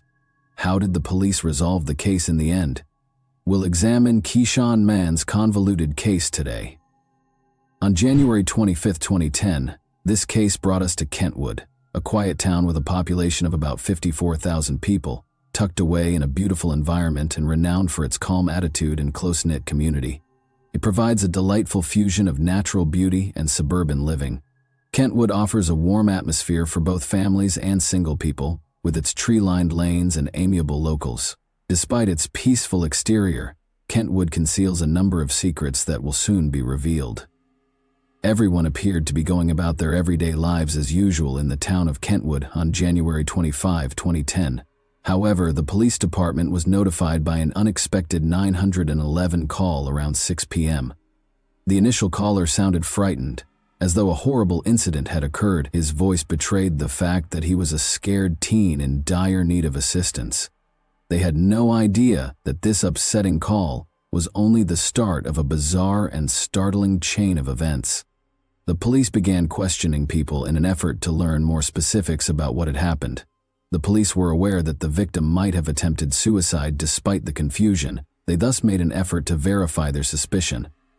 The cops wanted to speak with an older person to gain more specific information because the call was becoming intense and they needed to know what had truly transpired. Given that he had previously stated that everyone was present, it seemed odd that no one was home all of a sudden.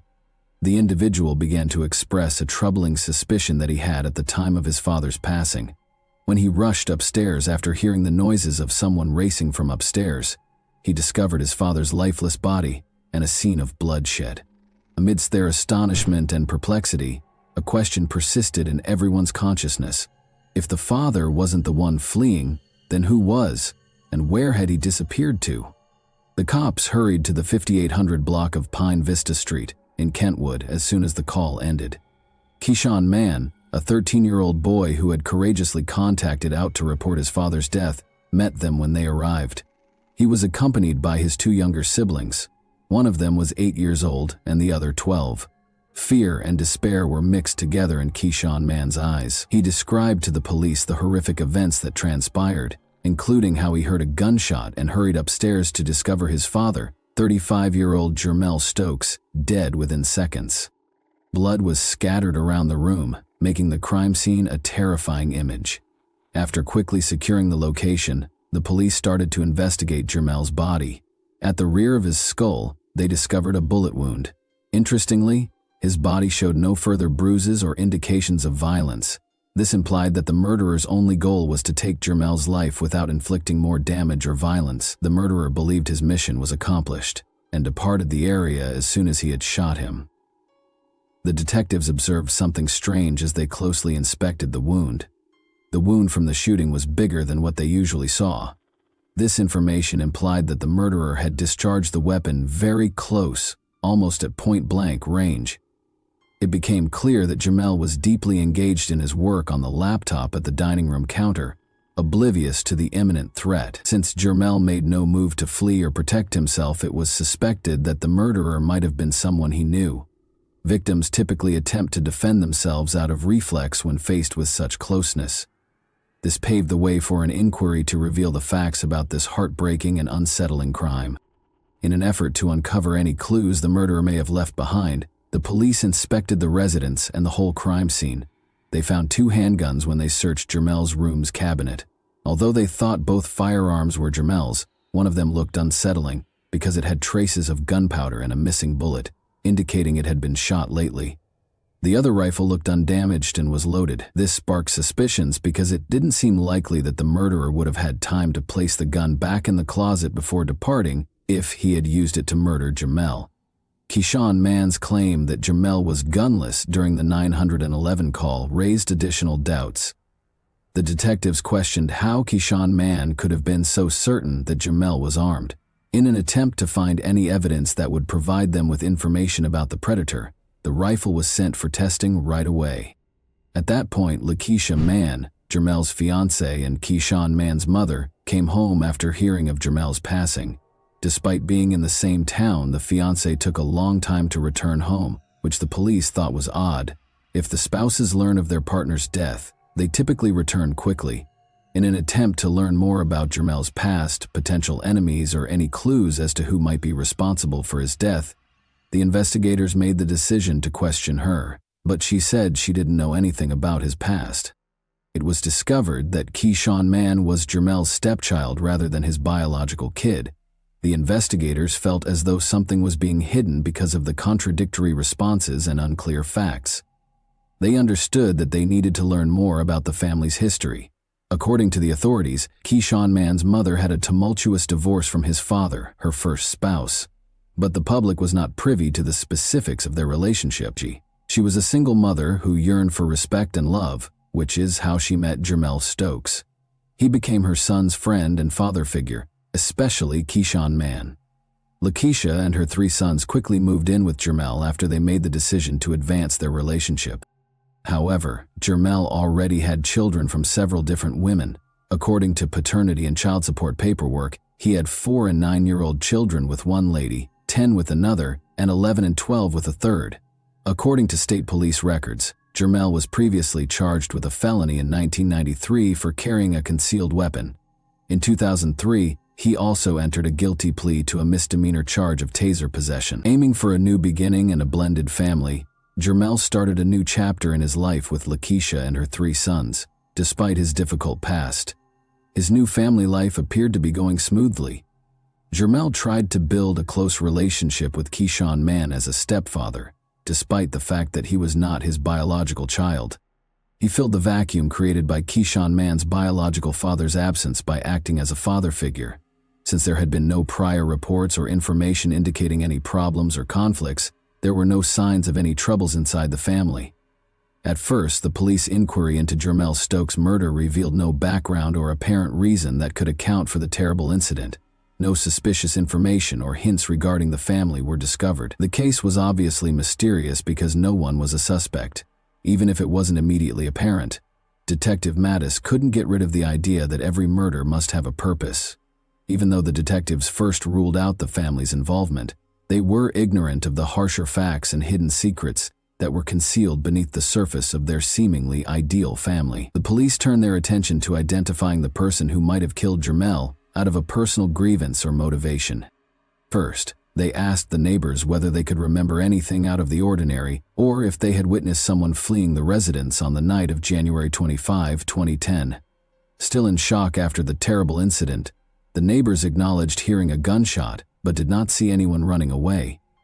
In an attempt to find more leads, the police continued to question Jermel's acquaintances and family, but they were unsuccessful. It was difficult for the detectives to accuse anyone because there were no obvious hints to follow, no evidence left behind, and no signs of blood or fingerprints at the crime site. The stunning fact that left everyone startled was finally revealed by the firearms testing findings. His own stepson, Keyshawn Mann, had fingerprints on the gun that killed Jermel. Those who knew the family well were shaken by the unexpected news. Since Keyshawn Mann had been the one to phone the police in distress to report his father's shooting, this discovery provided a confusing twist to the case. The difficult challenge of figuring out the reasons behind this sudden change in circumstances now lay before them. With reference to Keyshawn Mann's 911 call, the police started to piece the puzzle together. At first, Keyshawn Mann said that everyone was seated on the couch when the murder occurred, suggesting that the family was present at the time.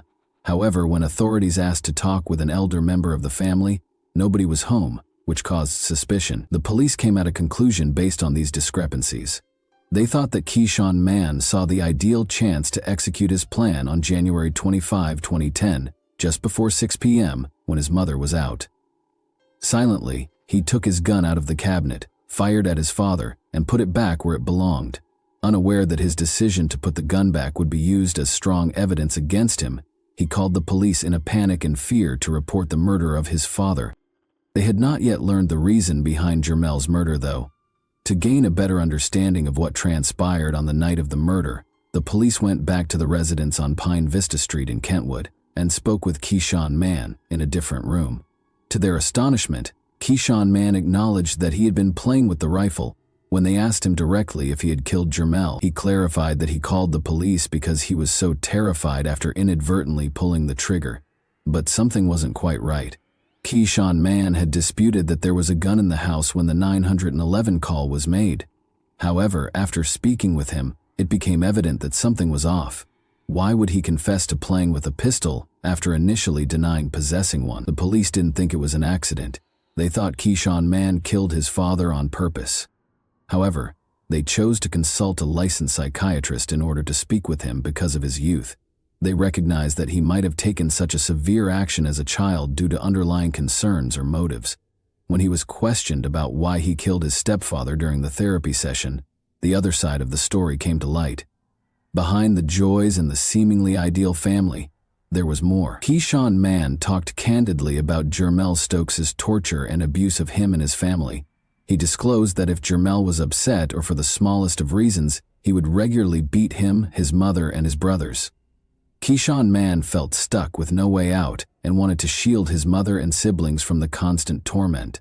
He thought that getting rid of Jermel, his stepfather, was the only way to solve the problem. He told the therapist about the horrific ways that Jermel had mistreated his mother, including putting a finger down her neck. He also described how, when his mother wasn't there, Jermel would hit him and his siblings with a paint stick. When Jermel choked him, Keyshawn Mann talked about how he was able to get away from him. Keyshawn Mann's intense love for his mother served as the fuel for his hatred of Jermel. He could no longer stand to watch his mother be abused by Jermel. Keyshawn Mann made the painful choice to take his own life with one of Jermel's own firearms because the anguish of seeing his mother mistreated him grew intolerable. Perhaps as a result of some unidentified factors influencing his mother's prior divorce, this young child had already experienced a great deal in his life.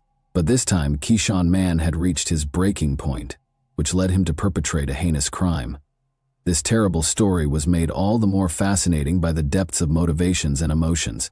It was determined to send Keyshawn Mann to the circuit court for trial in June 2010 due to his young age of 13. This made him one of the youngest in the state to be put on trial for murder, and the youngest in Kentwood County.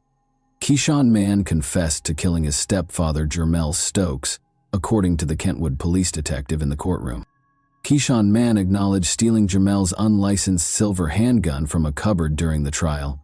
He had checked the rifle by taking out and reinstalling the clip, so he knew it was loaded. Keyshawn Mann acknowledged that he did approach Jermel from behind when his attorney, Fred Johnson questioned him about it. Keyshawn Mann responded with another yes when Johnson asked a pivotal question. You understood that pulling the trigger could result in someone's death? This made it abundantly evident that the shooting was not an accident because he had previously abused his mother. A close friend of Keyshawn Mann from Park Ridge Academy, whose name was kept secret because of his youth, appeared in court as a witness prepared to make shocking disclosures. He informed the jurors that Keyshawn Mann had brought a firearm to high school on January 25, 2010. He told him about his plans and showed him the gun. A 21-page report from the Children's Trauma Assessment Center was shown in court. It included information from Keyshawn Mann's therapy sessions in which he confessed to the crime and disclosed the shocking cause behind it. The therapist claims that Keyshawn Mann felt that the only option to shield himself and his family from serious abuse and possible harm was to kill Jermell. According to the therapist, Keyshawn Mann's experience was brought on by a home setting that was occasionally chaotic and dangerous, as well as ongoing exposure to intense violence. Even the mother of Keyshawn Mann admitted that she occasionally worried that Jermell might murder her or her boys. Fred Johnson, Keyshawn Mann's attorney, stated that he believes the shooting was mostly caused by the domestic violence that was allegedly occurring in the home. He thought the therapist's conclusions, though, were arbitrary and might not be solid enough for the trial. He made it clear that Keyshawn Mann was afraid, worried about his mother, and felt guilty.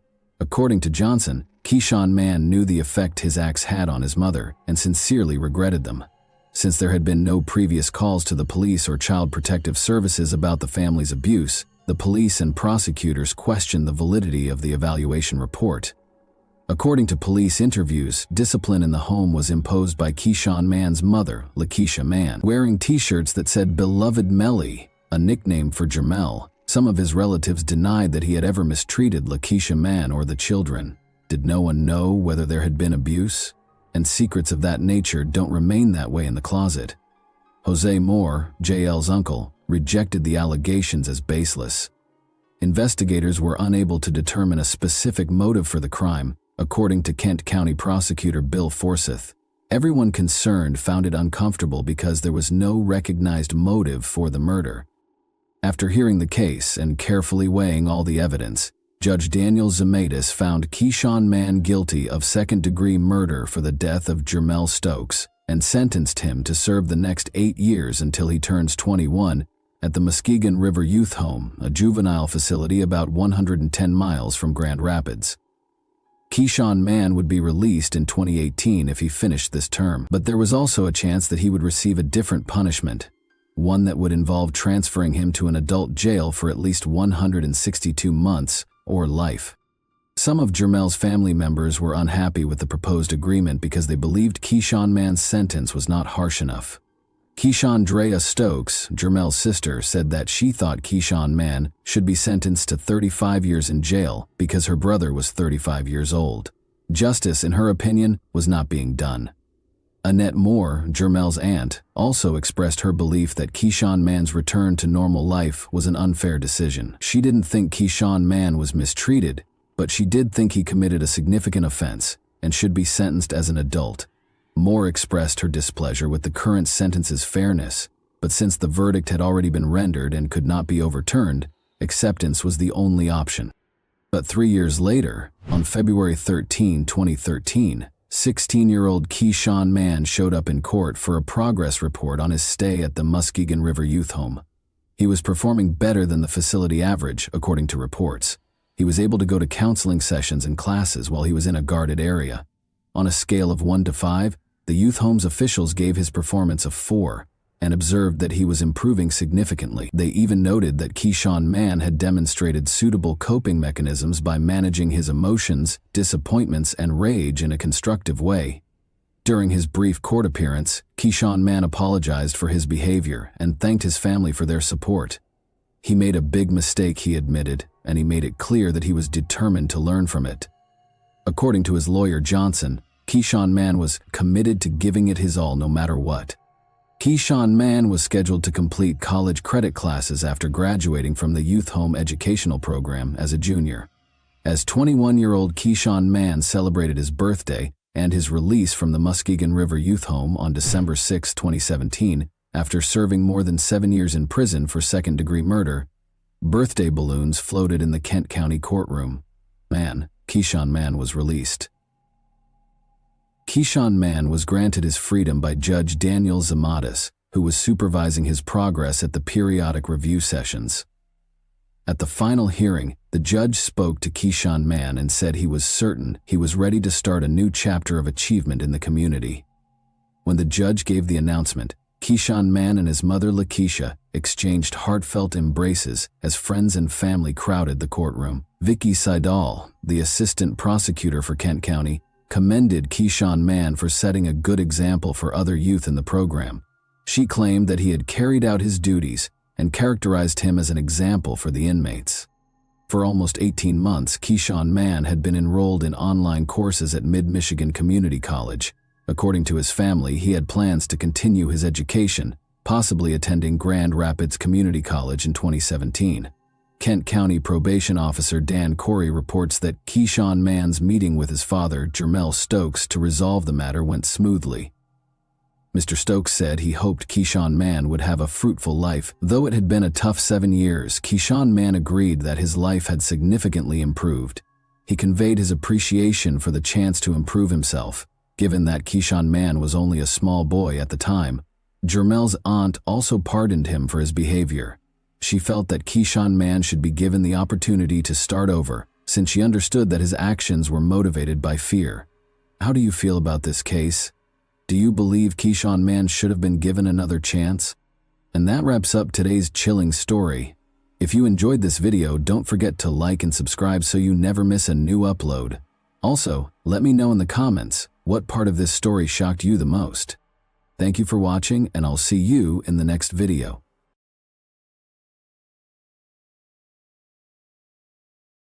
Hey guys, welcome to my channel, and today we're going to take a look at another horrible case with you. Without love, trust, and basic respect, what sustains a marriage? For the sake of the children, some attempt to keep the family together. Some are deterred by religious convictions or a combination of these, while others are concerned about other people's opinions and dread public criticism. However, the will to do whatever it takes to keep a marriage intact can occasionally degenerate into a terrible tragedy. Although Jacqueline and Paul Krimble's story is not unusual, its cruelty, selfishness, and cynicism garnered a lot of attention. The perpetrator was labeled the Black Widow and imprisoned, but in an open interview, her daughter admitted that her mother persisted in destroying lives while incarcerated. The connection between Paul Krimble and Jacqueline. Born on December 18, 1974, in County Armagh, Northern Ireland, Jacqueline, also known as Jackie Mary Bennett, was the younger of 2 children in a typical middle-class household. She was unpredictable, spoilt, rebellious, and occasionally even violent from an early age. Jackie's behavior worsened over her adolescence and eventually became uncontrollable, but her family blamed it on adolescence in the hopes that she would outgrow it. As they say, opposites attract, and this idea seemed to work wonderfully when she met Paul Krimble in high school. He was 3 years older than her and very different from her. Here, Paul was a quiet, reserved young man from a devout household who excelled academically and was seen as having great talent and promise. He was drawn to Jacqueline's confidence, vigor, and audacity. She was the first female he had a serious crush on, and perhaps the only one. Paul was welcomed by Jackie's parents, who supported her decision since they thought he would help their daughter become more composed, logical, and sensible. Her family accepted Paul like a member of the family from the moment they met, and at times it seemed that they treated him better than Jackie herself. Paul's parents, however, were wary of his decision, but did not dissuade the young pair from dating. The couple appeared to be incompatible, according to school friends as well. Paul attempted to settle everything amicably, avoiding violence, and was seen as amiable, forthright, and extremely responsible. But Jackie frequently incited arguments and preferred to settle them with physical force. A courteous, sensible, and mature young guy above his years, he was always dependable and always willing to provide a helping hand to others. When Jacqueline became pregnant at the age of 17, she informed her boyfriend that she was in her last year of school and that Paul, then 20 years old, was already enrolled in college. Paul said he was ready to marry her and assume full responsibility for her and the child as soon as he found out. Although Jacqueline wasn't prepared for parenthood or child-rearing, ending the pregnancy was unavoidable, Such a serious offense would not be tolerated by Paul or his pious family. Jackie accepted Paul's formal proposal when he purchased a ring. In 1992, the couple celebrated with their closest friends and family at a small wedding. Remarkably, just a few days prior to the occurrence, Hall told his best friend that he and Jacqueline were too dissimilar, questioned whether her sentiments were genuine, and was even scared of her because of her erratic behavior. Additionally, the groom questioned whether he genuinely loved her or if he was merely feeling obligated and sympathetic. However, he had nothing to compare because he had never dated other girls. After paying close attention, his friend attempted to talk Paul out of getting married by telling him that it would be the worst decision he ever made and that he would be miserable for the rest of his life. Paul was adamant, though, stating that he couldn't abandon a girl who was expecting his child. In addition, he thought that becoming a mother would improve Jacqueline's personality by making her softer and more composed. Paul had generally hoped for the best, but he was unaware of how mistaken he was. Life in the family without affection. The young couple's first child, a daughter named Danielle, was born at the beginning of 1993. Jacqueline gave birth to their son 6 years later. After the birth of their second kid, Adam Paul made sure his family had all they needed because he was their only provider. In 2000, the offenders moved into a comfortable 3-bedroom townhouse in Armagh after deciding they needed a larger residence. Paul was making a good living as a senior mechanical engineer by that time. However, his wife claimed to prefer work and did not bother herself with it, running the home and bringing up the kids, but she was also not very good at either. Jackie was a short-tempered, greedy, and lazy person who frequently acted aggressively, even with her kids. Jacqueline attempted to find employment when the kids were a little older, but she was never able to hold down a position for very long due to her combative and argumentative personality. In addition, she went out to bars almost every evening to consume alcohol while her husband stayed at home with their son and daughter. Mrs. Crimble was not a particularly amiable lady, even when she was sober, and she became a true rage when she was drunk. In addition to starting arguments, she also got into fights, cursed, and acted inappropriately around different males. Nobody could foresee what she would do next, and she reacted aggressively to any comments or suggestions to act more humbly. Family, friends, and neighbors knew what was going on and truly felt sorry for Paul and the kids, who were the ones who were most negatively impacted by Jacqueline's actions. Many people were aware of the young woman's misadventures and made an effort to stay away from her because the family resided in a tiny, peaceful town. Her husband and kids were impacted by her negative reputation, and they had to deal with the fallout from their classmates. Jackie didn't try to disguise her crazy lifestyle. Her frequent visits to entertainment venues, however, made the staff and other patrons nervous because they knew that her presence would undoubtedly result in a brawl or altercation. Because she may strike out at any time, Jacqueline held her family in constant fear, although Paul made an effort to keep his mouth shut. His friends, family, and co-workers saw that he was uncomfortable with his wife or even just talking about her. Paul was frequently told to leave this woman, but he was afraid of losing the opportunity to see his kids. Jackie would instantly threaten to cut him off from their son and daughter in the event of any disagreement. She also threatened to use her friends against him.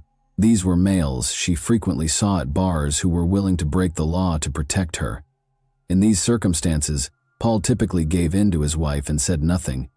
The unexplained assault on Sunday morning, June 20, 2004, a terrified woman begged for assistance by calling the emergency services. She said that she and her husband were ambushed in their home by 3 strangers who beat them, tied them up, tried to rob them, and then took their car and her husband with them.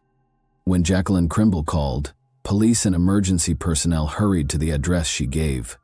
They discovered a woman at the house with a plastic wire tie securing her hands behind her back. But since her legs were unbound, the authorities assumed she had partially freed herself. Notably, despite the victim's initial claims that the attackers had beaten and bound them, she had no wounds or bruises on her body. Luckily, the couple's kids weren't home because they were sent to be with their paternal grandparents for the weekend. Jacqueline claims that she and her spouse had gone to a pub on Saturday night to unwind. After midnight, they went home after drinking. But just as Paul was opening the front door, 3 people sprung into the shadows and shoved them inside. Armed with a revolver, the invaders battered and restrained the couple while requesting money and illegal drugs. Paul reportedly made an effort to placate the crooks by pleading with them to let him and his wife go and vowing not to notify the police. However, this only infuriated them. In front of the frightened Jacqueline, they struck him multiple times before starting to strangle him with a plastic bag.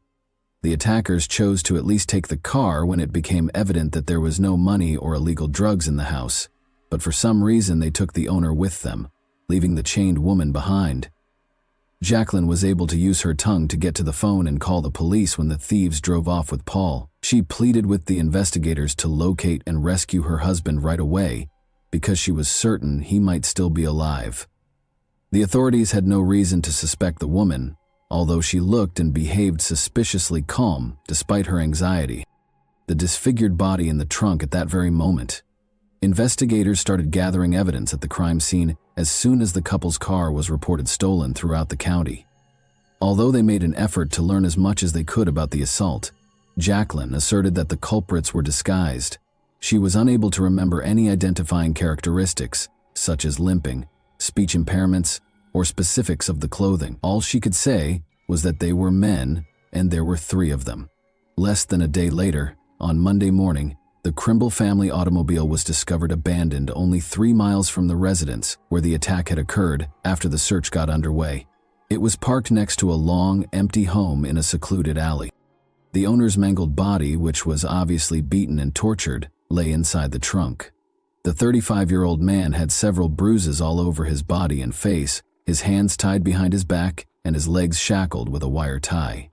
Jackie responded very composedly when she was told about the gory discovery.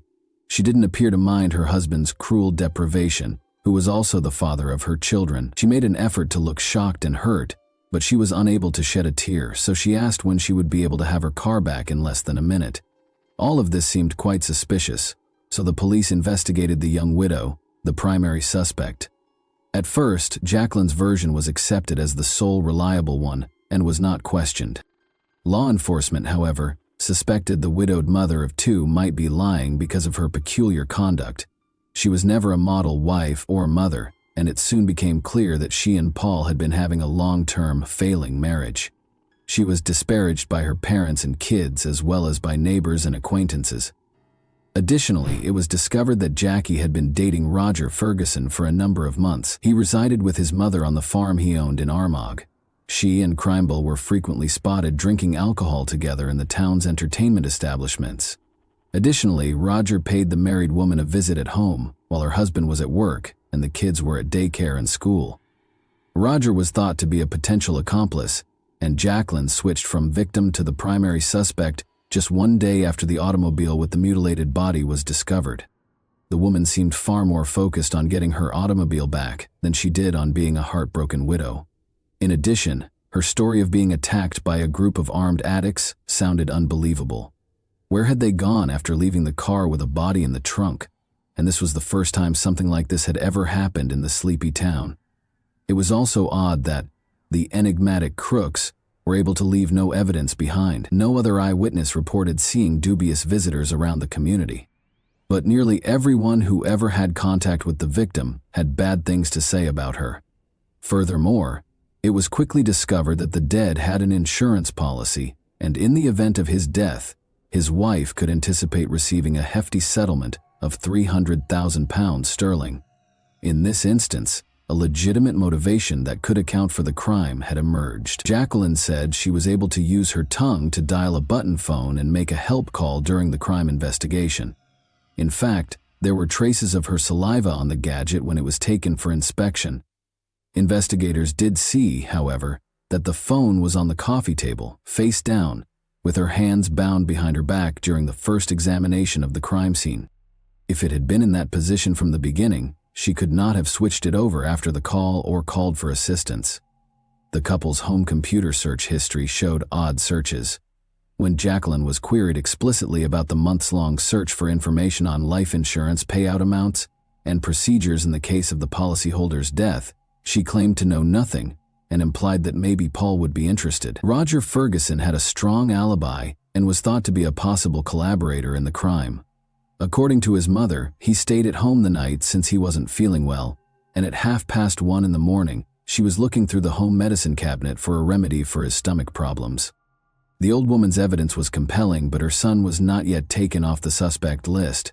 When police used the signals from the suspects' cell phones to monitor their whereabouts on the night of the crime, they found that Roger had not been home as his mother had reported. As an alternative, he spent many hours at the Crimbles' home. He also kept up his friendship with the widow, and the day after Paul's funeral, he was spotted with her at a bar. The fact that Roger and Jacqueline went to a car dealership together to check at SUVs and ask about payment arrangements for such a costly purchase was another oddity. Even more strange was the presence of Roger's mother. Roger's mother was probably aware that the authorities assumed the lovers had already decided how they would spend the insurance payout following Paul's death. Jackie said during questioning that she never cheated on her husband and that she didn't intend to hurt him, but soon after no one believed her. Jacqueline had begun working as a caregiver in a nursing home prior to the disaster, but she was fired after just a few weeks because of her persistent lying and arguments. She continued to act as though she was going to work or having night shifts while staying at Ferguson's residence, though, and kept this a secret from her husband. Paul encountered one of his wife's former co-workers who unintentionally told him everything about the lie. His attempt to speak with his wife just led to further arguments. She threatened to kidnap the kids, ban their biological father from seeing them, and leave him for her boyfriend. Paul decided to compromise and ignored her adultery because this was his greatest concern. His closest friend, who subsequently testified in court as a witness, was the only person he could confide in regarding the formulation and implementation of a cunning scheme. Roger wasn't very intelligent. Despite his strength, he was easily led and had a simple intellect. Jacqueline rapidly gained total control over him by coercing her lover into doing what she wanted. She was greatly charmed by the fact that he would gladly engage in combat for her. He probably believed whatever she said since he was truly in love with her. Ferguson heard the woman's complaints about her husband, who, she claimed, was physically violent, unpleasant, and harsh. All of this was undoubtedly false, but the lover detested Paul more and more with each grievance, thinking that he was the primary source of Jacqueline's suffering and oppression, and the primary barrier to their happiness together. She instilled in his mind the notion that by getting rid of her spouse, all of their issues would be resolved and they could live together while earning a sizable income for a pleasant lifestyle. Mrs. Crimble searched for somebody who would commit the crime for cash for about 2 weeks before to the catastrophe, but she and Roger gave up after weighing their alternatives. In order to keep the full insurance payout, it appeared the lovers decided they could do it themselves without leaving any witnesses or evidence. Jacqueline took the kids to spend the weekend with their grandparents on Friday, June 18. She proposed to take her husband out for drinks on Saturday so they could unwind and chat. Paul was happy to accept the offer because he believed it could improve their relationship. It was an invitation to his death, but he was unaware of it. People in the bar that night saw Jackie making a concerted effort to make her husband, who doesn't drink, drunk. After midnight, she led her dazed husband out of the pub after purchasing drinks and almost forcing him to knock back one shot after another. The last time Paul was seen alive, they were captured on security footage. This exposed a notable disparity in timing. According to Jacqueline, the attack happened as soon as the couple returned from their 10-minute stroll to the pub and lasted no more than 15 minutes. She then reportedly phoned the police right away after her husband was abducted and taken away in their vehicle. But it took over an hour and a half from the moment they were caught on camera until the police were called. Investigators thought the offenders used this time to hide their tracks and set up a third-party attack scene. Furthermore, it seems that Jacqueline purposefully made her husband intoxicated, so he would be powerless to refuse. She said that after kicking Paul while he was on the ground, the crook started to strangle him by covering his head with a plastic bag and taping it in place. The type of injuries on the deceased's body supported her story, but by that point, the authorities had irrefutable proof that the attackers were her and her lover, Ferguson. Following a protracted and exhaustive investigation of the crime scene, investigators discovered a partially obliterated imprint of a man's shoe, the tread pattern of which matched Roger's shoes, that had clearly been attempted but unsuccessfully cleaned. However, this evidence can be regarded as circumstantial. Other, more important evidence against the criminal couple was discovered in the kitchen trash, though. A partial fingerprint of Roger's was found on the cable tie that bound Jacqueline's hands, and a cigarette butt with Roger's saliva was discovered. Ferguson's fingerprints were also discovered on the ropes that bound the deceased's hands and feet, and traces of both lovers' perspiration and oil were discovered on the bag that was used to suffocate the victim. A minor acquaintance of Roger's named Colin Robinson was also discovered to have participated in this heinous act by the investigation. On the night of the attack, Roger called him and asked for his assistance with an unidentified task. In order to avoid drawing attention to himself, the teenager drove his car, abandoned it at the end of the street per Roger's request, and walked to the house. Colin wanted to flee when he saw what was occurring, but Roger coerced him into helping transfer the body to the car and load it into the trunk by threatening him with a knife. They then took the vehicle to an empty location and left it there. The terrified young man first denied any involvement in the incident, but during the second interrogation he broke down and started confessing. Trial and punishment. The course of the investigation was several months.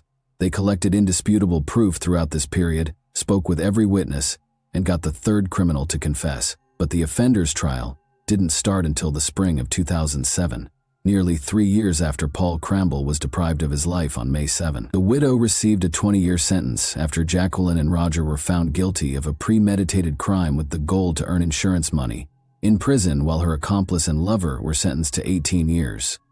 Colin Robinson, the juvenile accomplice, received a 3-year term for helping the offenders and trying to hide the truth.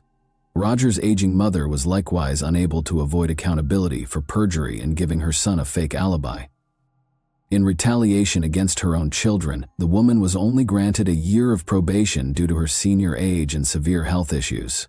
Jacqueline persisted in ruining her family's lives while she was incarcerated. Everyone who knew her personally was relieved when she was put in jail, and she was upset that no one stood for her in court. According to her own mother, individuals such as Jackie ought to be permanently removed from society in order to prevent them from hurting others. It's interesting to note that Jacqueline destroyed all of her late husband's possessions and pictures a few days after the funeral, making the house completely devoid of any reminders of him. Somehow, Danielle was able to preserve a few pictures of her father. Her mother was unaware of them, and she kept them on her bedside table. Paul's children received the £300,000 in insurance settlement for which he was slain. Overnight, Danielle and Adam lost both of their parents, but their problems didn't stop there. Their mother was insistent that the children should not be raised by either her parents or the parents of the dead husband.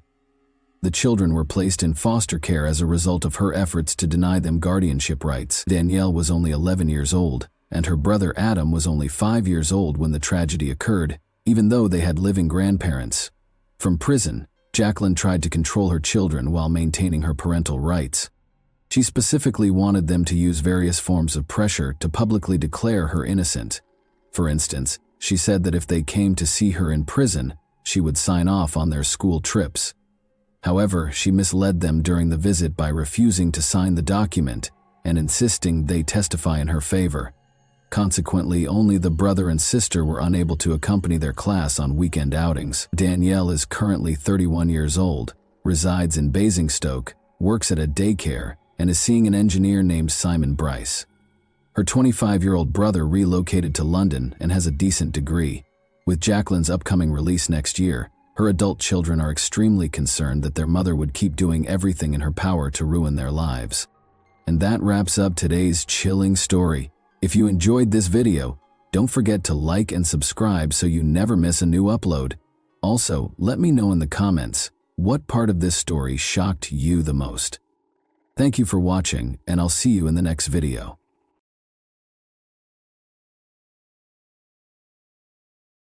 Hey guys, welcome to my channel, and today we're going to take a look at another horrible case with you. 2 close women in his life were taken from him by criminals, and he will always be grieving for them.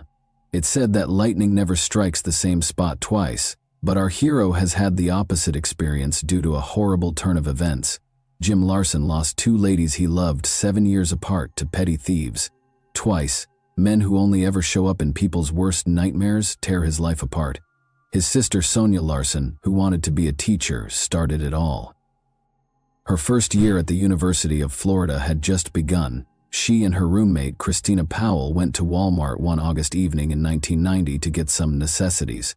The 2 young women were observed and followed home by Danny Rowling, a vagabond who claimed to be possessed and acting under the direction of a demon. They were dozing off in their beds when he broke into the dorm. He repeatedly stabbed them. 5 Florida college students were killed and disfigured by Gainesville felon Danny Rowling, shocking both the victims' families and the nation at large. There were more fatalities, but in our scenario, people forget the victims and only remember the serial killer's name.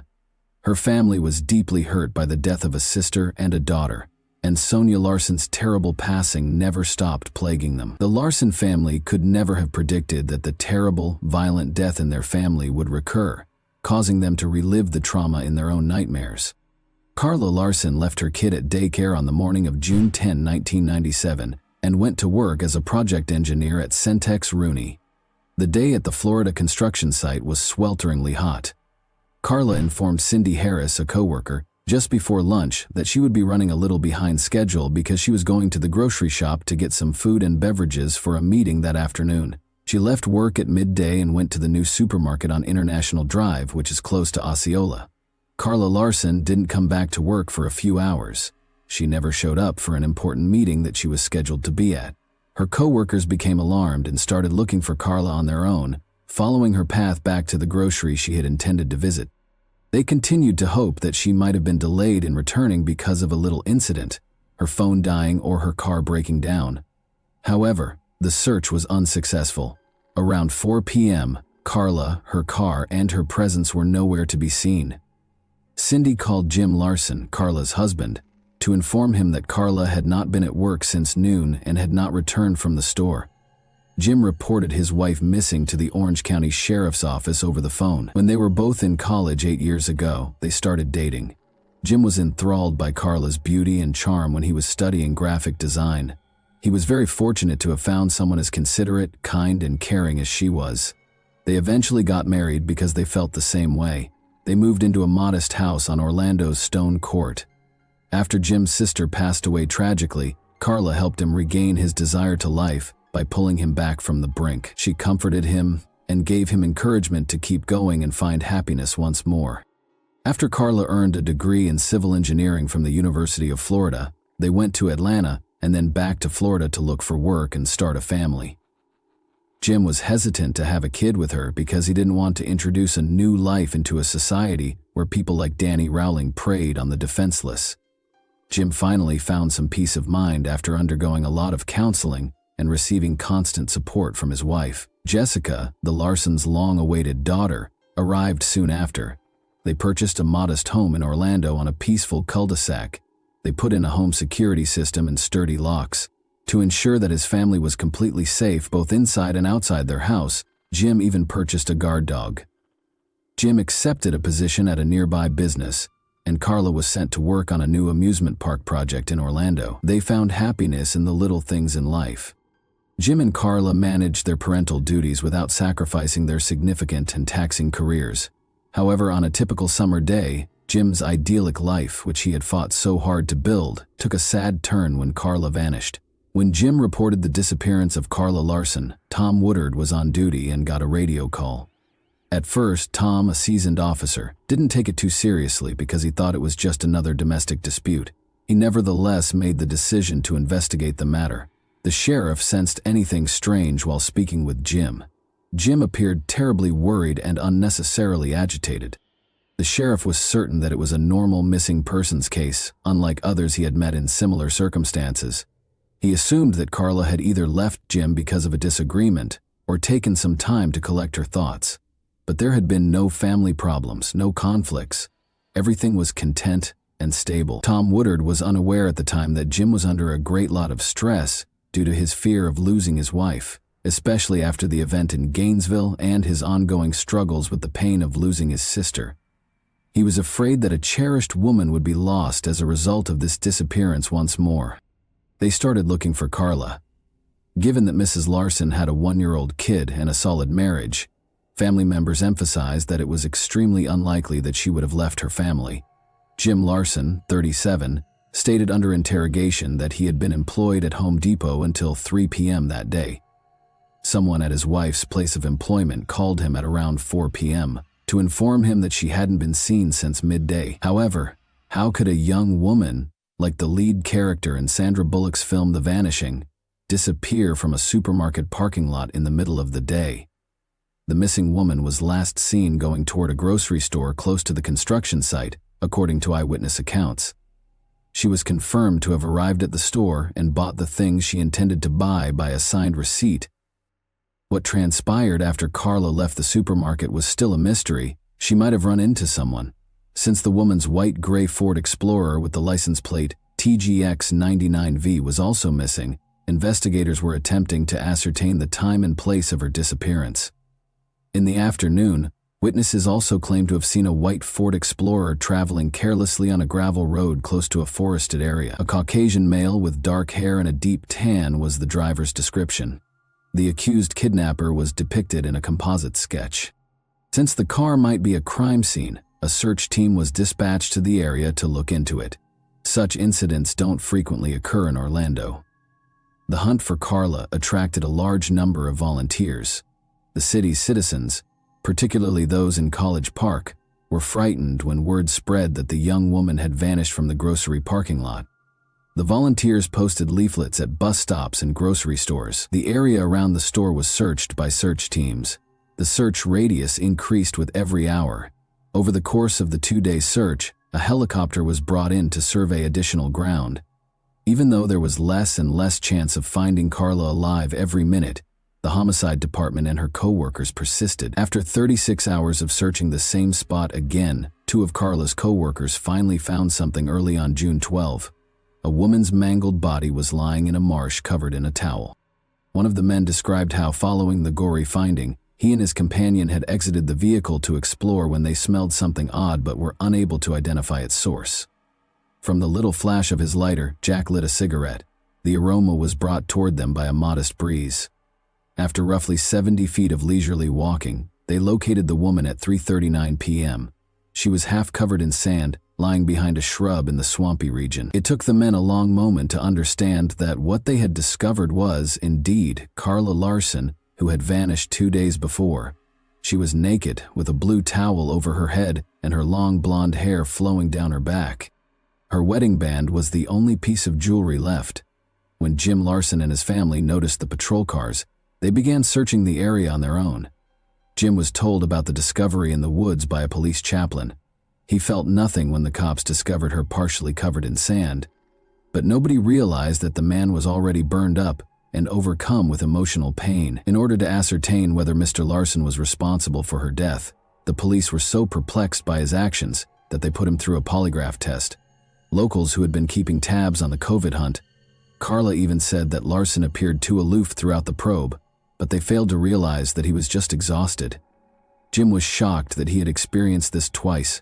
He stopped sleeping and eating. He had black circles under his eyes and had lost a lot of weight. The police brought detectives to what they thought might be the scene of a crime, roped off the area, and summoned the medical examiner.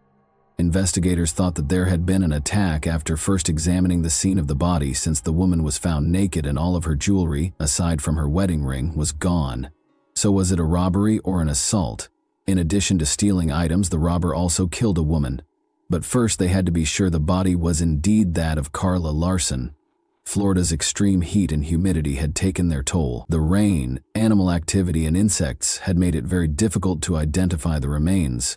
The forensic team was concerned about the DNA evidence they could gather because the body had started to degrade, changing its chemical composition. There was not much time left. However, given Mrs. Larson's car had been last seen in the vicinity, authorities were almost positive that the severely decomposed body belonged to her. Jim Larson identified the towel found on the body and verified that it was the same towel that had been in his wife's car. Her handbag and regular clothes were gone. The investigators were greatly distressed by the autopsy findings. All traces and evidence that could have identified the offender had been obliterated by decomposition. The purported assault was not verified, and the investigation determined that strangulation was the cause of death. Could a car and a few pieces of jewelry really have cost a lady her life? Finding the car was the next objective, because the corpse did not lead them to the offender. It might hold the answers and hints that the public and the family were sorely looking for. It was determined that the white Ford Explorer bearing the license plate TGX909V was missing. The press and television broadcast information about the car. The police were waiting for 2 weeks when they got an important call. 11:23 p.m. on June 26, 1997, a black truck was on fire in a Cocoa Beach vacant lot, according to a call. As the car burnt, it became evident that the black was not the car's natural color and was neither soot nor ash. Following the fire, white paint was visible in several parts of the body. Excessive spray on the tires showed that a cheap can of spray paint had been used to apply the black paint in an amateurish manner. After being taken to the police garage, the car was examined by forensic specialists. It was discovered during the inquiry that the torched truck, which was 62 miles from Orlando, was in fact white and belonged to Jim's victim. The car had been fitted with a radar detector, experts discovered. Detectives were able to locate the mount where the detector had been in spite of the fire damage, proving that the vehicle belonged to the Larsons. Finding the radar detector was the police's main priority. Before an unforeseen love triangle helped solve the case and identify her criminal in Central Florida, the inquiry stagnated. There are hundreds of cars that are similar to hers, but one woman's phone call caught the detective's attention in particular because of the strange tale she told.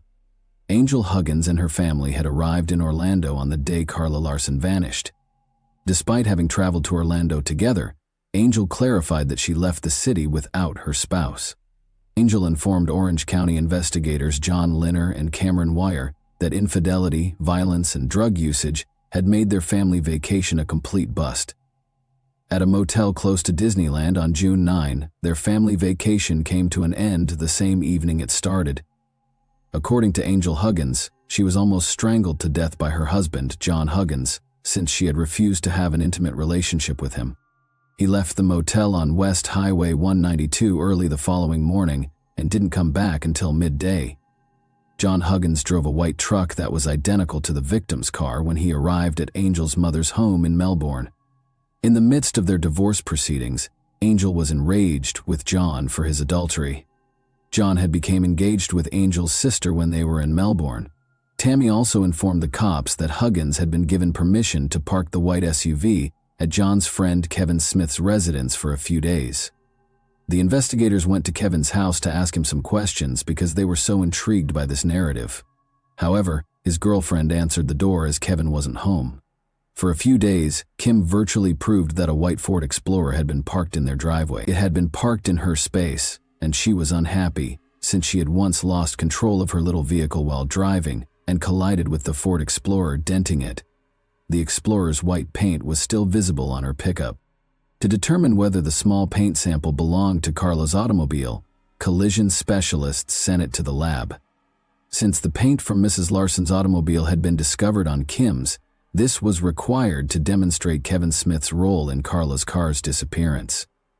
The police had questions for Kevin Smith before they could prove his whole involvement, but they were almost certain that Carla's Ford Explorer had been parked at his residence. The person who had been operating the SUV had to be identified. Despite matching the sketch of the man who was observed driving Carla's car that day, Kevin Smith would not identify the driver. He added that he had been asked to temporarily park the automobile by his friend John Huggins. Upon inspecting the truck, Kevin discovered a radar detector inside. He tore it from the automobile and held onto it for a while, but he concealed it in the yard out of concern that he could be caught. Smith said that his friend John Huggins had driven the automobile to the parking space and that he had nothing to do with it. Kevin didn't want to betray his friend, but he was afraid the automobile might have been stolen. He was keen to demonstrate that he was telling the truth and had nothing to do with the woman's disappearance. Kevin voluntarily turned over the radar detector after he had a conversation with the cops. After more questioning by the authorities, Kevin finally confessed to locating the radar detector, erasing all fingerprints, and tossing it into the bushes close to his home. By tracking down the serial number, the authorities were able to collect the detector and verify that it belonged to the victim. The first concrete evidence that Carla's automobile had been parked at Kevin's and that John Huggins had driven it there came when detectives verified that it had been fitted in her vehicle. Investigators now had the radar detector, a paint match, and the car, but the crucial question was still unsolved. John Huggins was the top suspect right away.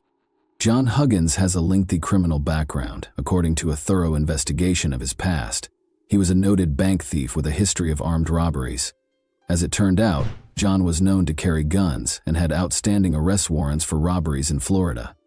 Because John Huggins had a lengthy criminal history, victims of his past offenses recognized him when his face aired on television. Although he had conducted armed attacks, robbed banks, and looted convenience stores, the police wanted to be sure they had enough evidence against him before making an arrest, particularly because Carla's jewelry was still missing. To summarize, the victim had been found in possession of a pendant, a chain, a garnet ring, and diamond earrings. But the hunt for the jewelry was about to linger on until detectives got another lucky break in a phone call. According to Angel Huggins, she had uncovered a startling finding that might terminate the inquiry and result in Carla's criminal being imprisoned. She clarified that she had located one of Carla's missing pieces of jewelry after she and her mother had investigated the house. The police searched Angel's mother's home and the shed on the property twice after Angel called, but they were unable to locate any evidence that would implicate Angel. But the woman saw a screwdriver on top of a box in the shed when she was searching for insect repellent. She impulsively opened a shed electrical box and discovered the victim's jewels concealed within. The jewelry, the electrical box, and its cover did not have any fingerprints on them. Looking at the last piece of the puzzle, we see John driving a stolen vehicle. The attempt to strangle his wife at the hotel was picked up by the radar detector. The dates of their stay coincided with the day Carla vanished, on May 28, 1998, and the hotel room they occupied was right across from the supermarket. John Huggins was accused of robbery, kidnapping, and auto theft in addition to the murder of Carla Larson.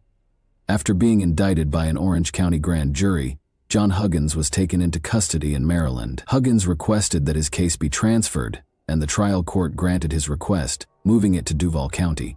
However, those who haven't lost two loved ones don't see the world through Jim Larson's eyes.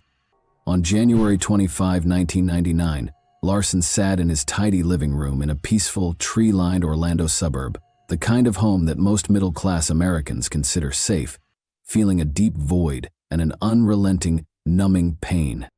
Because he still has a daughter to raise, he still yearns for them and perceives danger in everything. Mr. Larson now finds motivation to continue through his daughter Jessica. Since lightning has already hit him twice and won't do so again, he fervently hopes and believes that the young girl didn't fully comprehend the atrocities that took her mother and aunt. He also prays that she won't ever feel terror or dread again. And that wraps up today's chilling story. If you enjoyed this video, don't forget to like and subscribe so you never miss a new upload. Also, let me know in the comments, what part of this story shocked you the most? Thank you for watching, and I'll see you in the next video.